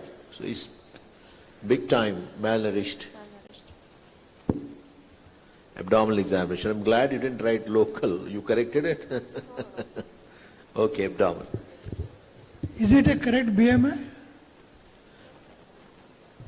No. What is the fallacy? No. Is it normal or patient is malnourished? Malnourished. But still in patient with hypoproteinemia, there is accumulation of fluid. Fluid can give the weight. That causes, elevation of weight. So actual BMI in such patient with severe edema, hypoproteinemia, or ascites in that matter. Relatively speaking, it may not drop as much, but then you should have the evidence of fluid. So both are important. Yes? Inspection, abdomen was distended, epigastric fullness is seen, umbilicus normal in shape, size and position, no discharge or swelling in umbilicus and periumbilical region, all quadrants move equally with respiration, no fullness in flanks, no scars, sinuses or dilated veins, no visible peristalsis, hernial orifice is normal, external genitalia appears normal, no visible nodes in the left supraclavicular region and axilla. Why do you add axilla? Yes, you keep moving. We'll come back. We finish. Palpation, no local rise of temperature or tenderness, single non-tender intra-abdominal mass palpable in the epigastric region, 5 × 4 centimeters in size, hard in consistency, well-defined lower margin, rounded, all borders palpable, intrinsic mobility present, fingers can be insinuated between the swelling and the xiphisternum, right costal margin and moves with respiration, liver and spleen not palpable, no other mass is palpable, hernial orifice is normal, left supraclavicular and axillary nodes not palpable. Percussion note over the mass, impaired resonance, no free fluid in the abdominal cavity, liver percussion, upper border, 5th intercostal space, liver span is 12 centimeter, craniocaudally in the right mid-clavicular line. Auscultation, normal bowel sounds heard, no bruit over mass, succussion splash is negative. Auscultopercussion, greater curvature lies just below the umbilicus, digital rectal examination, black staining of gloves, no other abnormalities detected. The axilla, why did you want to examine for the axillary nodes? That's what Dr. Shah was asking. I wanted you to finish in a flow so that you can go back.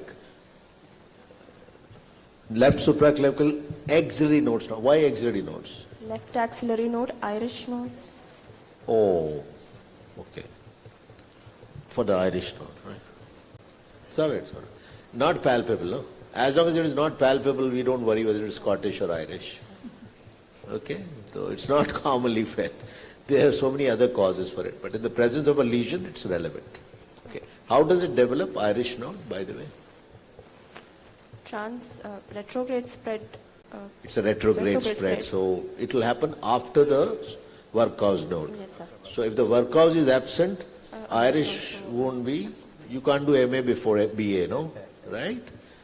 Let's go to the next, what you were showing. Next. Very nicely done. Keep moving. You're doing well. Ausculto percussion, now you know how to do it?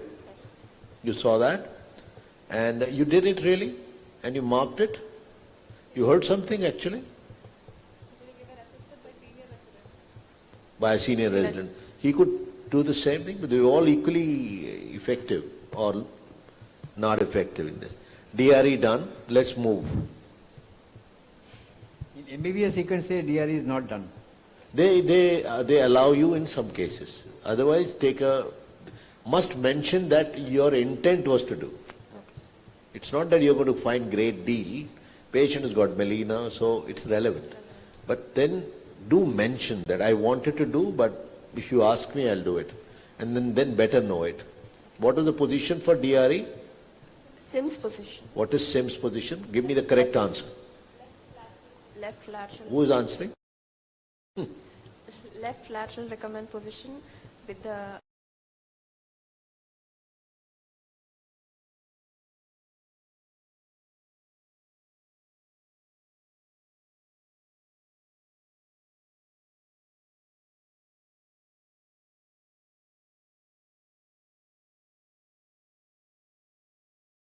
You can.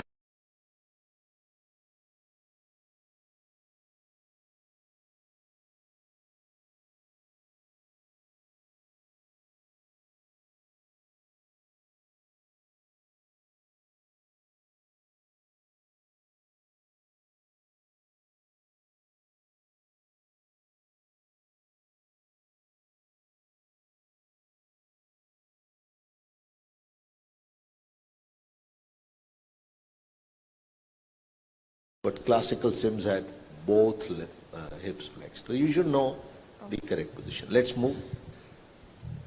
summary. A 62-year-old gentleman without. And one common mistake that people do, I'll mention that in my examination also, that when they're doing the DRE, suddenly they remember, I forgot to take some history. It's a wrong time to be asking the history again, because patient is in that position. A classical Scottish joke, it happened really with me, so I'm telling you. This person was asking, now I forgot about the history of smoking, and you're doing DRE. And when he's about to do that, suddenly he asked, Mike, are you a smoker? Do you smoke?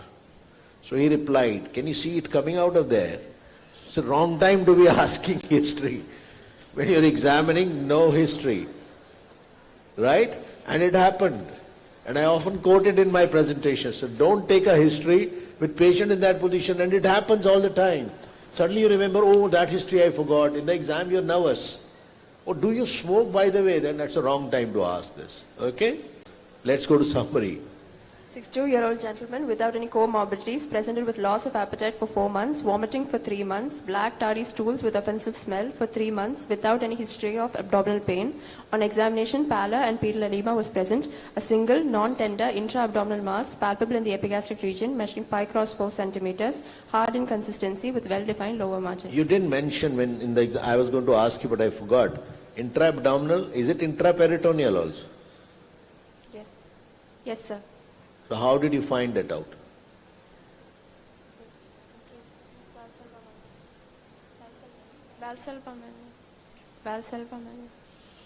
Valsalva would be for finding out whether it's parietal or intra-abdominal. But intra-abdominal can be intraperitoneal and retroperitoneal. Movement with Movement with moves respiration, otherwise mobile, and don't do knee elbow test. That is the third thing that people talk about. Your summary has become too brief. And it's too brief because you are missing a lot of important points in the history also. Patient has significant weight loss, patient is malnourished. Okay, you have said greater curvature below the umbilicus. So yes. at least it should not be that brief history. It should be 2 paragraphs. First paragraph in the history and then second paragraph. So take up the important points. He has no metastatic symptom features. Important, no? Okay. See, you must mention all the points that you want to address at the time of management. So you don't have to address just mass. You have to address malnutrition, you have to address dehydration, you have to address anemia. So everything should be there so that you know the further line of action. Yeah. That's the purpose of summary. Correct, and same, TNM. Stick to it. Summary should indicate that. Did you find any evidence of T? Yes. Describe that. Did you find any evidence of N? No. M distant? No. And the generalized associated features. They are manifestation of the problem. The T can be defined by loss of weight, appetite, gastric outlet obstruction. And that's why he's saying there's so many other features you had. Patient had significant drop in the BMI, malnourished. All these features become important. Diagnosis. Case of gastric outlet obstruction, probably due to carcinoma stomach. Gastric outlet obstruction, why? Patient has symptoms of vomiting. So whenever in future, you've done well. So we need to learn and get better, no? Isn't it? Otherwise there's no point. In future, whenever you provide a diagnosis, again think of the TNM and you have to stage the patient. Always mention the age of the patient and the gender. Why? It will give, say in certain cases, it's a lady, thyroid swelling, likely to be what? Males different. You know, so it is, how old is it? 62-year-old gentleman with gastric outlet obstruction, probably due to a malignant etiology. Likely possibilities, cancer, carcinoma stomach. It can be outside the lumen also, we don't know. Because it will be investigated. Nobody treats anybody based on history and examination alone. So try to make it that way. Like in the morning, that case, we could have, 35-year-old gentleman with right-sided inguinal hernia. Age becomes important in cancers or other therapies to decide, okay? And when you're saying this, and if you're smart and clever, cover up the TNM here only. If you were postgraduates, I would have asked you to give some kind of a stage. Clinic, it's not metastatic, so it is locally advanced only. So that would have helped. What do you think would be your description of T here? T3, sir. Locally advanced. See, difficult. So read it. So it's a locally advanced disease. You cannot be, because actually it is completely obstructing or partially obstructing. There are features of obstruction. I think they're already talking, so we move on. How do you define T staging in stomach? You know or you don't? If you don't know, say don't know. So T1 is mucosa and submucosa. Good. T2 invasion into the muscularis propria. Good. T3 invades into the serosa, and T4 is other adjacent structures. Give her a round of applause. Because it's not like other tumor where you define by size of the muscle. So you can't do that easily. It is not based on clinical examination. Okay? It's a CT based diagnosis. You can't really make out the linea propria and mucosa, etc. In a very good endoscopic ultrasound maybe, but otherwise clinically you can't. So you can say locally advanced based on obstructive features, which is a little late. Obstruction doesn't mean early stage, no? It means it's completely encircling. So that's fair enough for presentation. I think I would request you to give another round of applause to them. How did you rule out N and M? You said it's not there. Now this is marking for 65% and above. How do you rule out M here? On examination, history, everything. So no symptoms of, there is no bone pain suggestive of. So what would you do if you were to answer in the exam? Points in history and points on examination. Whatever case you present, think of a case, name any other case, obstructive jaundice. Why is it malignant obstructive jaundice? Sir, points in history, points on examination. Very simple. Immediately the examiner is on your side. Clear-headed person. So what are the points in history? You started. Sir, no history of bone pain, no history of blurring of vision, no history of yellowish discoloration. So, Yes. And no neurological symptoms. neurological, no blurring of vision, no headache. So basically 2 B's and 2 L's. Bones, brain, No hemoptysis, no cough. bones, brain, liver, lungs. lungs. Just generally cover them. That's how it happens. And you did not find any blummer shelf on examination. So there are no deposits anywhere else. You think it is still a locally advanced disease. Of course, we'll find out on investigation. I think we should not take it any further. Just one question. You say patient is dehydrated. Yes, sir. Apart from dehydration, what other metabolic abnormalities this patient may have? Okay, that I didn't cover, so I'll take it here. If he's throwing, see, they have marked it up. This is a typical MCQ NEET kind of question, and they will jump to it. Right? This patient is vomiting at every meal. So what would be the metabolic changes in this patient? Metabolic alkalosis. Yes. What else? No, that's not enough. Metabolic alkalosis with hypokademia, hypochloremia, and hypokademia, paradoxical. paradox, aciduria, Yes. And hyponatremia. hyponatremia. Yes. Why is So- there aciduria? And why is it paradoxical? So the patient initially is in a state of alkalosis, as a result of which there is I can give you a hint. It's happening at the level of renal tubules. What is the answer? increased It's an exchange of some of ions sodium. and hydrogen. Hydrogen. So read about it, but you've done well. Big round of applause. Now the questions for 75%. We normally do a read interview in our college for D. So that's called a D exam. How do you proceed? This is your diagnosis.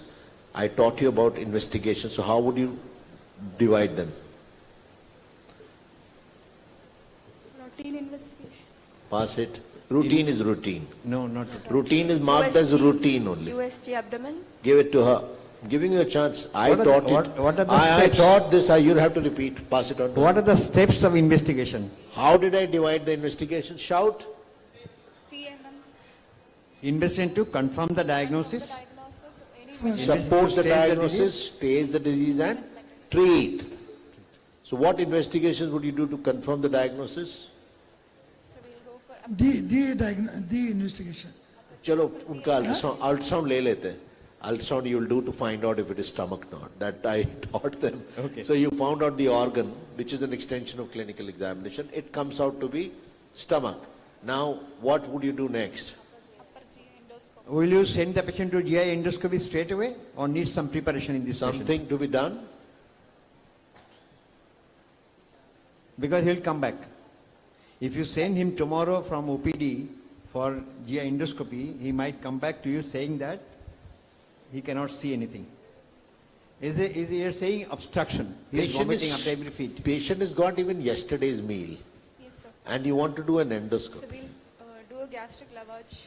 So please get it close to your mouth. A gastric lavage should be done to clear the contents. If he is dehydrated, correct dehydration.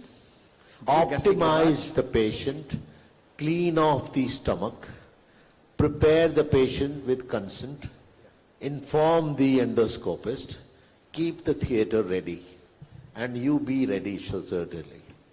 Clear? Upper GI endoscopy is not done as an outdoor procedure in an unprepared patient. What all can you add to the upper GI endoscopy to do the staging? Diagnosis done. Ultrasound. What is that called? Endoscopic ultrasound. Endoscopic ultrasound. What is done to stage the disease? CECT. What is CECT? Contrast enhanced complete chest tomography. What contrast is used? So what investigation is mandatory before contrast enhanced CT scan? Anaphylaxis should be checked. You should see for any anaphylaxis to the contrast for the One is anaphylaxis, you'll test it in the doctor or the patient? Anything with the kidney? Anything else? No, just renal let. function test should be. No, that he answered. So he gets a D, you don't. So you need to know the renal function tests before you go for it. Right? But I won't take it any further. Well done. Give a round of applause. Thank you.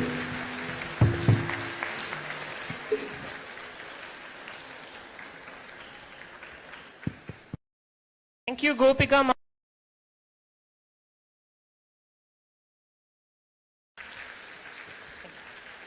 Thank you so much, professors, for fine-tuning our students and ensuring that they did exceedingly well.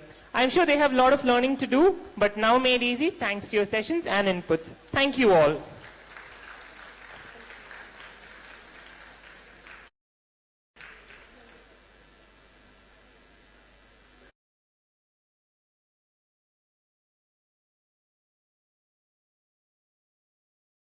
General surgery and the undergraduates of SMIMS, I deem it my privilege to go ahead with this upcoming session.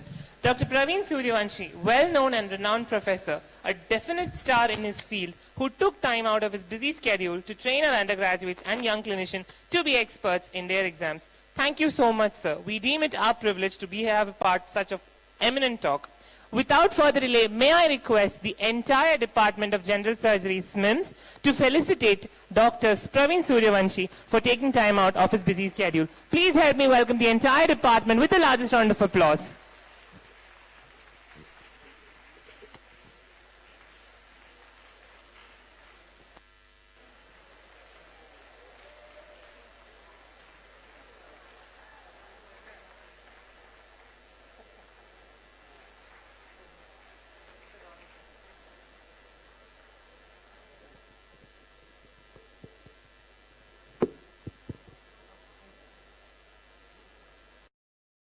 I do believe that we need to keep the cheers rolling, so please give it up for the Department of General Surgery, guys.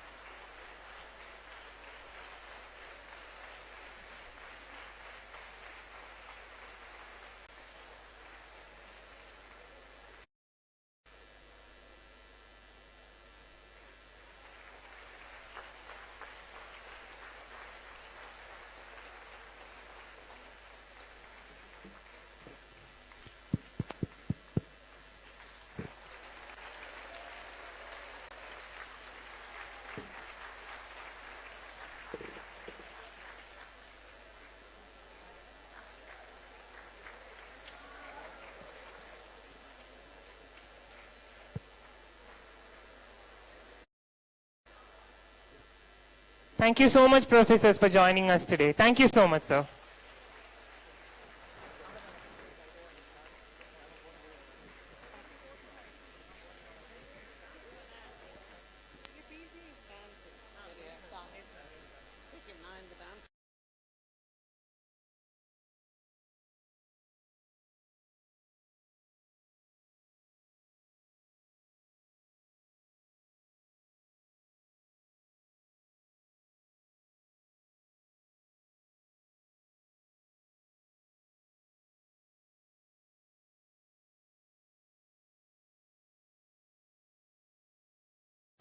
May I also extend my sincere thanks to Dr. Unitan sir, Professor and Scientific Coordinator for this session for ensuring a smooth sail. Like I say, let us go out with a bang. So ready for the academic non-scholastic performances? Can't hear you? That's the spirit. Alright, so moving on. For the first time, we now have a duet performance by a junior and senior. Let's hear it up for Charu and Haripriya. Give it up for them.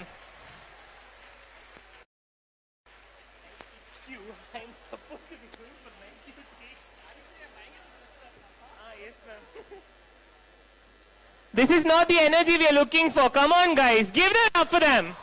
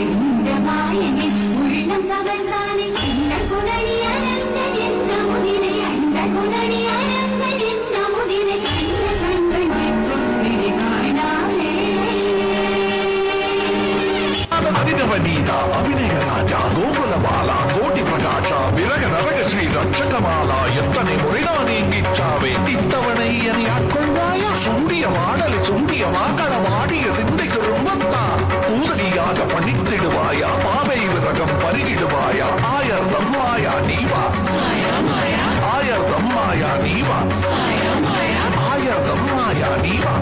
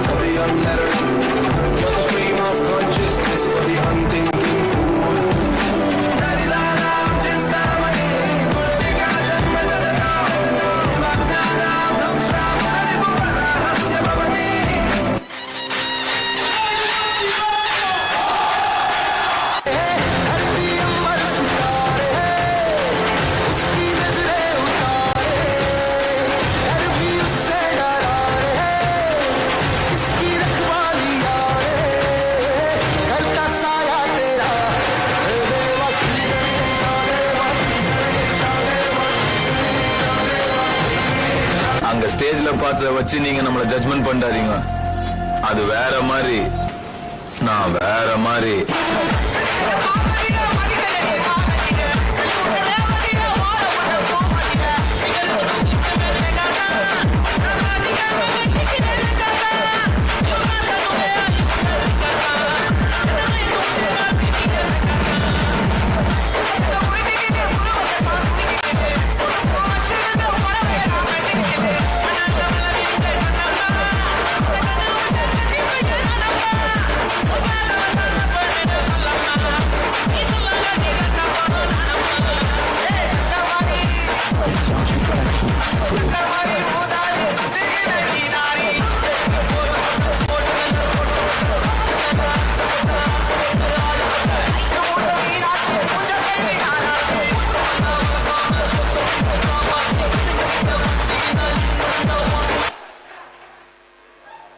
எனக்கு ரொம்ப பிடிச்சிருக்கு. இதுல இருக்கிற ஒரு வாட்டமே வேற.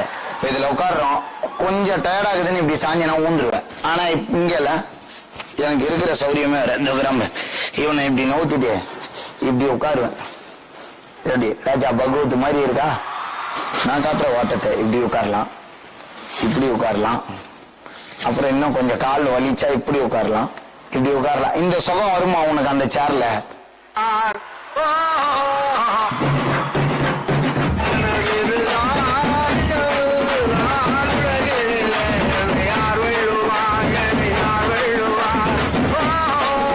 கொஞ்சம் speed எடுத்து மாமே.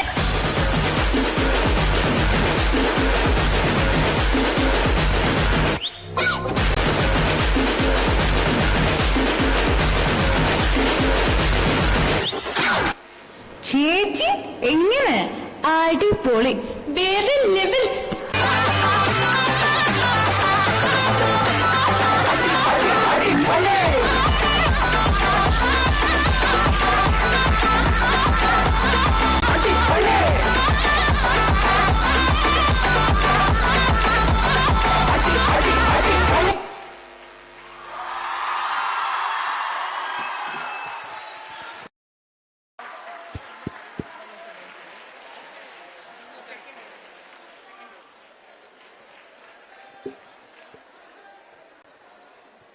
Let's give it up for Charu and Haripriya for that adipoli performance.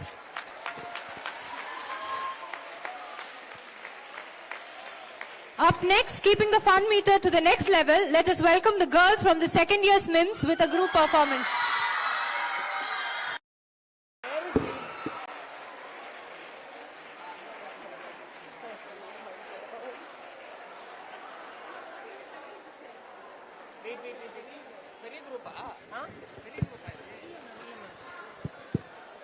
Where is the energy of the house? Give it up for them, guys. Come on.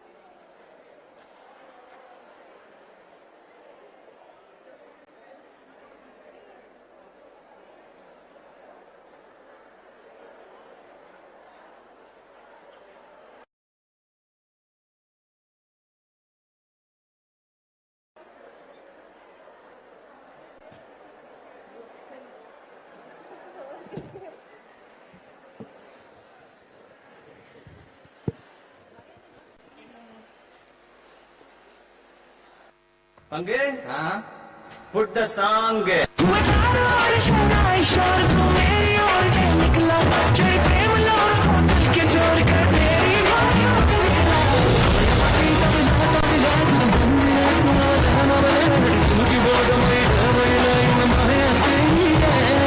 Change the mood, start the music.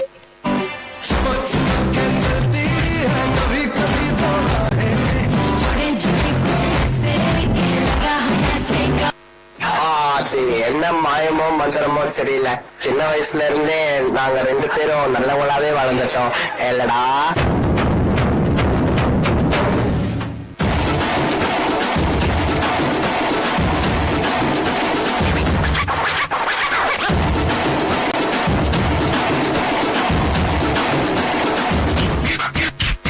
கஷ்டம் வருதுன்னா first பாட்டு போட்டு dance ஆடுங்க. Open the back door.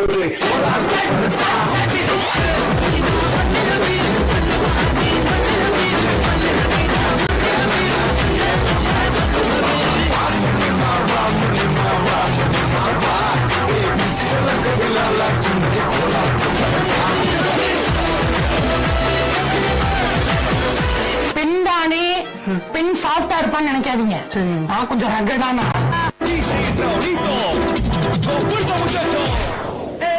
Siga moviendo la mata, moviendo machita, moviendo machita, moviendo machita, moviendo machita, moviendo machita. நீங்களா யாருடா? How do I tell you?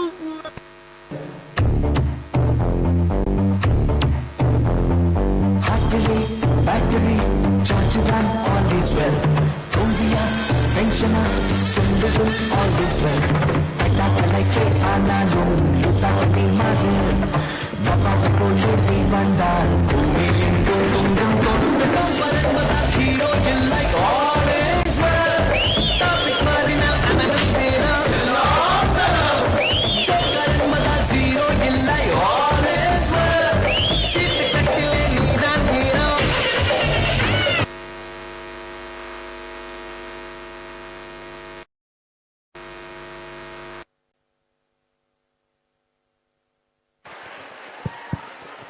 The audience was definitely Ranjana after that performance. Give it up for the second years. Come on.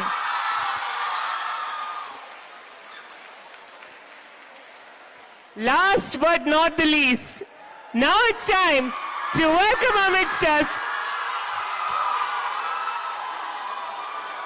the young, the energetic postgraduate from the Department of General Surgery, SMIMS, here to showcase his talent.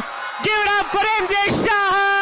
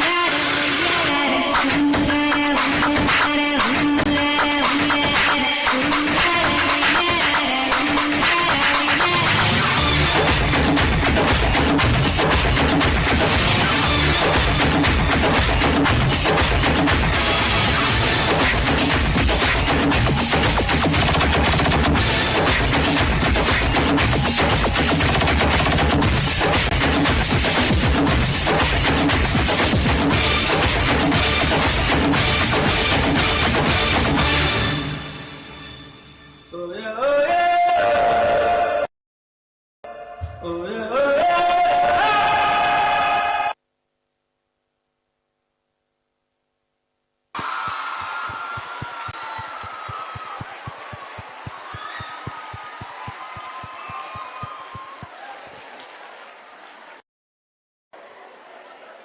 assisting to closing, to doing a procedure, and finally closing the smart day one. Give it up for MJ Shah, everybody.